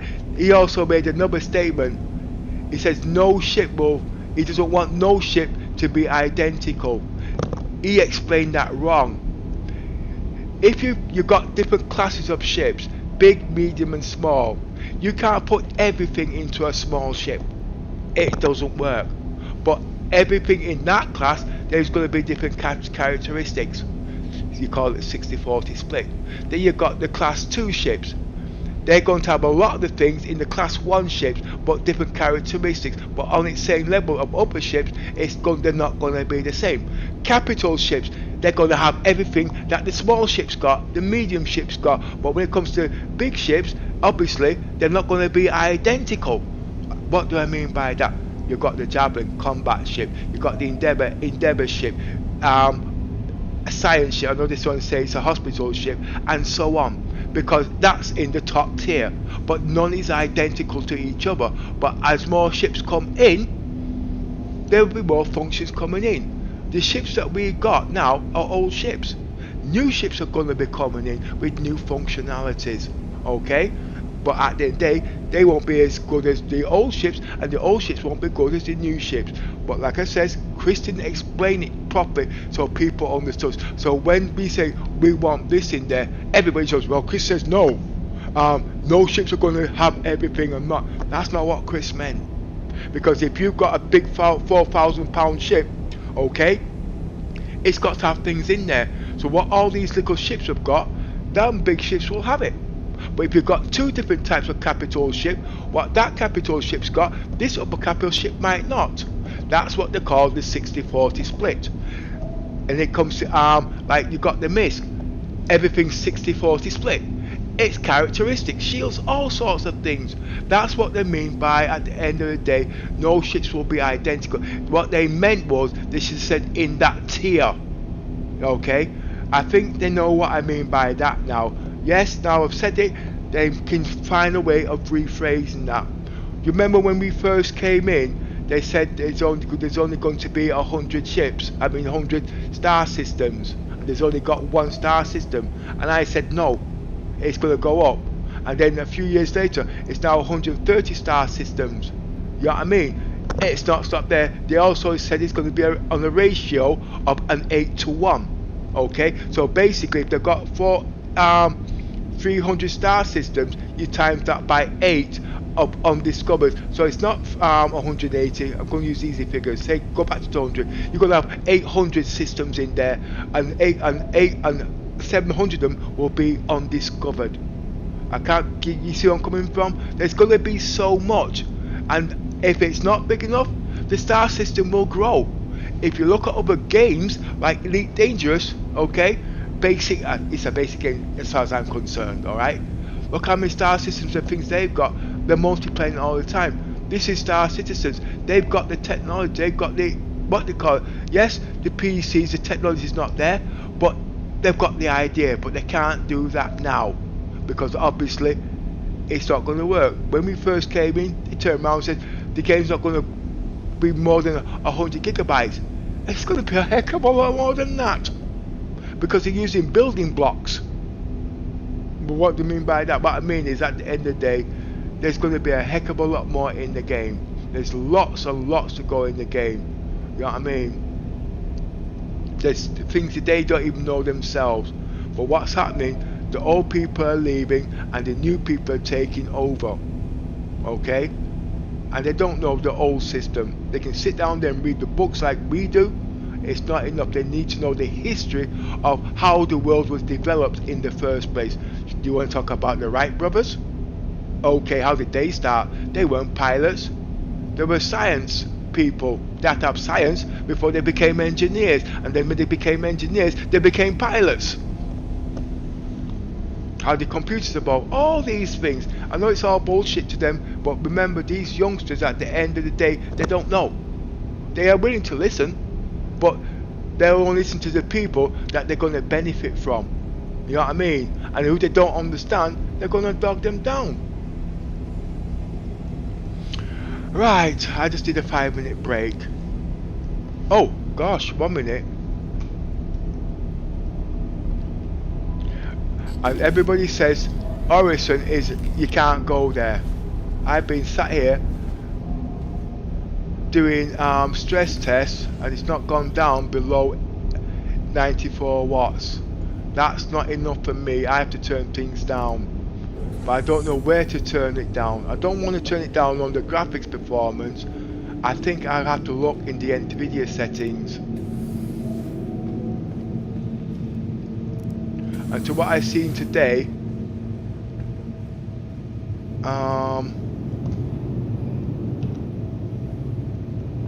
I like that jacket.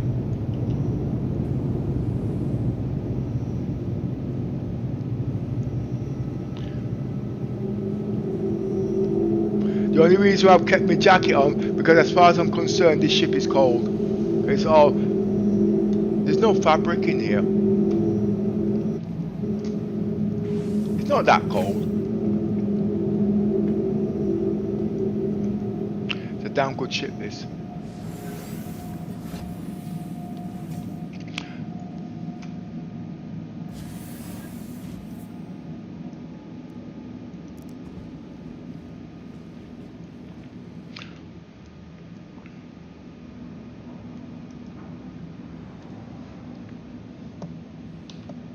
I can't turn around. This is a military ship. It's a nice ship. It's one of the best, and I'll say mid-tier ship that's out there for versatility. There's so much in this ship, but this is not my ship, and I'm starting to think that the armed javelin is too bloody big. It's like about 6 football pitches. What I mean by that, I don't think I can find enough entertainment to keep that ship going even with a minimum crew.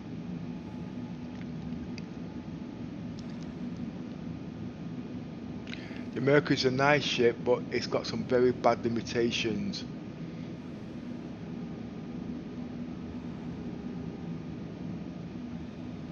But I've got to give it time, because I'm not getting rid of that ship. These ships that I bought, there's only one ship I'm actually thinking of getting rid of, and it's the Hammerhead. You know what I mean? The Hammerhead. Let's have a look what else is there. Oh, all my ships are on there, are they? That's not my ship. There's other ships that can do what the Hammerhead can do. The Sabre Raven, the only reason why I like that, because it's got science stuff on it, EMP.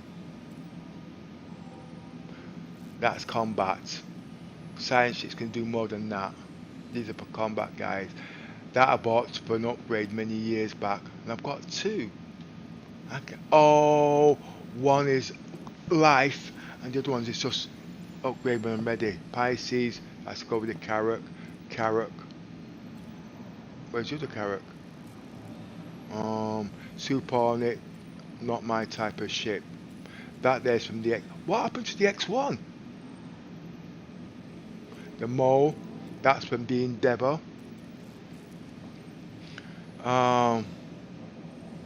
This MPV. Anyway, it's going to be one ship that can do all 3. That's going to be a godsend. It's going to be a little mini transporter, just like a little taxi service. The Banu Merchantman, the Banu Defender Combat, okay, but the Banu Merchantman, they've done a massive blah blah. This ship,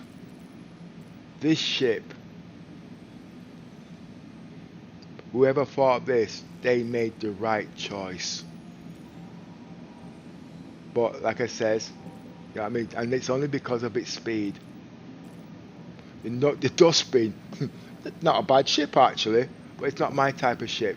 But it's smart enough to do certain things.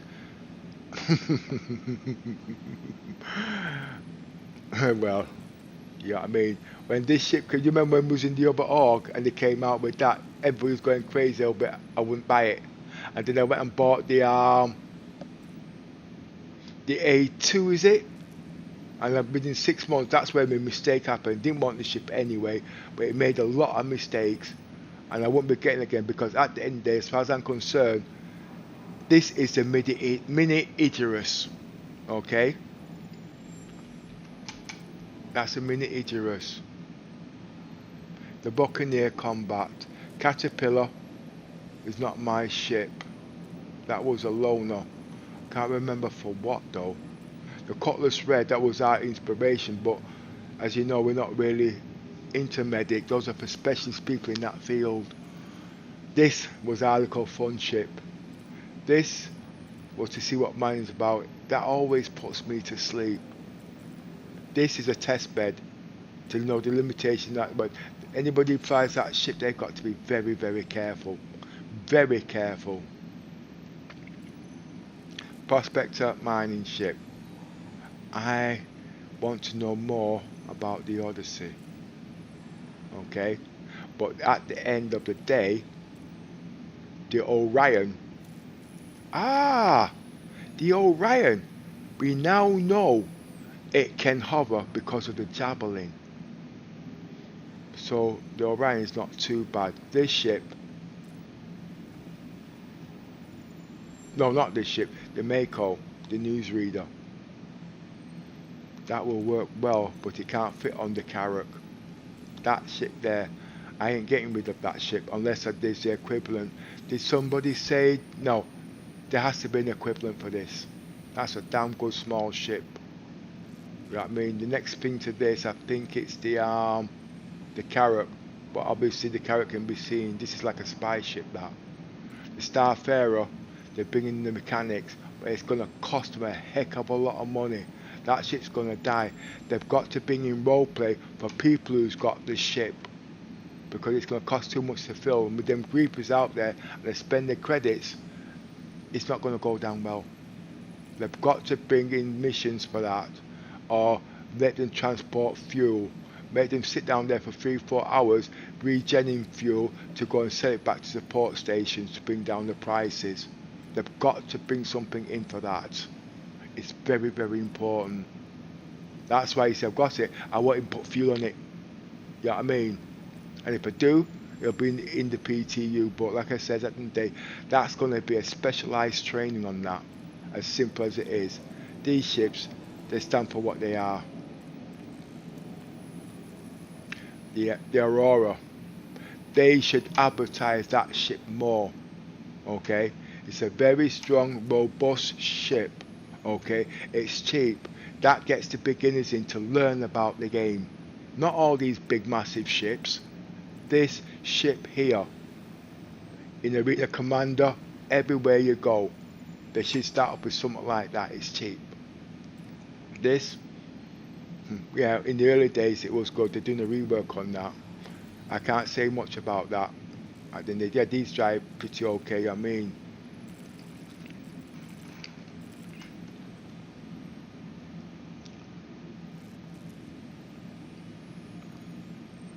Right, my frames have gone up. The MS is steady, but the wattage needs coming down. I need to steady that, but I don't know if it's in the NVIDIA.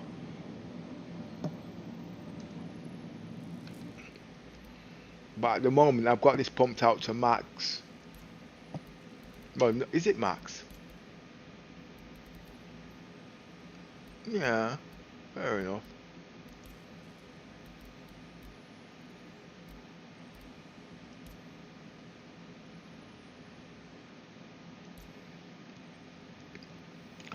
I want to know what this does.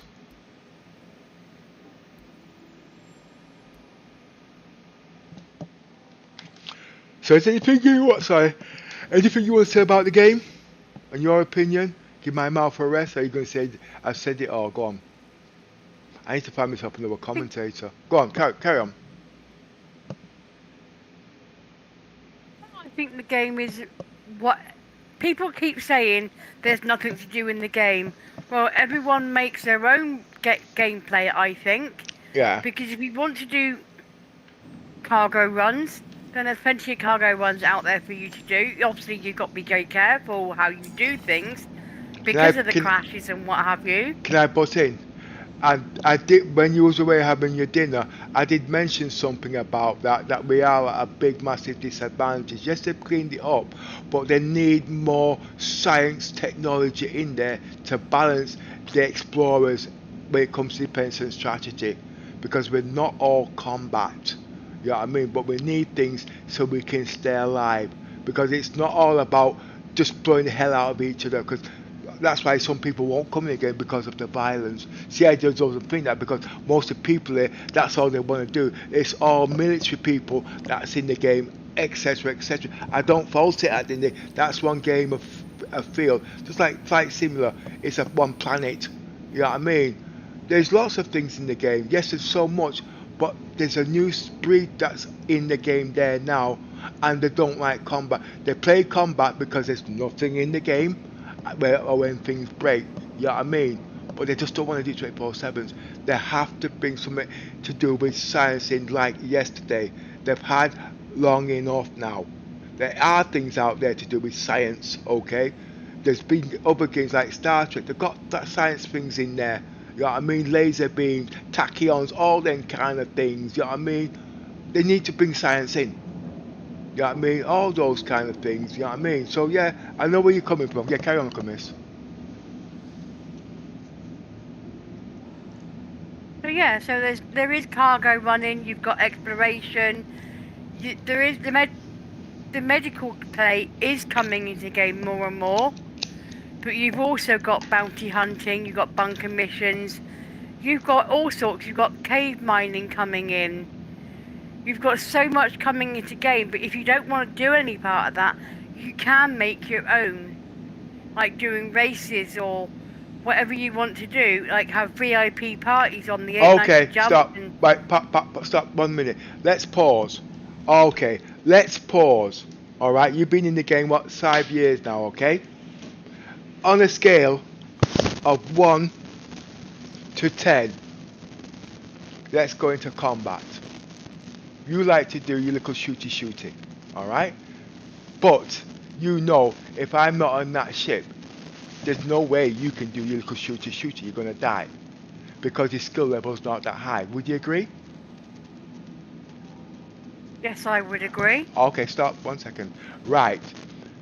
Okay, let me be male chauvinist now. We've got medic in the game. You know I've been trying to get you into medic for a long time. But obviously because of the degree of that game, you've not gotten into it. You see where I'm coming from? Yeah, you can be a nurse, but it's not you.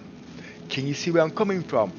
Those are specialist people in the real life. So we've now picked up that thing. Me, by exploration, working things, oh no, let's go into logistics. You want to be logistics. When you first came into logistics, you thought logistics was just simple cargo runs. But you've got to find out, to be a logistics officer, to do cargo runs, you have to have certain skills. Or else you're not going to make it. You get upset. So this is what I mean. But when it comes down to scavenging, we won't use the word delivery now because it's gone a bit out. Because it all means that you love it to bits. You know what I mean? Anything to do with scavenging, getting any free money, you're in front of the queue.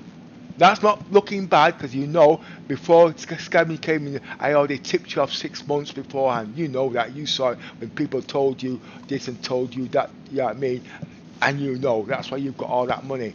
You know what I mean? Anything to do with free, you like it. Let's go one step further. As I said at the day, we all specialize in certain things. So at the end of the day, yes, you've got something in the game that you like. Okay, you like to do scavenging, deliberate missions, same sort of thing.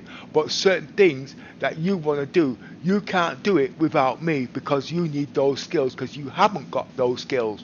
You know what I mean? And if somebody does something to you because you haven't got those skills, you call it griefing.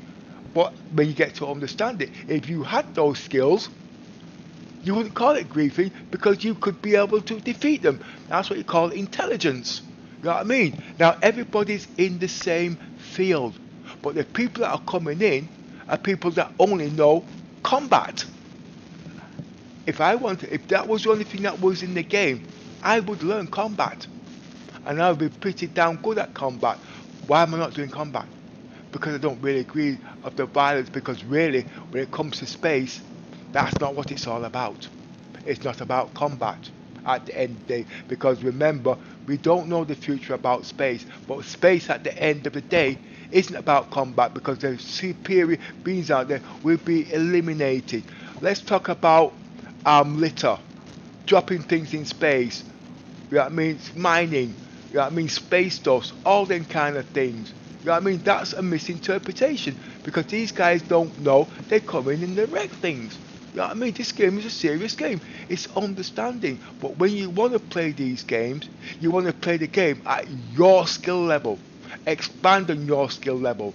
at the end of the day, and this is where the game is being held back, because there are people saying, well, that's not the way, you can't do this, you can't do that, that's not the way it's supposed to be, and all that kind of shit. I'm a skipper. The first thing you hear, oh, let's go shoot the skipper. Excuse me, in real life, that ain't done. Their ass is getting thrown in jail. They're getting thrown aboard. But you know me. You make that one mistake, you ain't come on my ship. We've got people who's been in our hull for nearly 3 years. Somebody says to you, go shoot the skipper. They have not been on my ship. They will never come on my ship. Okay? End of. Because that's not my role play at the end of the day. Because that's mutiny, that's treason. We're trying to build something. But I'm not holding it against them. And they say, why are you letting the ship? There's so much, it's understanding. You come in the game because you had to believe this is going to be, it will be there. But it's dominated by children that just want to shoot the hell out of each other. So see, I just put it in. But the people that want to play the game, the people that want to spend the money, don't want to spend the money, they've gone. Remember Eve? You know the stories in Eve, same sort of scenario, they left it. Because they didn't want to put with that bullshit. Because they want to play the game to real life. You know what I mean? But because when something breaks, you're forced to do this. Why? Because you've invested that money in and you don't want to lose it. So you're compelled to play it the way they are. Some people will not do that. You know what I mean? But like you said, what you're telling me there now, I don't dispute that fact. What I dispute the fact is because you've heard so many people say that because it's not your original idea. There's nothing wrong. We're all entitled to our own opinion. There's nothing wrong. But the trolls at the end of the day, those are the people that are brainwashing you because you've not got any new idea, because you're scared to speak your new ideas because you're going to get trolled. I'll troll you. Okay? Now if I troll you, you're not going to come out with your new ideas. You're going to tell me what I want to hear. You know what I mean? But at the end of the day, you've got ideas in the game. When you came in this game, you knew nothing about it. You know what I mean? You could be the top commentator, content creator, but because of all the bullshit that's going on, you backed off. The people in here, they hide. They're cowards. You know what I mean? Insulting women. They couldn't do that in real life. And because of that, you backed off. Look what happened yesterday. You're trying to do a bit of commentating. You've got the 007 crew, you know what I mean? They're trolls. Because they think they were better. But you didn't know that I knew. Okay? But I'm going to mention one name. My son wasn't a part of it. Okay? But I knew he was there because he came on the next day and he used the same word that we use when we are being intimidated by idiots. Sir. That is a sign of respect. Good morning, sir. Okay? That told me, it confirmed it was a 007 crew. I don't know what he's doing with them.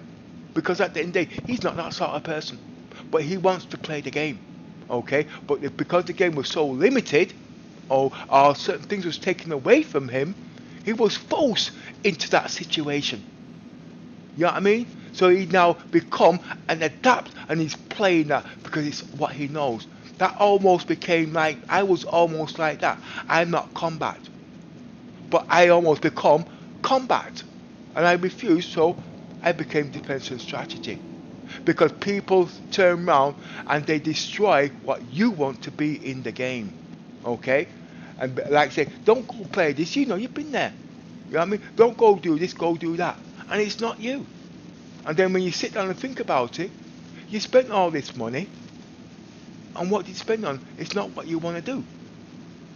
You know what I mean? Remember, we were talking about the future of the game, how we can improve it, okay? But you have to look back on the bad things that's happened about the game in the past. You know what I mean? Yeah, carry on, Chris, I've been waffling.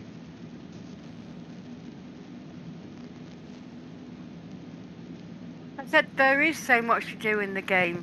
I mean, even if you go out doing like, not like missions, you can do missions. I mean, I would like them to see bringing Tessa back in and things like that, but you can also do like ground convoys and stuff like that, so you can all go out in your cyclones or your rocks going out mining, you can go out doing it in your rovers, you can go out exploring different places. There's so much you can do. I actually love this game. You know what I mean? And it's brilliant to do. And yeah, I've been playing it for 5 years, on and off. But yeah, it's a great game to play, and I think a lot more people should get involved in it. And have And you, sorry, bring, 1 second, just let me put it again. And you see what you have just described just now, you've just described the non-combat elements in the game. Can you see where I'm coming from? You didn't describe anything to do with combat. You described non-combat elements, and this is what I'm trying to explain. When this generation is coming in, they don't want to do combat, but they are forced to do combat. You see what I mean? And that's another thing they need to look into it. They are bringing things in. There's loads of stuff in. Yeah, carry on, Miss. I also like the events that CIG bring in, like bringing Valentine's letters and the Christmas gifts. Yeah, it doesn't make much money on that, but What? yes, it's easy money. Well, carry on. That's scavenging, looting, same sort of thing, delivering missions. Those are little role plays I actually created for Little Miss. You know what I mean? She can't do combat to the level what us professors can do, you know what I mean? So I showed her ways that she can make a heck of a lot of money. And a big patch, she makes a heck of a lot of money, and she can't even shoot a gun, you know what I mean? I'm no seriously. How much she got in the kitty there now, Little Miss? 8 million, did you say? Something like that. Yeah. And that wasn't done through combat. That was done through scavenging in various different ways. When I say scavenging, it doesn't mean what the looting that's coming today. I had to create roleplay, entertainment, so she could play on her own steam and make things, and that's how she's made her money. And even when the Xeno threat came in, and all those lot, she didn't know how to fire a gun. She just took a ship and sat down there, and she's creating the credits. Pep, look, Miss, where are you? Leave me alone. I'm making credits here. You know what I mean? She wasn't spending. She loved it to bits because there was something for her to do. Because she didn't have the qualifications to do what the big boys can do. And this is what I mean. They need to bring things for those players now. Okay? Not for these combat guys. They've exhausted their say. They need to bring more things now into the game. Combat isn't the game anymore, okay? You guys put combat in there. How many people do you think are watching it? Okay? Only the people that watch combat, but not normal people like Jack and all them kind of people. Or you know what I mean? They're not. The only people that watch it are the CIG to make combat better. But they need more stuff. They need missions, all sorts. And this is what Little Miss is trying to say, but when she's explaining it from a non-combat side. You know what I mean? But if she gets grieved, you know what I mean? Basically, she likes to sit down. If she could sit down there and put all cell there, not fight, and make credit, she would do it. But if she knows there's nothing there, she'd be forced to fly, or she'd find some way of getting to the next star system. Because she can't do it. Yes, she can fly from A to B because I spent a lot of time with her, you know what I mean? She's a woman. I don't mean that in a bad way because I like to take piss out of her. But this is, if you listen to her, you'll see how she is. Like all the tests and all them things in the early days, because that was easy for her to play.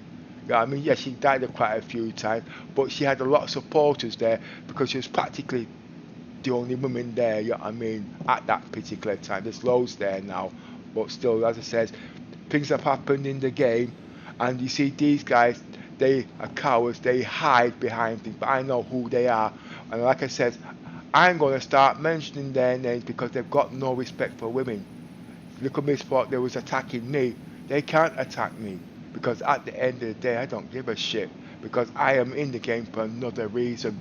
And when they go like that, as far as I'm concerned, I've got their attention. Okay? Because if I haven't got their attention, they wouldn't be here talking in the first place. You know what I mean? Well, the commission doesn't understand that. And yes, those people are cowards. They've got no respect. They tried to troll me. I didn't give a toss because they can't troll me. I've been playing the game too long. Okay? But the commission at the end of the day, she's a little bit sensitive. And these are little kids. And I will say the name, the 007 crew. I don't give a shite. I'm sorry. But there is one person in there at the end of the day, yeah, blah, blah, blah. He's part of the group, but at the end of the day, he isn't, because I've known them long enough. I know what each and every one of them's like. Okay? They want to join our group. We won't let them in. They keep asking. I give them all codswallop because we don't want them in our group, because we ain't that at the end of the day. But like I said at the day, they can be reported. But I'm not there to spoil their fun. But they're not spoiling our fun because we're learning from their rubbish. And that's what makes us smart. Okay? Remember, our group is called Unity. One for all and one for all. We fly the flag of every nation. Okay? That's how we work at the end of the day. And we ain't going anywhere. We don't want 1,000 people. We just want people that want to play the game on the level that we're playing it now. We will be here for years to come. They won't be. If they spend money and they carry on playing like that, they will be thrown out of the game. Their money will be dead. Remember Seeker? I'm sorry. He's another troll. I'm sorry. Remember I told him, what goes around will comes around. He lost the org. Poaching, stealing, telling lies, all kind of crap. Yeah, best watch it, Seeker. Alright? I got nothing against you. But at the moment, look how much you spent in the game. You ain't playing it now, are you? Okay? Because all the guys you stolen them, bad-mouthed, they left you. You only got one person, you know what I mean, Matt. And what you did to him at the end of the day was wrong. Okay, your definition is character. And I feel sorry for him. But like I said at the end of the day, we have been here 5 years and we are not going anywhere. Okay, we ain't going nowhere. Because we don't troll, we don't bother anybody, we don't do anything. We're here to play and enjoy the game. Alright? We know how much you spent because you bought them ships on our recommendation. You know what I mean? But when these guys bought the ships, you told them to melt the ships. They all lost. But at the end of the day, they know who you are because they didn't stay with you. You know what I mean? But like I said, at the end of the day, what goes around comes around. Our org has been going for 5 years and nobody's got nothing bad to say about our org. But they know about us. Spectrum they know about. They even know who I am. But they'll tell you the same thing. We don't bother. We help people. We don't bullshit people. You know what I mean? But people like you at the end of the day that don't know any better, when you start telling them shit, they get to know who you are. Did you tell people, this basically, he's around telling people that the world's flat. You don't tell kids that. Yeah, as I said, you forget I'm a content creator and a streamer, it's got to come out. But they all know, they don't want you back in the org. And when they start knowing who you are, you could be like, what was that guy that they all ganged up on again? And now he's changed his type of roleplay. Who was it? Oh my word. Oh gosh, what's his name? The one that was doing all the drug extortion and thought it was pretty cool. And they all ganged up on him and he had to change his roleplay. He's still a commentator, but he's very, very light now. And I think he used to be with that group, that illegal group that nearly got banned, that messed up the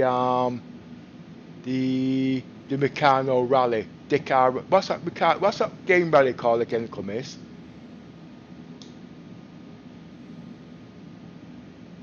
Daymar Rally. This mic's not working. Hello? Cummins, you there?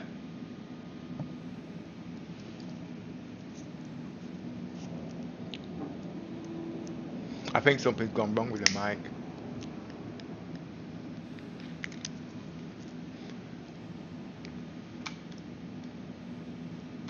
The committee still there?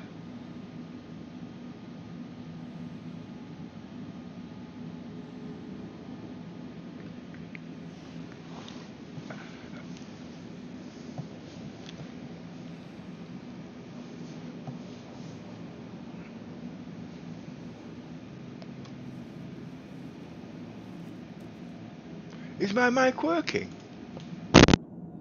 Yes, it's working. I went to get my gin before it burnt. Oh, okay.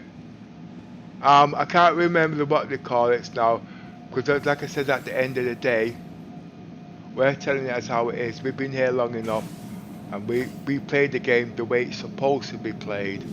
We learn a lot about the game, and we want the game to work. But at the end of the day, it's not trolling. This is the way this game is designed. Okay? But when you don't understand the game, you automatically call it trolling. It's up to you to build up your own defenses for your own experience. Don't go where you know you're going to have problems. If you want to be a content streamer, it's one of the hardest roles to be, because what you know, everybody sees. But at the end of the day, why am I a content creating streamer? Because I don't want to sit in front of my PC in my house just running around in space. You know what I mean? And there's nobody there. Look, these ships are big. You know what I mean? I want to know you guys are watching it. You know what I mean? And whatnot. And it says, yeah, if you're watching it, I'm doing something. And because of that, my gameplay has developed to this level. My PC, that's 5 years old, is developed to this level. Look at Miss. Her gameplay, her knowledge is at this level. She can't play at the moment because she's actually away on a vacation on family issues. She's been gone 6 months, but she hasn't left the game for 1 minute. She's on here 8 hours, 10 hours every day. You know what I mean? Running the org, talking to people, helping them with their difficulties, all sorts. You know what I mean? A lot goes on in the background when it comes to Star Citizens. You know what I mean? And we're not going anywhere. Okay? So these bad people that think they're clever, at the end of the day, Star Citizens, CIG will see these people at the end of the day. They won't do anything. It's up to us to make sure things that happen, protect ourselves in the game. It's a science-based future game based on real life. The game is brilliant. Alright? But it depends on your IQ and your level. Listen how when little Miss is describing her type of roleplay, how she sees it. She's not the brilliant best player, but she never mocks it. But she doesn't understand how people are, because she sees the people in her vision.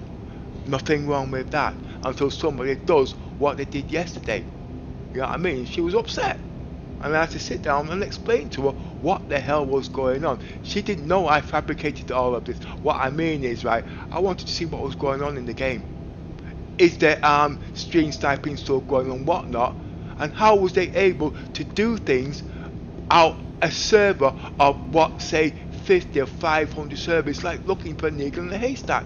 I don't put people on my stream, so how was it able to be done? I have to look into all of that, because nobody can find me. But that's not me hiding, because at the end of the day, when I'm doing all these, it's for you to learn about the game, so you can put them into your diary, so you can make your game better. But these little folks, at the end of the day, skilled children that think they're big men, that hide behind whatever, those are the idiots. You will know who they are. We've got a colleague in our group, he writes down the names of everybody. Okay? And I did one yesterday, and I says, well, why are they going to do? They're going to lose the money. I got to find out. See, you got a free fly, make a false account, then it's going to be gone. That account is going to be lost forever. Okay? And that's when I found out that the economy in the game is false reputation. So when the free fly is gone, I'm going to be doing my analysis and find out how many servers are on there and how many people are actually playing. It's all down to number crunching, and from there we can work out how far the game is going to be going, how fast it can be developed, what's coming into the game. Okay? And CIG they can hide their figures, which they are doing, because they have to, because like I said, they've got a lot of bad people in here. Okay? But they need them to keep things there going. But when I say finances, the game's free to play. How much it costs them to run the game? I've been in the game, what, 5 years? Okay, I spent a heck of a lot of money, but suppose I was just one of those guys who spent £35. That couldn't keep CIG going. You know what I mean? Money's got to come from somewhere. But when I turned around and said they've got sponsors in the game, and they've got my head shot off. You know what I mean? But I saw the bad side of it. Okay, I saw ships inflating, okay, at a ridiculous rate because these sponsors have to get their money back, and when they've got their money back, they're off. What happens to the state of the game then? That's left to the people who's been here from day one and people like us to keep the game going. You see, and that's the younger generation. And guess what? I'm sorry, I'm going to say it straight. They reported me on Reddit. And I said, what the hell's going on? I just explained the state of the game, and I said, I don't think that's right. But when I got to find out, they wasn't a part of CIG. Okay? And guess what? I believe that they was, and they took your phone numbers and stuff like that. And if I'd known that, I wouldn't have let our guys go in there. Because it's not part of Star Citizens. They're just a spin-off, making money out of it. But all the CIG people are in there. And so because they're in there, we all go in there. You see, those are the bad sides. But remember, there is the good sides too. And what I mean by that, if you want somebody to play with, or whatever, you can go in there and you've got people to play with. But when you go in there, remember they're all beginners. They're not people on your level. They're not people on my level. When you get that desperate, you want to play because you've got these big ships at the end of the day and you can't fill them. That's where the NPCs come, which has got to be sorted at the end of the day. But remember, this is to build a game, not to put the game down. I have a right to speak because I've been playing this game long enough and I have spent my money and I am still here. And as long as I am here, I will speak. Okay? And if I'm not in the game, I am still a content creator on the outside. But at the end of the day, we're here to make the game better. Alright? We're here to make the game better. And nothing's gonna change that. You've got guys here at the end of the day who's been there from day one. Right? They've been bullied. They've been blackmailed. They've had their friends, families threatened. Okay? That isn't right. It's not right. Even the chairman disappeared. He's not going to tell me rubbish. Even he disappeared. It came out through Sandy Gardner. They disappeared in 2000. I suspected something was wrong. And I had to sympathise with them. We're all family people. You people that do these things, you don't have a right to destroy people's pleasures. Straight to the point, you don't. Now stop it, because at the end of the day, it will come back on you all. We want to enjoy this game, and we will be playing this game longer than when you were all gone. Sorry, I'm getting a bit upset with these bad people at the moment. Anyway, look, but you take over. Sorry, I'm eating at the moment. Go, go, go, go, go. The game will get better, okay? But like I said, I test all parts of the game. I test the way people do things and whatnot at the end of the day. You know what I mean? And I will always do that because I am a businessman too. I am retired now, and I've made my dues, and I had to learn how people do things. It's just that as you get older, you get sick. You know what I mean? And people are not sympathetic when you're ill because they want to bleed on what you've got. You know what I mean? And I've helped a lot of people in this game, and I've helped them make money and CIG and all the rest of it. You know what I mean? There's a lot of good people in this game, and they want to stay, but they don't need this rubbish. And I ain't changing my name, and I will not be trolled out of the game because I know who I am. I'm a good person at the end of the day, and I'll always stay that way. But at the end of the day, you've got the freedom of speech, okay? And you have within reason. I repeat, within reason, okay? What's your opinion, little miss?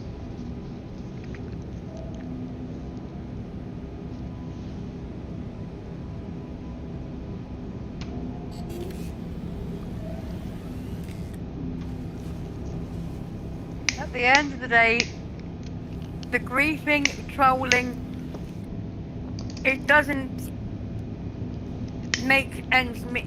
How can I put this?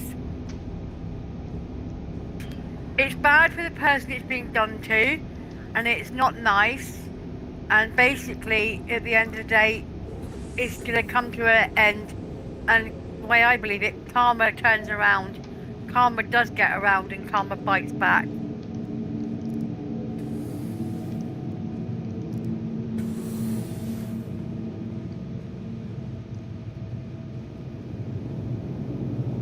Is that it? Short and sweet? I'm actually eating my dinner. Yeah, I just need to get rest a bit. I've been talking for nearly 5 hours. But as you can see, I am very passionate about the game.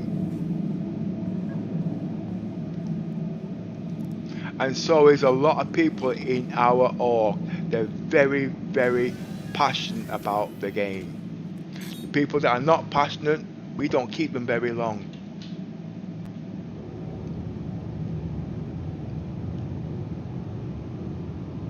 Shields on.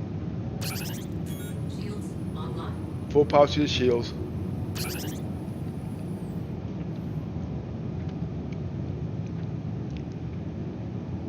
Right, the shield. Why I love this game.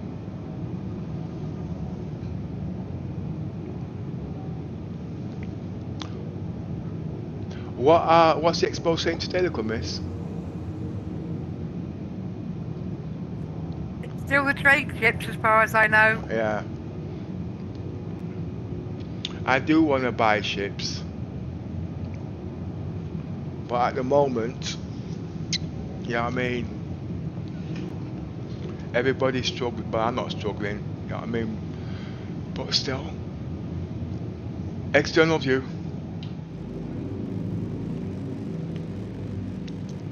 Look at that.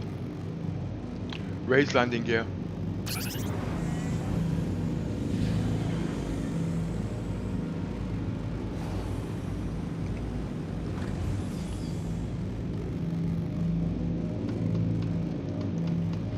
Let's fly around Orison. See, a lot of people can't fly around there because they're always crashing. And the commission's got a basic PC and she can fly. What is your PC again, the commission? That little laptop you've got for 5 years or that couldn't work when we first got it? It's a PC specialist laptop.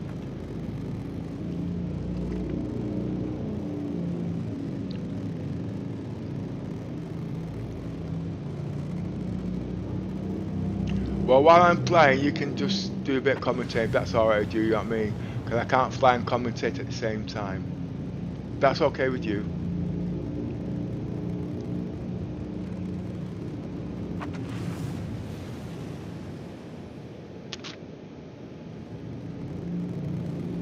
What's this down here? Just remember, you can be whatever you want in the game. Whatever future you decide is what your destiny is going to be in the game.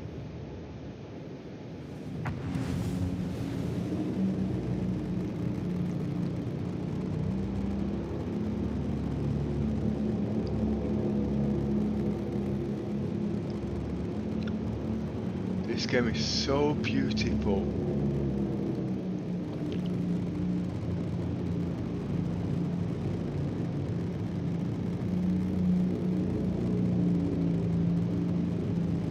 I have to fly this in third person just to see what it's all about.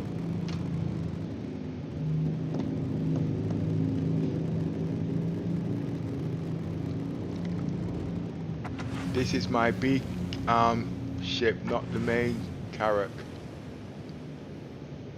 It's the internal view.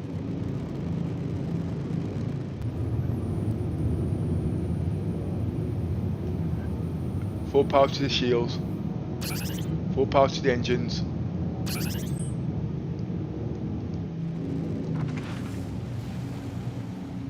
CIG's done such beautiful things. They've broken records in every aspect. I don't mean in money. I mean, just look at that. This PC is 5 years old.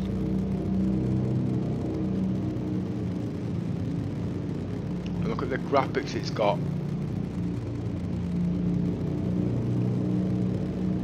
Your PCs can be tuned to this level.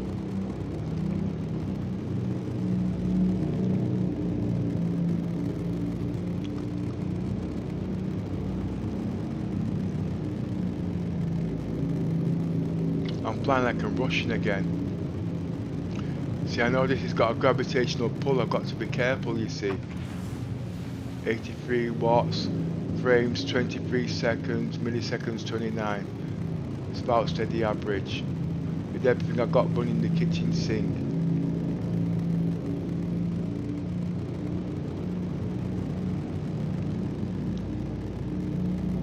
Internal view.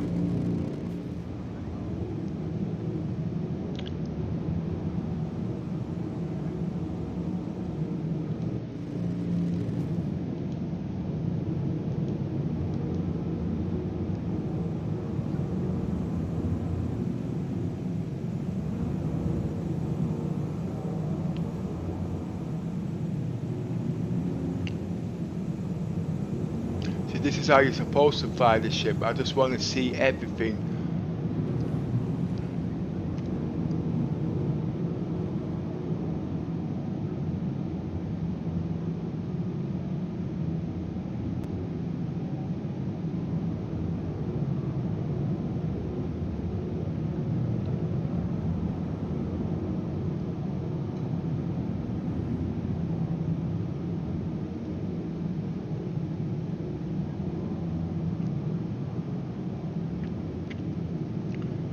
When CIG finally brought eye tracking in the game, it gave a whole new outlook to it.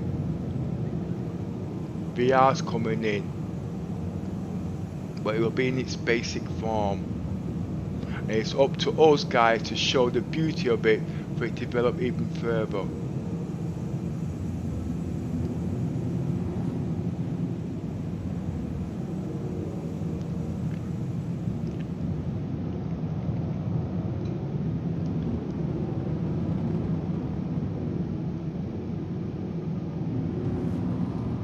See, all this I do in Arena Commander, you know what I mean? And I'm going to do some fancy tricks. I just hope I don't die. Need to reduce the speed. It's a little bit tricky though. Let's do a loop-de-loop. Remember, this is a big ship, okay?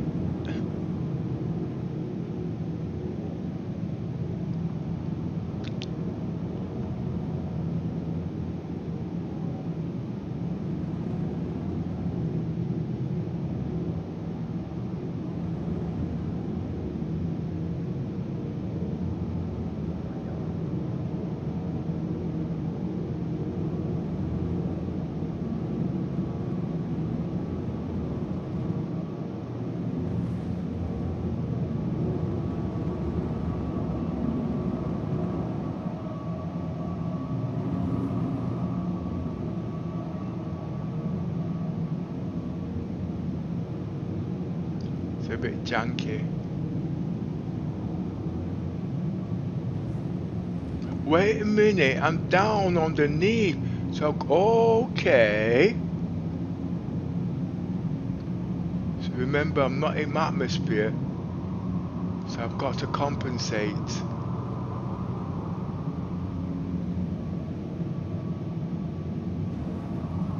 I think I'll fly around here for a bit. Improve my flying skills. This is a heavy juggernaut.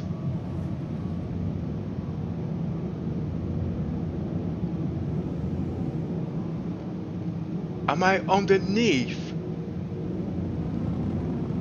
No, I'm on top now, so it doesn't need as much, what do you call it?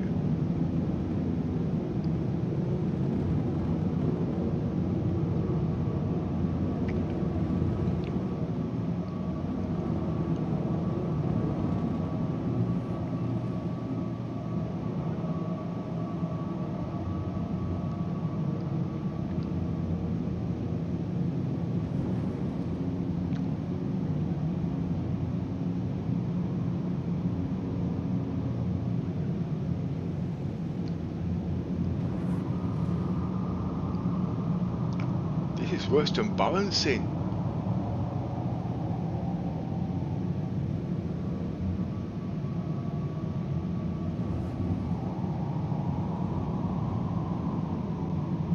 Right, now I'm the right way because this guy's above. So not too much.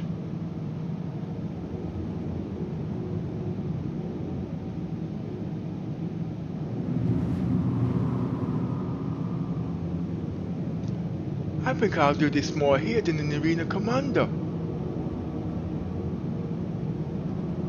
Because it is hard, you can't afford to make any mistakes.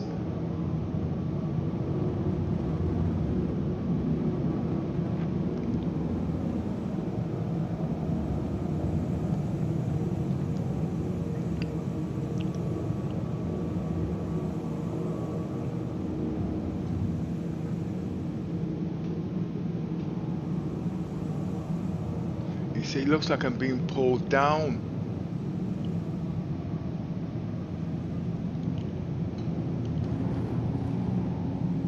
I need to get my speed control working. I need my thrusters, all of those.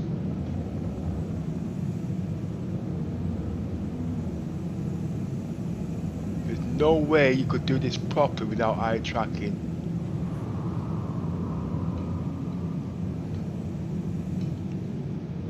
This is not easy, no, little miss. You want to try it in one of your... you got to keep an eye on your hydrogen and everything too. No, the hydrogen, no. This ship regens. It's not like some of the other ships. That's why I'm very skeptical about the Mercury, because that ship is supposed to be an icon for the low-level people coming in. But, you know what I mean? I just want to know why they didn't choose regen on them particular ships, to know it's the first of that tier. It's not an old ship, it's a modern ship, so it shouldn't have been neglected. That basically it's a futuristic ship. If it was a ship like this, you know what I mean, I could get it at the end of the day, but remember, this is supposed to go on the unknown, you know what I mean. But the Mercury isn't a relic, an old ship, it's a modern ship, so those little basics it should have. But for me to explain that, it was like trying to get a medical base on certain ships because of its size, you know what I mean. But after a while I understood where they were coming from, you know what I mean. But still, until I can put my finger on why the Mercury can't regen, I don't get it. Unless there's something I missed on that ship. But remember, at the end of the day, these are not the only ships that are coming in the game. Okay? They're not.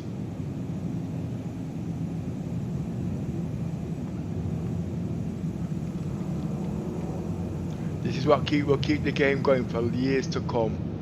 But it's not that actually they need role play. But we're going to change. I'm going to pick that up another topic for another day.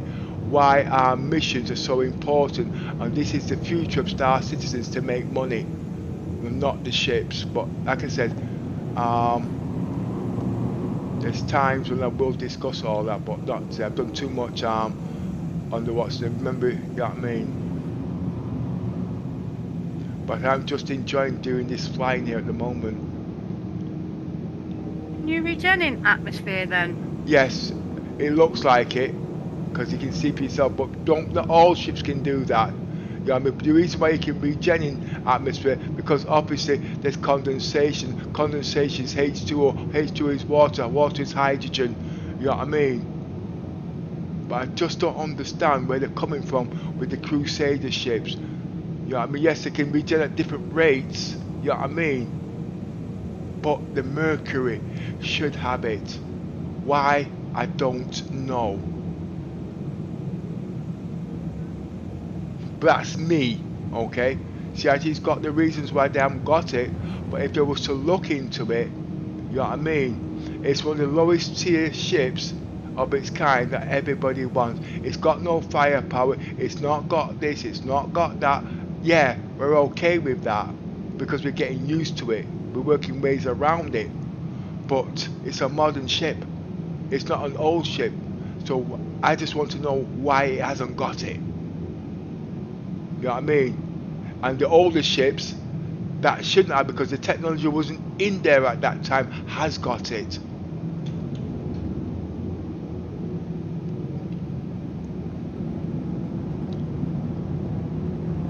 I've looked into all the build histories, you know what I mean? But it's not there. And I do believe that talking about new ships, Lawville, right? I do believe that's going to be the next manufacturer that's coming out with new ships.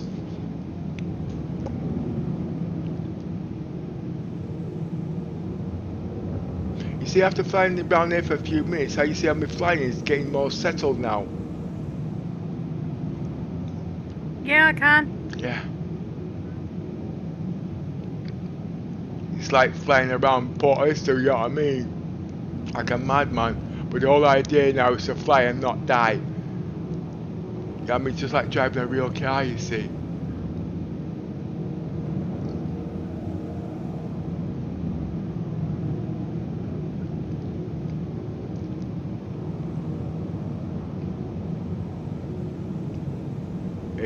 Watts, it's a little too high. The MS is very high. The frames are very low. But I'm not turning it down because I'm pushing it to its limit.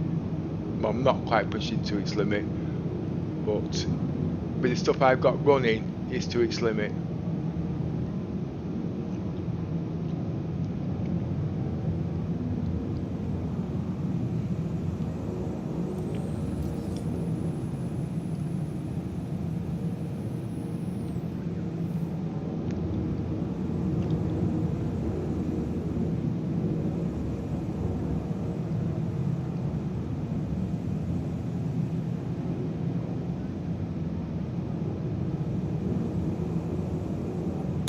Oh my God! Where did that man come from? Get out! Hello, Mr. Yoza. Hello. Oh, just had a funny experience there. You always had a funny experience. I flew a Caterpillar of diamonds all the way to Horizon, landed, got changed. I went to the expo hall and had a good look around my Vulcan again. And then I was walking around by the Caterpillar. The next day I was sucked. I suddenly got sucked and appeared in the elevator. And then as I was typing that in the global chat, what happened to me, I was thrown out the elevator to outside the building and suffocated and obviously died. And I'm now back at Lawville again. That's bleeding weird. Well, I'm trying to fight on the seat of my pants at the moment, testing Orison to its limits. I can't get the wattage down, but I want to see what it is before I start tuning it. But I can't see anything, and it's not crashed yet. Have you had a crash? No. Because I joined your server, but when I was looking in the global chat, you weren't there. So I thought, oh, he must have crashed. No, I've been there all the time. It's weird, isn't it? The stuff that's going on.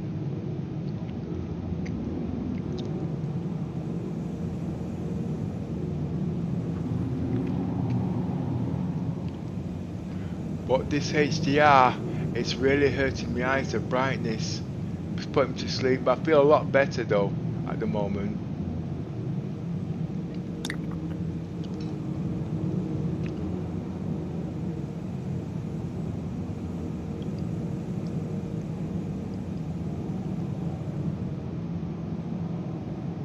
Another thing I noticed about when I was typing, anything that I've typed in the global chat, you can go through. Oh, hi, Yoza. Do you know him? Good morning. Do you know him? I don't know who he is. Nah, I don't know him. I don't know him either. Just some random. Look at Miss, can I troll him?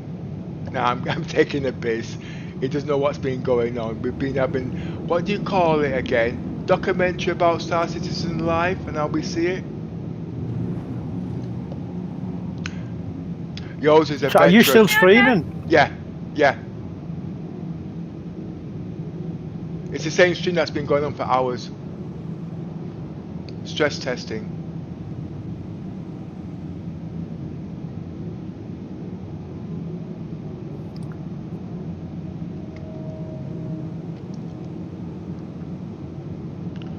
My eyes are so tight, it's unbelievable.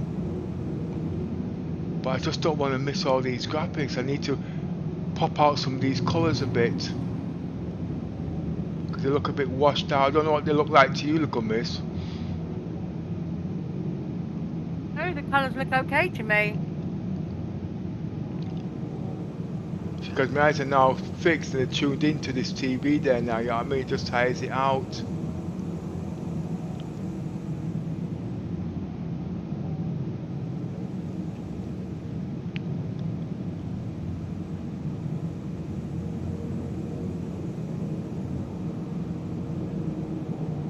I'm just so amazed. I washed out the colours yesterday just to protect my eyes, you see. Even now I'm rubbing my eyes to see if there's any way I can sort it, because this is going to give eye strain. If you can't do this now, it's going to have a serious impact on VR.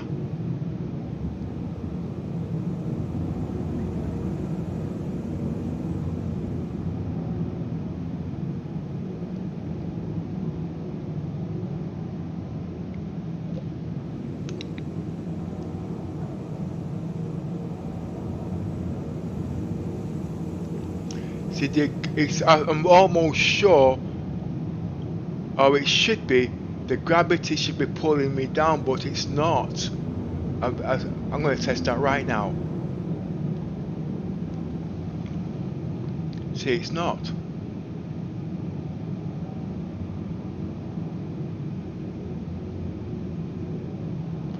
So let's check the G-forces. No, it's not.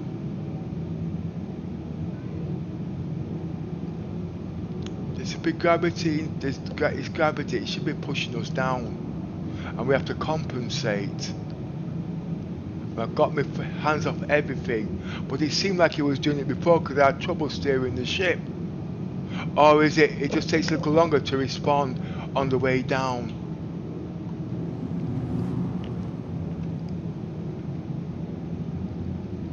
I don't understand how ICHG's took this course. I do, but not the point.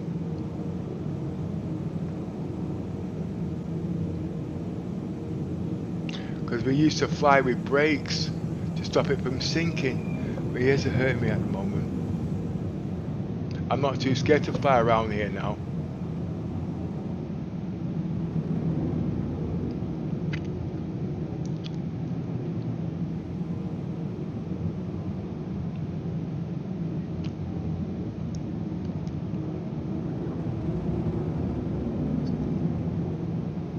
I'm only flying 12 clicks, and it feels like I'm going 100 miles an hour.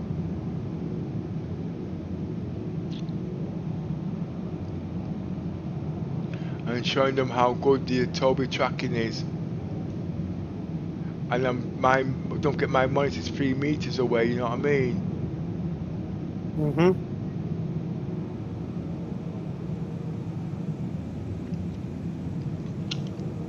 Oh, I'm not going to live. The gun's gone. Let's go into dry dock. I'll check out the cargo. I wonder how long before they have this operational.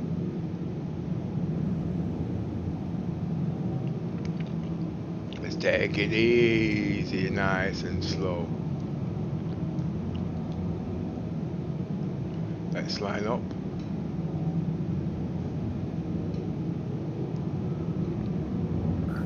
Band of Defenders, another nice one to boost out the atmosphere. There was another ship I used. What do you? Well, I know you fly the Pisces a lot.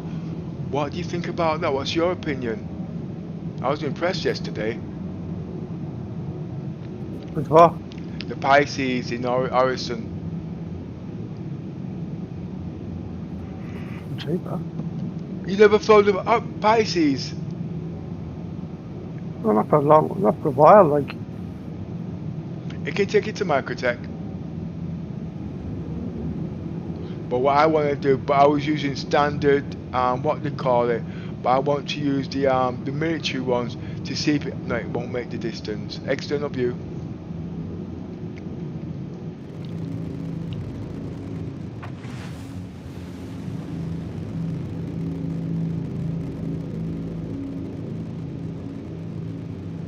That ain't gonna make it. Internal view.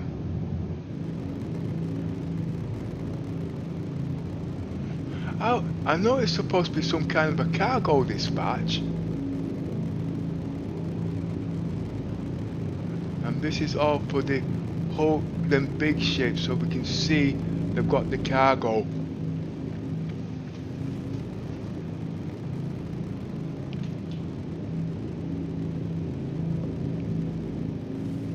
Oh, I know where I'm going. Ooh, no, you can't do that.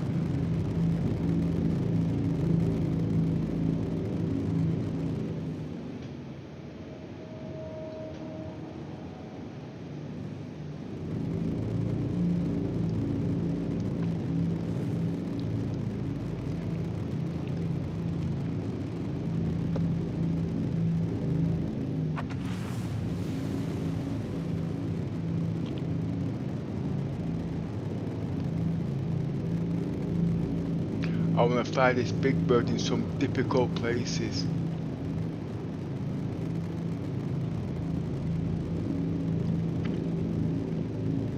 I remember when I last flew this ship in the atmosphere, it ran out of hydrogen.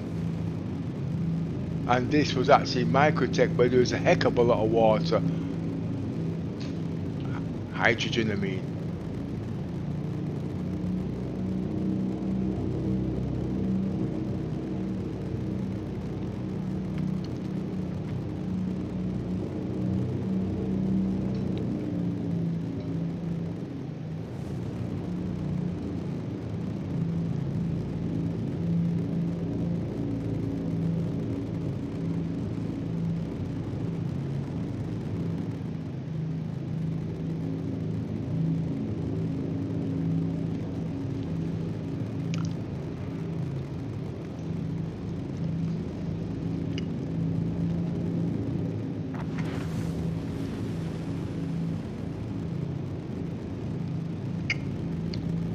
Can we slide in?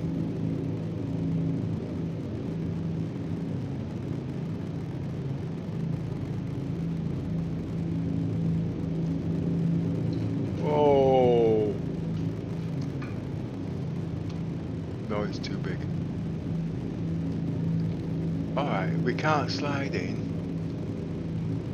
Okay. Can we fly in? This is where I'm going to be picking up all my cargo in the future. But I've not found a way to get in here yet.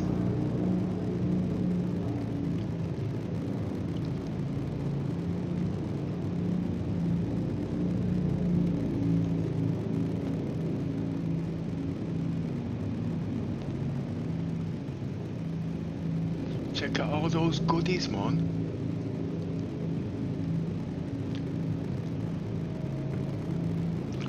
They've got enough cargo to supply everybody.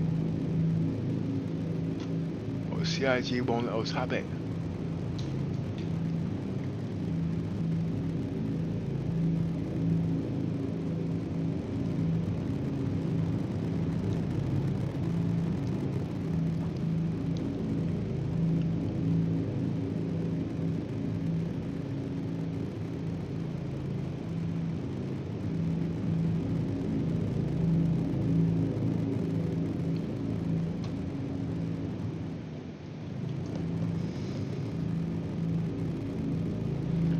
I can't fit in there, but I want to go a little bit in.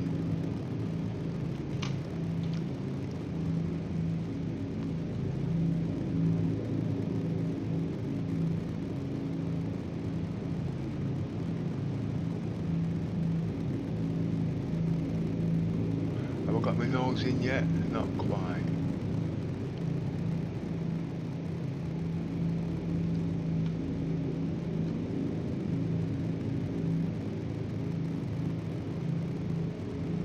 Yes, got my nose in.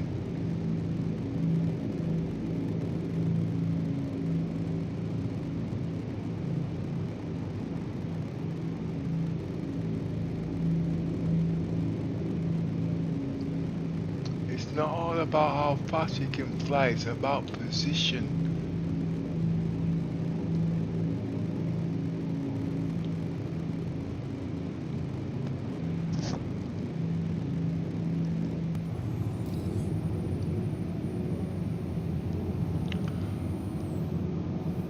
Ah, I think.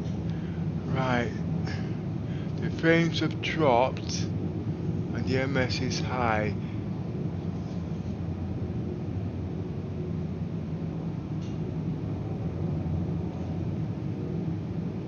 I thought I turned that down.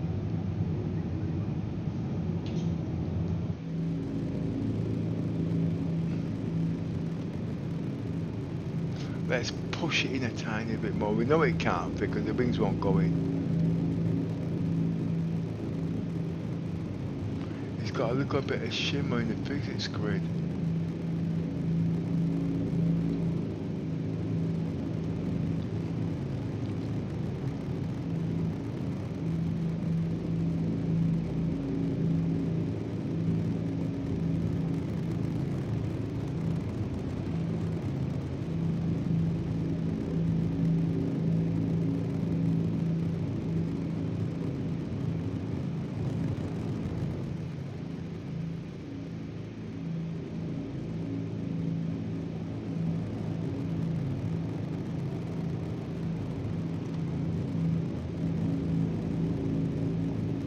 You still there, Miss?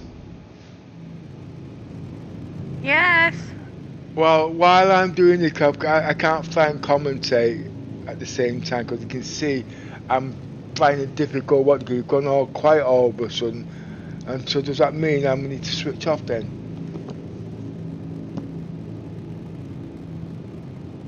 No, not at all.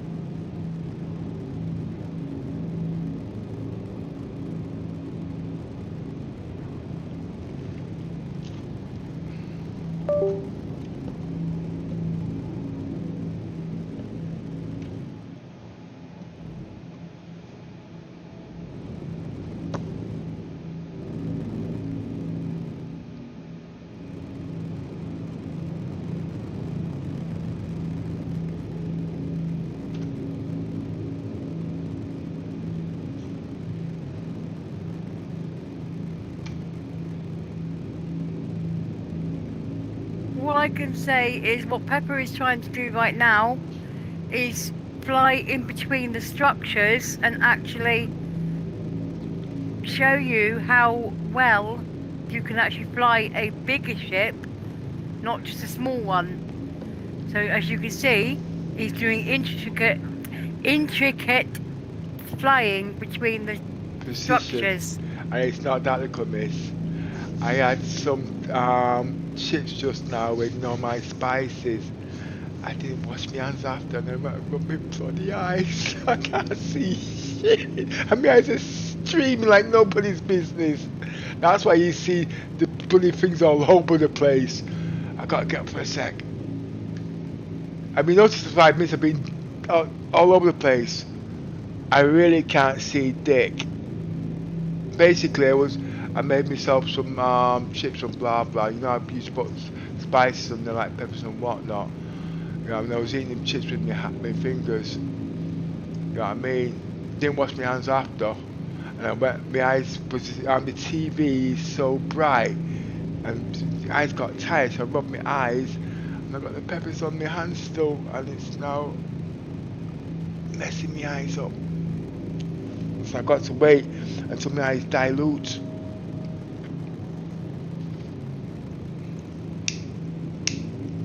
That's why I was trying to ask if you could take over for a minute, because I can't see. But that's not going to happen, is it?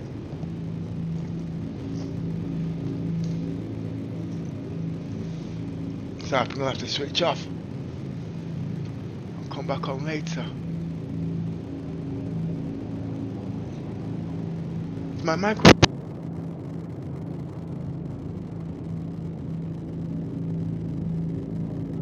Yes, your mic is on.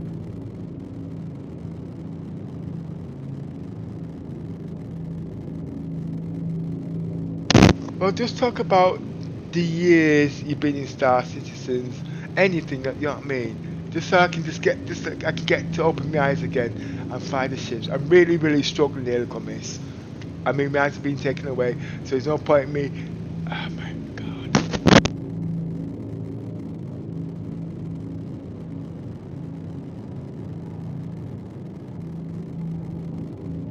I got into this game because basically I was looking for a roleplay game to play, and we discovered this one, and I quite enjoy this game because there is so much stuff you can do. Like I said a bit earlier on, you've got the bigger ships, you've got the small ships, you've got the little vehicles. I don't mind doing a bit of combat every now and again, but it's not my go-to role. I do like doing cargo runs, I like doing the scavenging, as Pepper said earlier.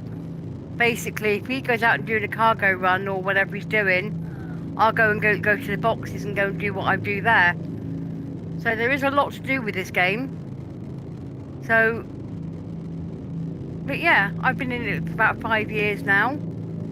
I think I have progressed. I can fly. I can crash. I can get blown up. Hey, Yosa. Don't blame me. Don't blame you. You're the one that first blew me up. Never. Yeah, you did. That was an accident. The gun was just fired on them by themselves. No, guns do not fire by themselves. Basically, first of all, I got the... What did I have? I bought my little Aurora. That was no problem. I then bought an X1 and upgraded that to a Cutlass Red and had the Cutlass Black as a loner.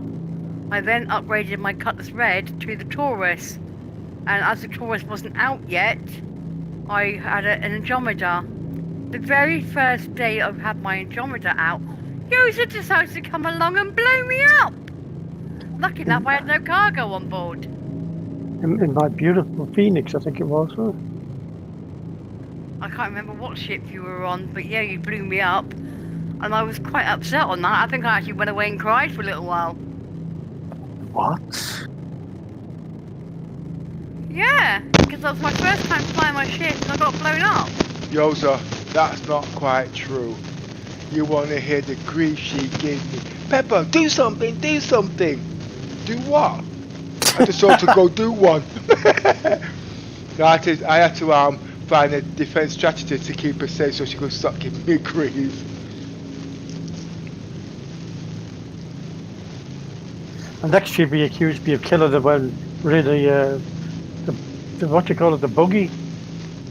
The ghost buggy. No, the funniest time I've ever had in the buggy was when Lesky was still in here, and you were like a ghost in it. I have never laughed so much in all my life. We're on Lesky, and we had the grey cats, and Yosa was appearing as a ghost. You could hear him, but you couldn't see him. And he was chasing Pepper around the back of Lesky, and you couldn't see him, and it was so funny. Around the old Lesky track. Yeah, it was hilarious. And he thought he could get away from me by jumping on rocks and that. Yeah, Pepper was jumping up on rocks, doing all sorts and running away, and it was, that was the most funniest thing I've ever seen.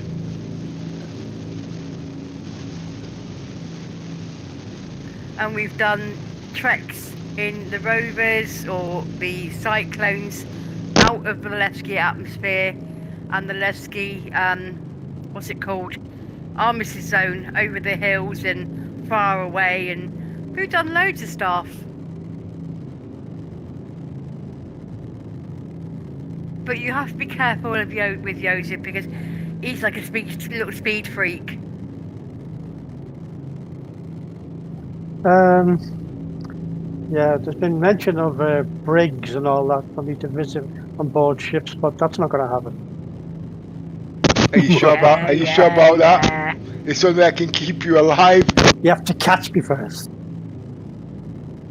I've already caught you on my ship. You're already in the ship. You've been caught.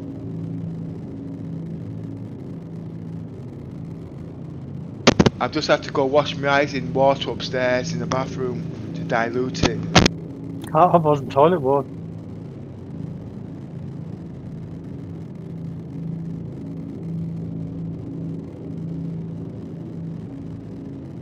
We've done those together. We've done like claim jumper missions all together. We've done the exploration things all together. We've done all sorts, really.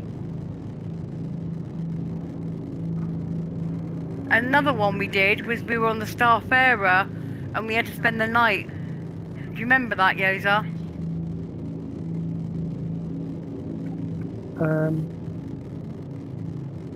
Spend the night Starfarer. The committee's been X-rated.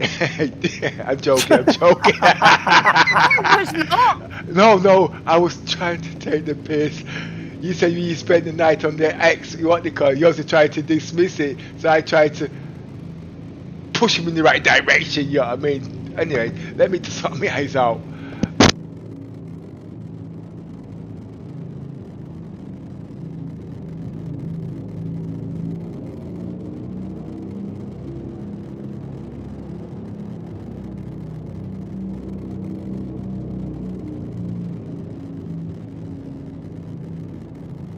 Yoza, did you say you was on this server?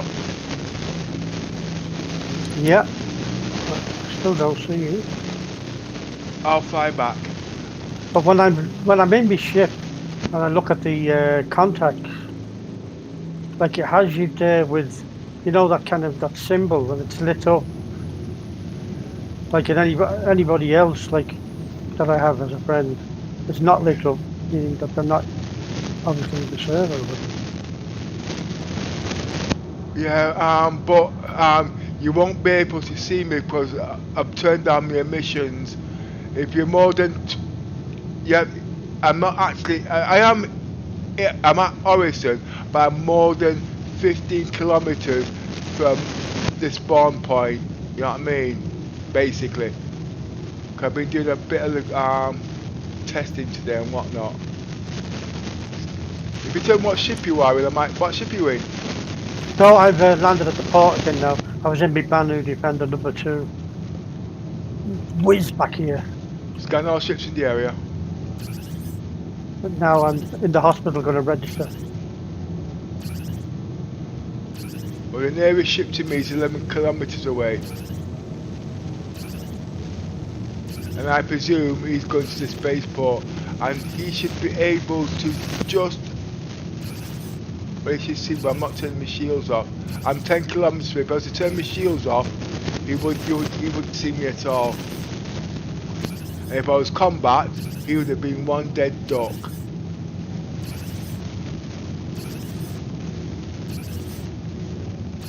There's a Freelancer Max Cutlass Black, Freelancer Max Cutlass Black, Freelancer Max Cutlass Black. And that is roughly, yeah, 10 kilometers away. What's my EM? Shields off. Shields off now. He should not see me now. It'd be nice if you put that to the test. Oh, there's also a... I could have swore I've seen that in MPV. Where's the Cutlass Black? I've not done no tests for ages on the EM because everybody said it doesn't work. I know it does work. That will bring mining back into the game with these big massive ships.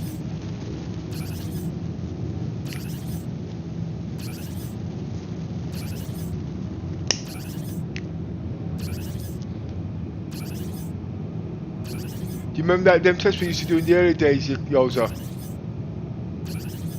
It came to the missions and how far we could be seen before we detected. Yeah.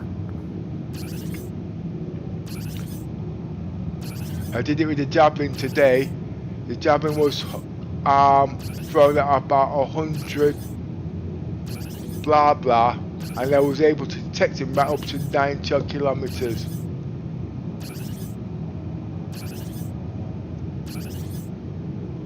But at the moment, the guns are giving me signatures away. It's very high. That's why I can't get my EMs down. My eyes are getting a little bit better now, but I'm not going to push it just now. Let it catch up. See? 10 kilometers. Get rid of them guns. I want to get down to about 7.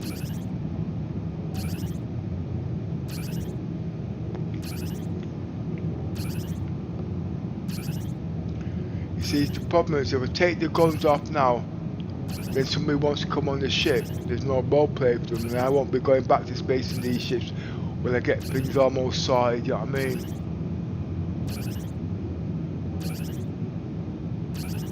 I don't understand the crack. They said if it go too low, we blow up. I get that. But there must be some kind of a gravitational pull.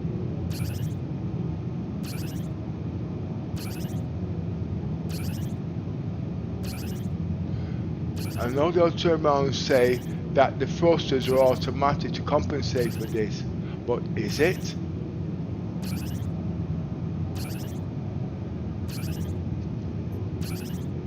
They can control the speed at certain levels, so you can't go over a certain speed at a certain level.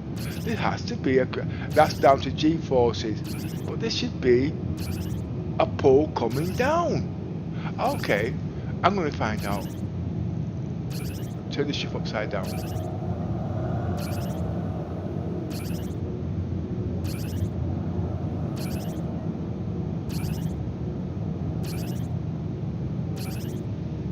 Ah, can you see it?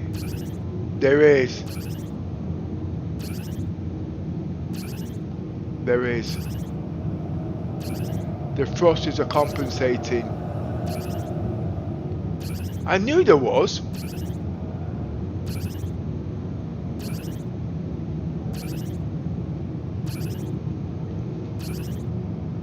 External view.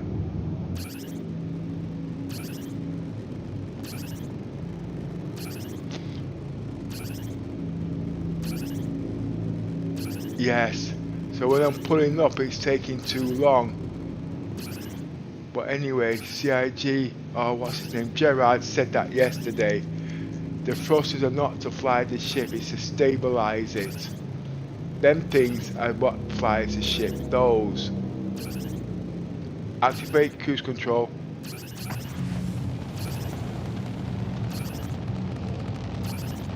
Full power to the shields. Full power to the engines.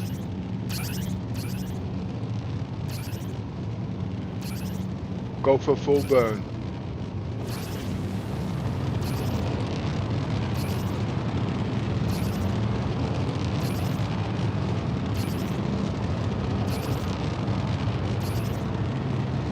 Wow.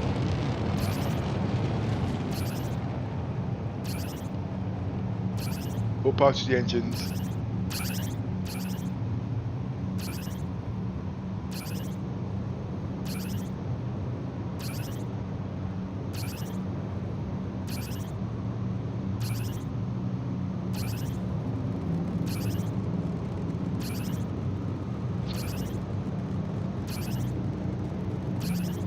I know there's not much here at Orison, but when you think about it, there's a heck of a lot. Anybody who says they can't fly at Orison, there is something definitely wrong with their PC.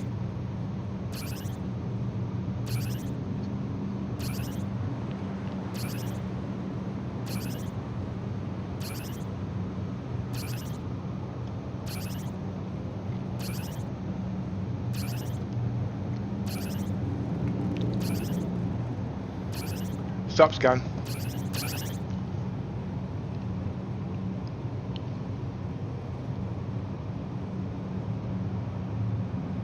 There's some green down there.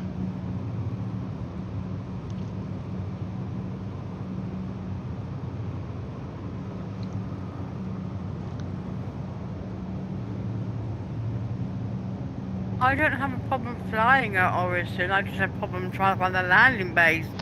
I just dropped a clue with the scanners. You also have a flight problem flying at night.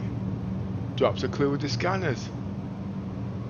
If you watch the stream, then you'd see it. But as Yoda says, there was a bit intensive on the eyes, which I agree.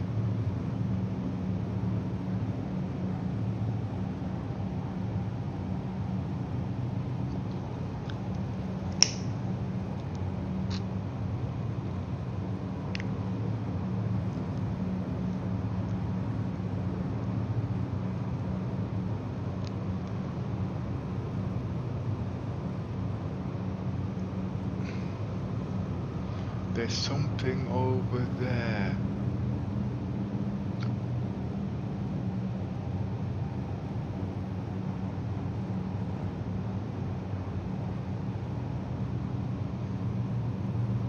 And I'm going to investigate.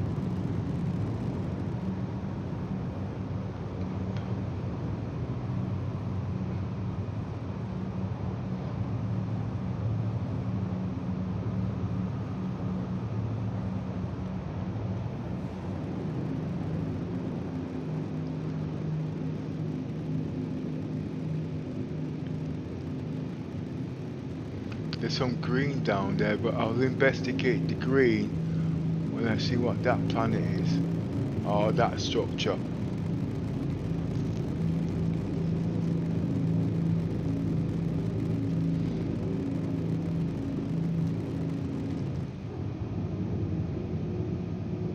Shields on. Shields online. External view.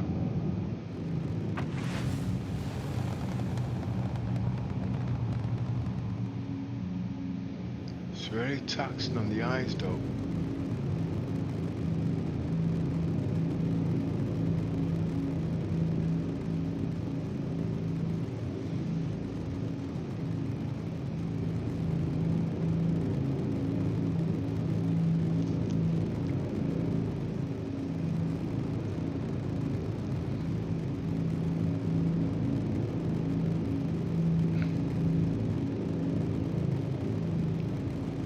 And I'll go to the one on the left afterwards.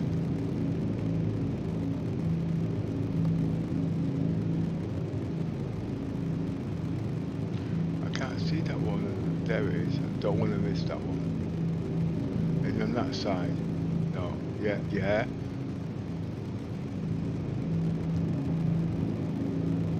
But this even goes past that.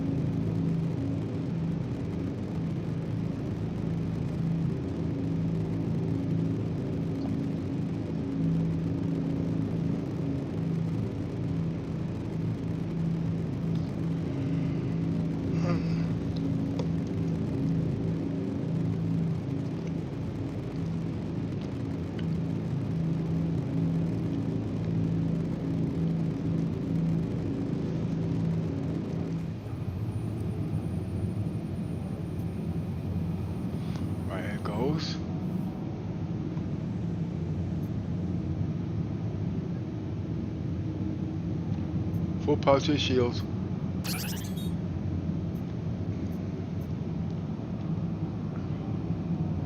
More power to the engines.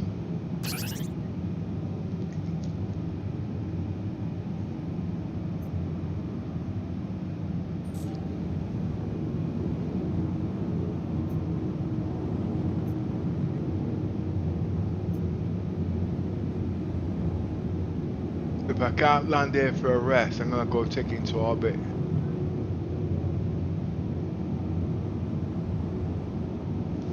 I'm not flying, I've got the cruise control off.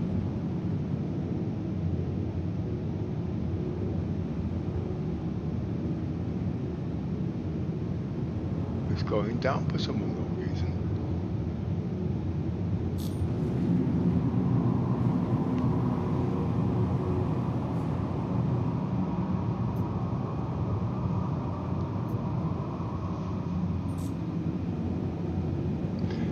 I think I read somewhere there's something you can turn off so you can simulate the can you see it? Look at it. Look.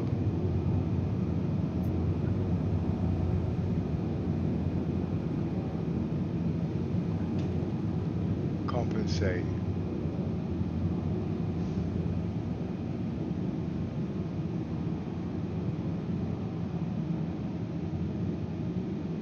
Something's happened to the engines. Full power to the engines.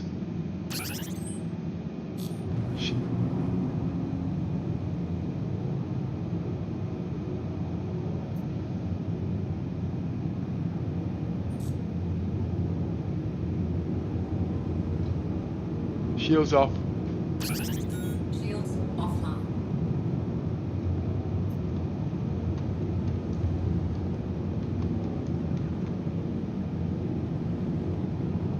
Something's not right. The ship's doing its own thing.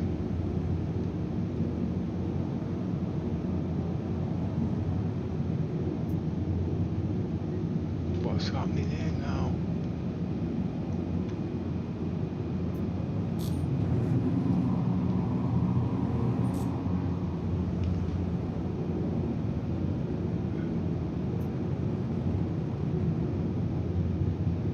I don't have control of the ship.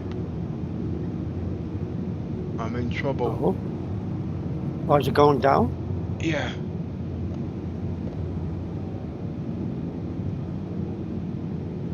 External view.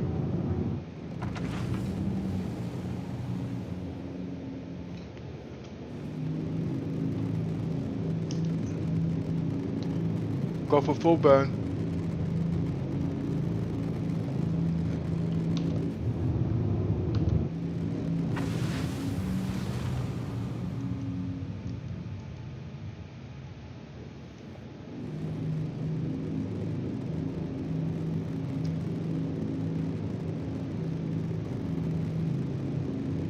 Got no joystick control at all.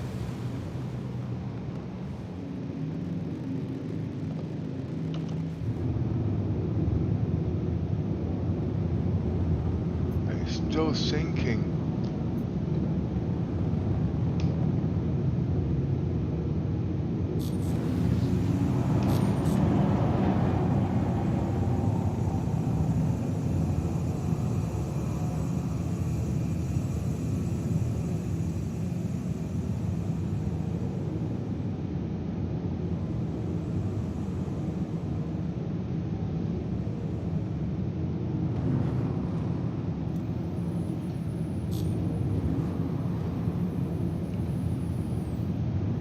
Now mouse is working. It's my time to get notes to get it out of here. Go for full burn.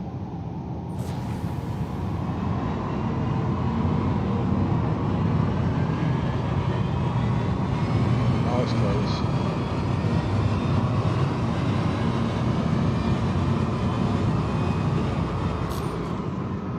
Yeah, what do you reckon it was?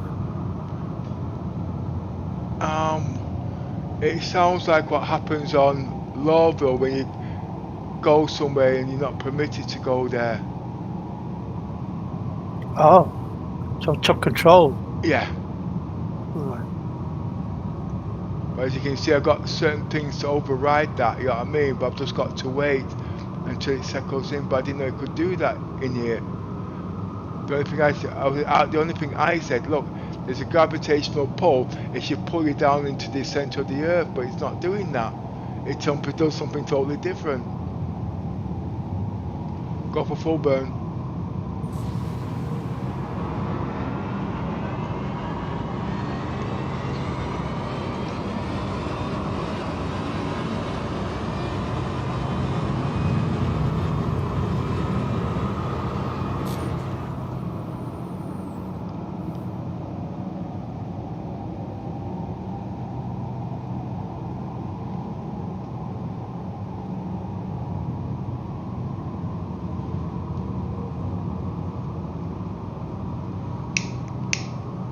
And you say I can't do overburn because the engine shut off. It's a brick. But you have to fly these things to know these things, you know what I mean? It's the first time I've actually flied this at this level. I've flown it before, but not as intensive as I've done today.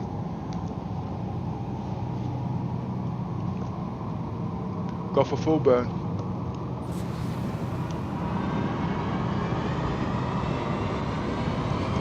Where's my lighter?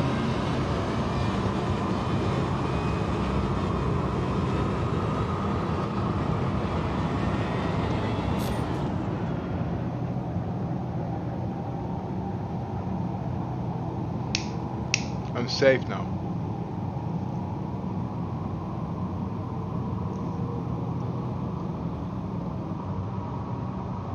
Not going back there again for a while. I wonder what it is. Well, I have So to you're go. flying around the horizon, so you must be near one of the other out-of-bounds platforms or something. Yeah, but I didn't know they had out of bounds, you know what I mean? Because the planet's so bloody big. No. Like, yeah, it's loaded. Go for full burn. I bet you went out a spot near where I'm doing my getting the civilian clothing. Because when you go into the area, it says on your HUD, restricted. But I'm alright because I'm on foot and I'm in the shuttle, so I won't die. Mm-hmm. But in ships, people have been testing it, trying to get to the, say, the convention centre in ships, and they just blow up when they get so far.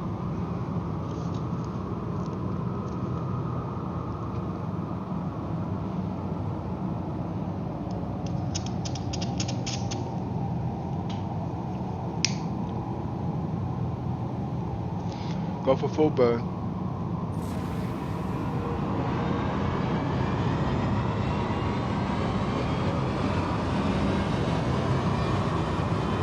But the only places I've ever experienced an horizon where it takes over your ship is if you're near those platforms where we spawned in at the hotel. Yeah. Green circle and all that, you know? Yeah, that's the one I know of too. There is another one. Yeah, no, same place, it's the same place. There is another one. Do you know where? What's the place called? Oh gosh. You know where? Easy. You know where Cousin Crow is? Yeah. That's another place, but you can land Providence. around. Yeah, there's another. You can land around it, but not near it. I've done it a few times. You can land on that. They've got a, what do you call it now? A tower pad. I've actually logged out and then came back in. Was that the same day or the next day? The next day. And you was okay? Yeah. Well, I've tried it for 3 But I tried it since then as well, and it didn't work. That's what I was just going to say. So I was just wondering if they made changes. I need to get out of this atmosphere. No, I'm okay at 90 watts. Go for full burn. Again, restricted area. No, I've got shields down. See, I didn't know what was. I got shields down. Took the shields off.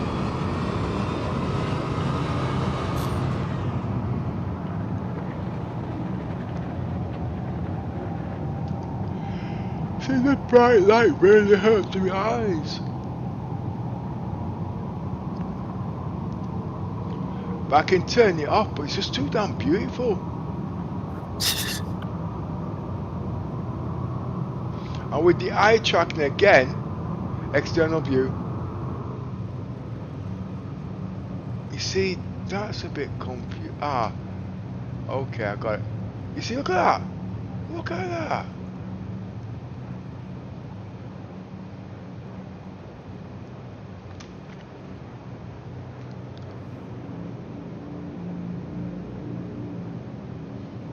Go for full burn.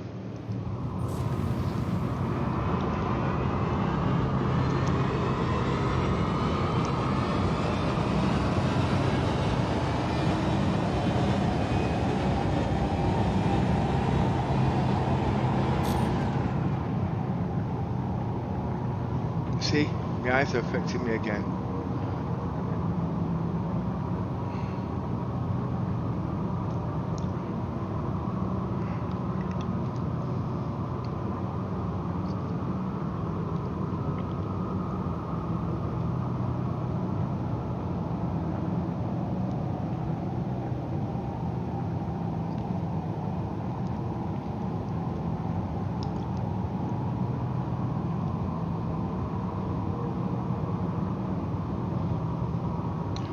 As soon as I break atmosphere, I'm gonna have to rest my eyes.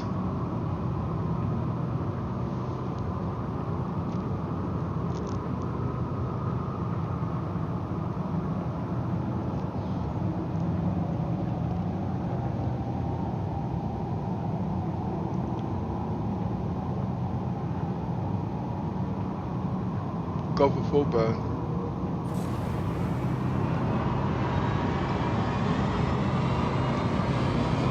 See, I can get out a lot quicker if I wanted to, because I'm only doing about 50 degrees, I think. Hey, I'm going forward.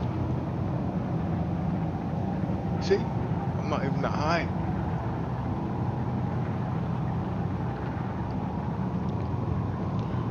Give it a bit of elevation, that'll creep me up a bit.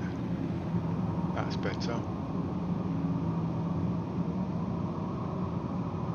You see, I have to use Struve to get the ship to... well, yeah, that's a bit weird. Now I'm level. Go for full burn.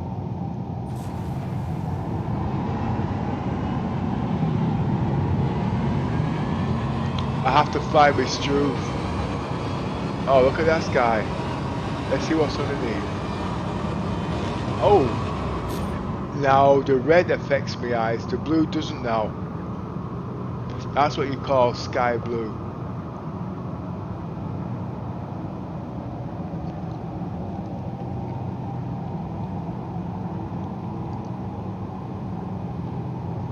CIT's been playing with the hydrogen. It wasn't like this on a couple of patches. But like I said, at the end of the day, this ship is supposed to be built for this kind of thing. It's not supposed to run out of hydrogen. And if it does, there must be something else to take its place. But they fixed that.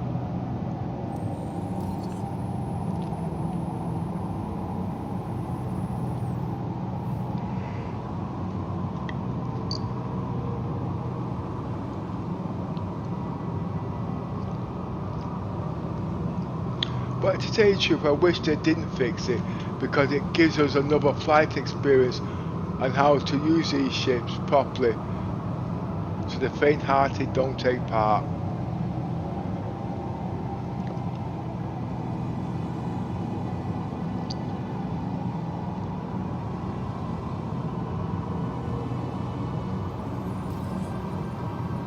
Go for full burn.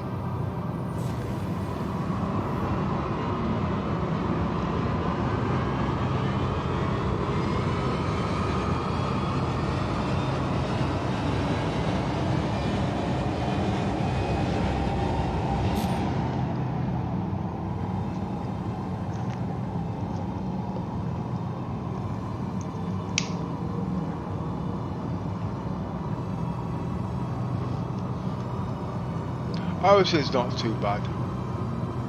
You just got to have patience with it. Go for full burn.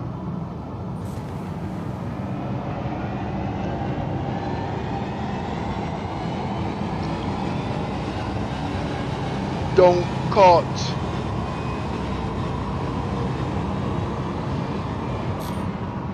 That was close.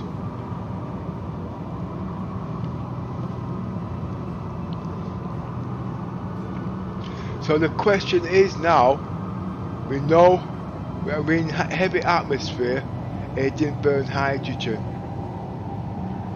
So the only way it can burn hydrogen now is in space.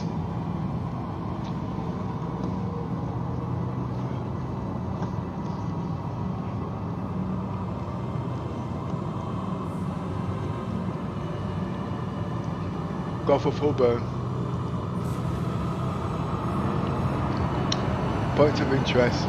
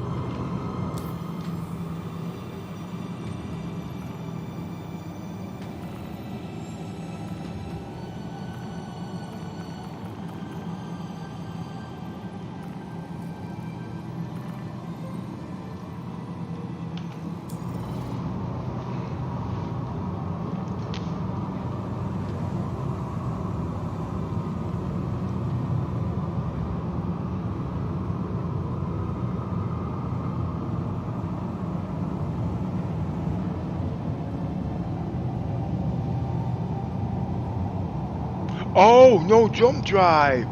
That's why I can't be flying a ship and forget to put my jump drive back on.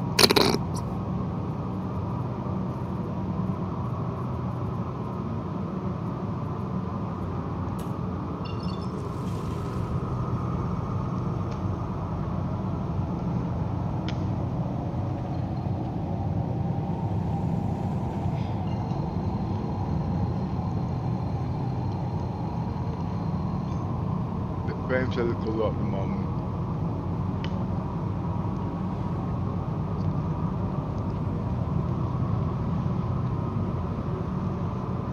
Activate jump drive.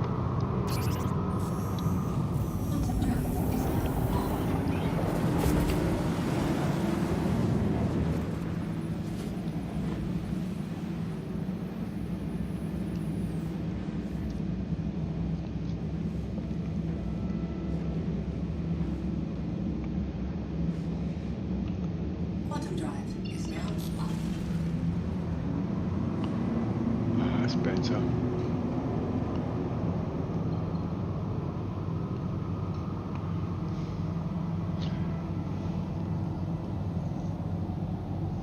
Let me rest my eyes for about 10 minutes, I won't die.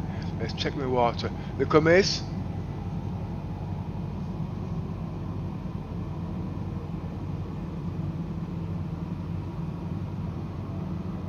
I'm gonna leave for a while. Yeah, I've seen a bit, yo. Just need to rest my eyes for a bit.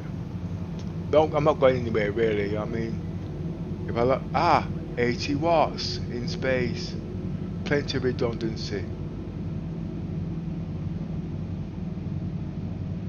My problem is if I fall asleep and don't hear any interdiction, I've got problems.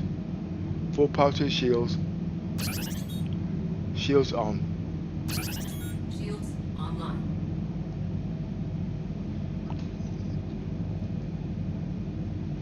That's better. I can rest my eyes now.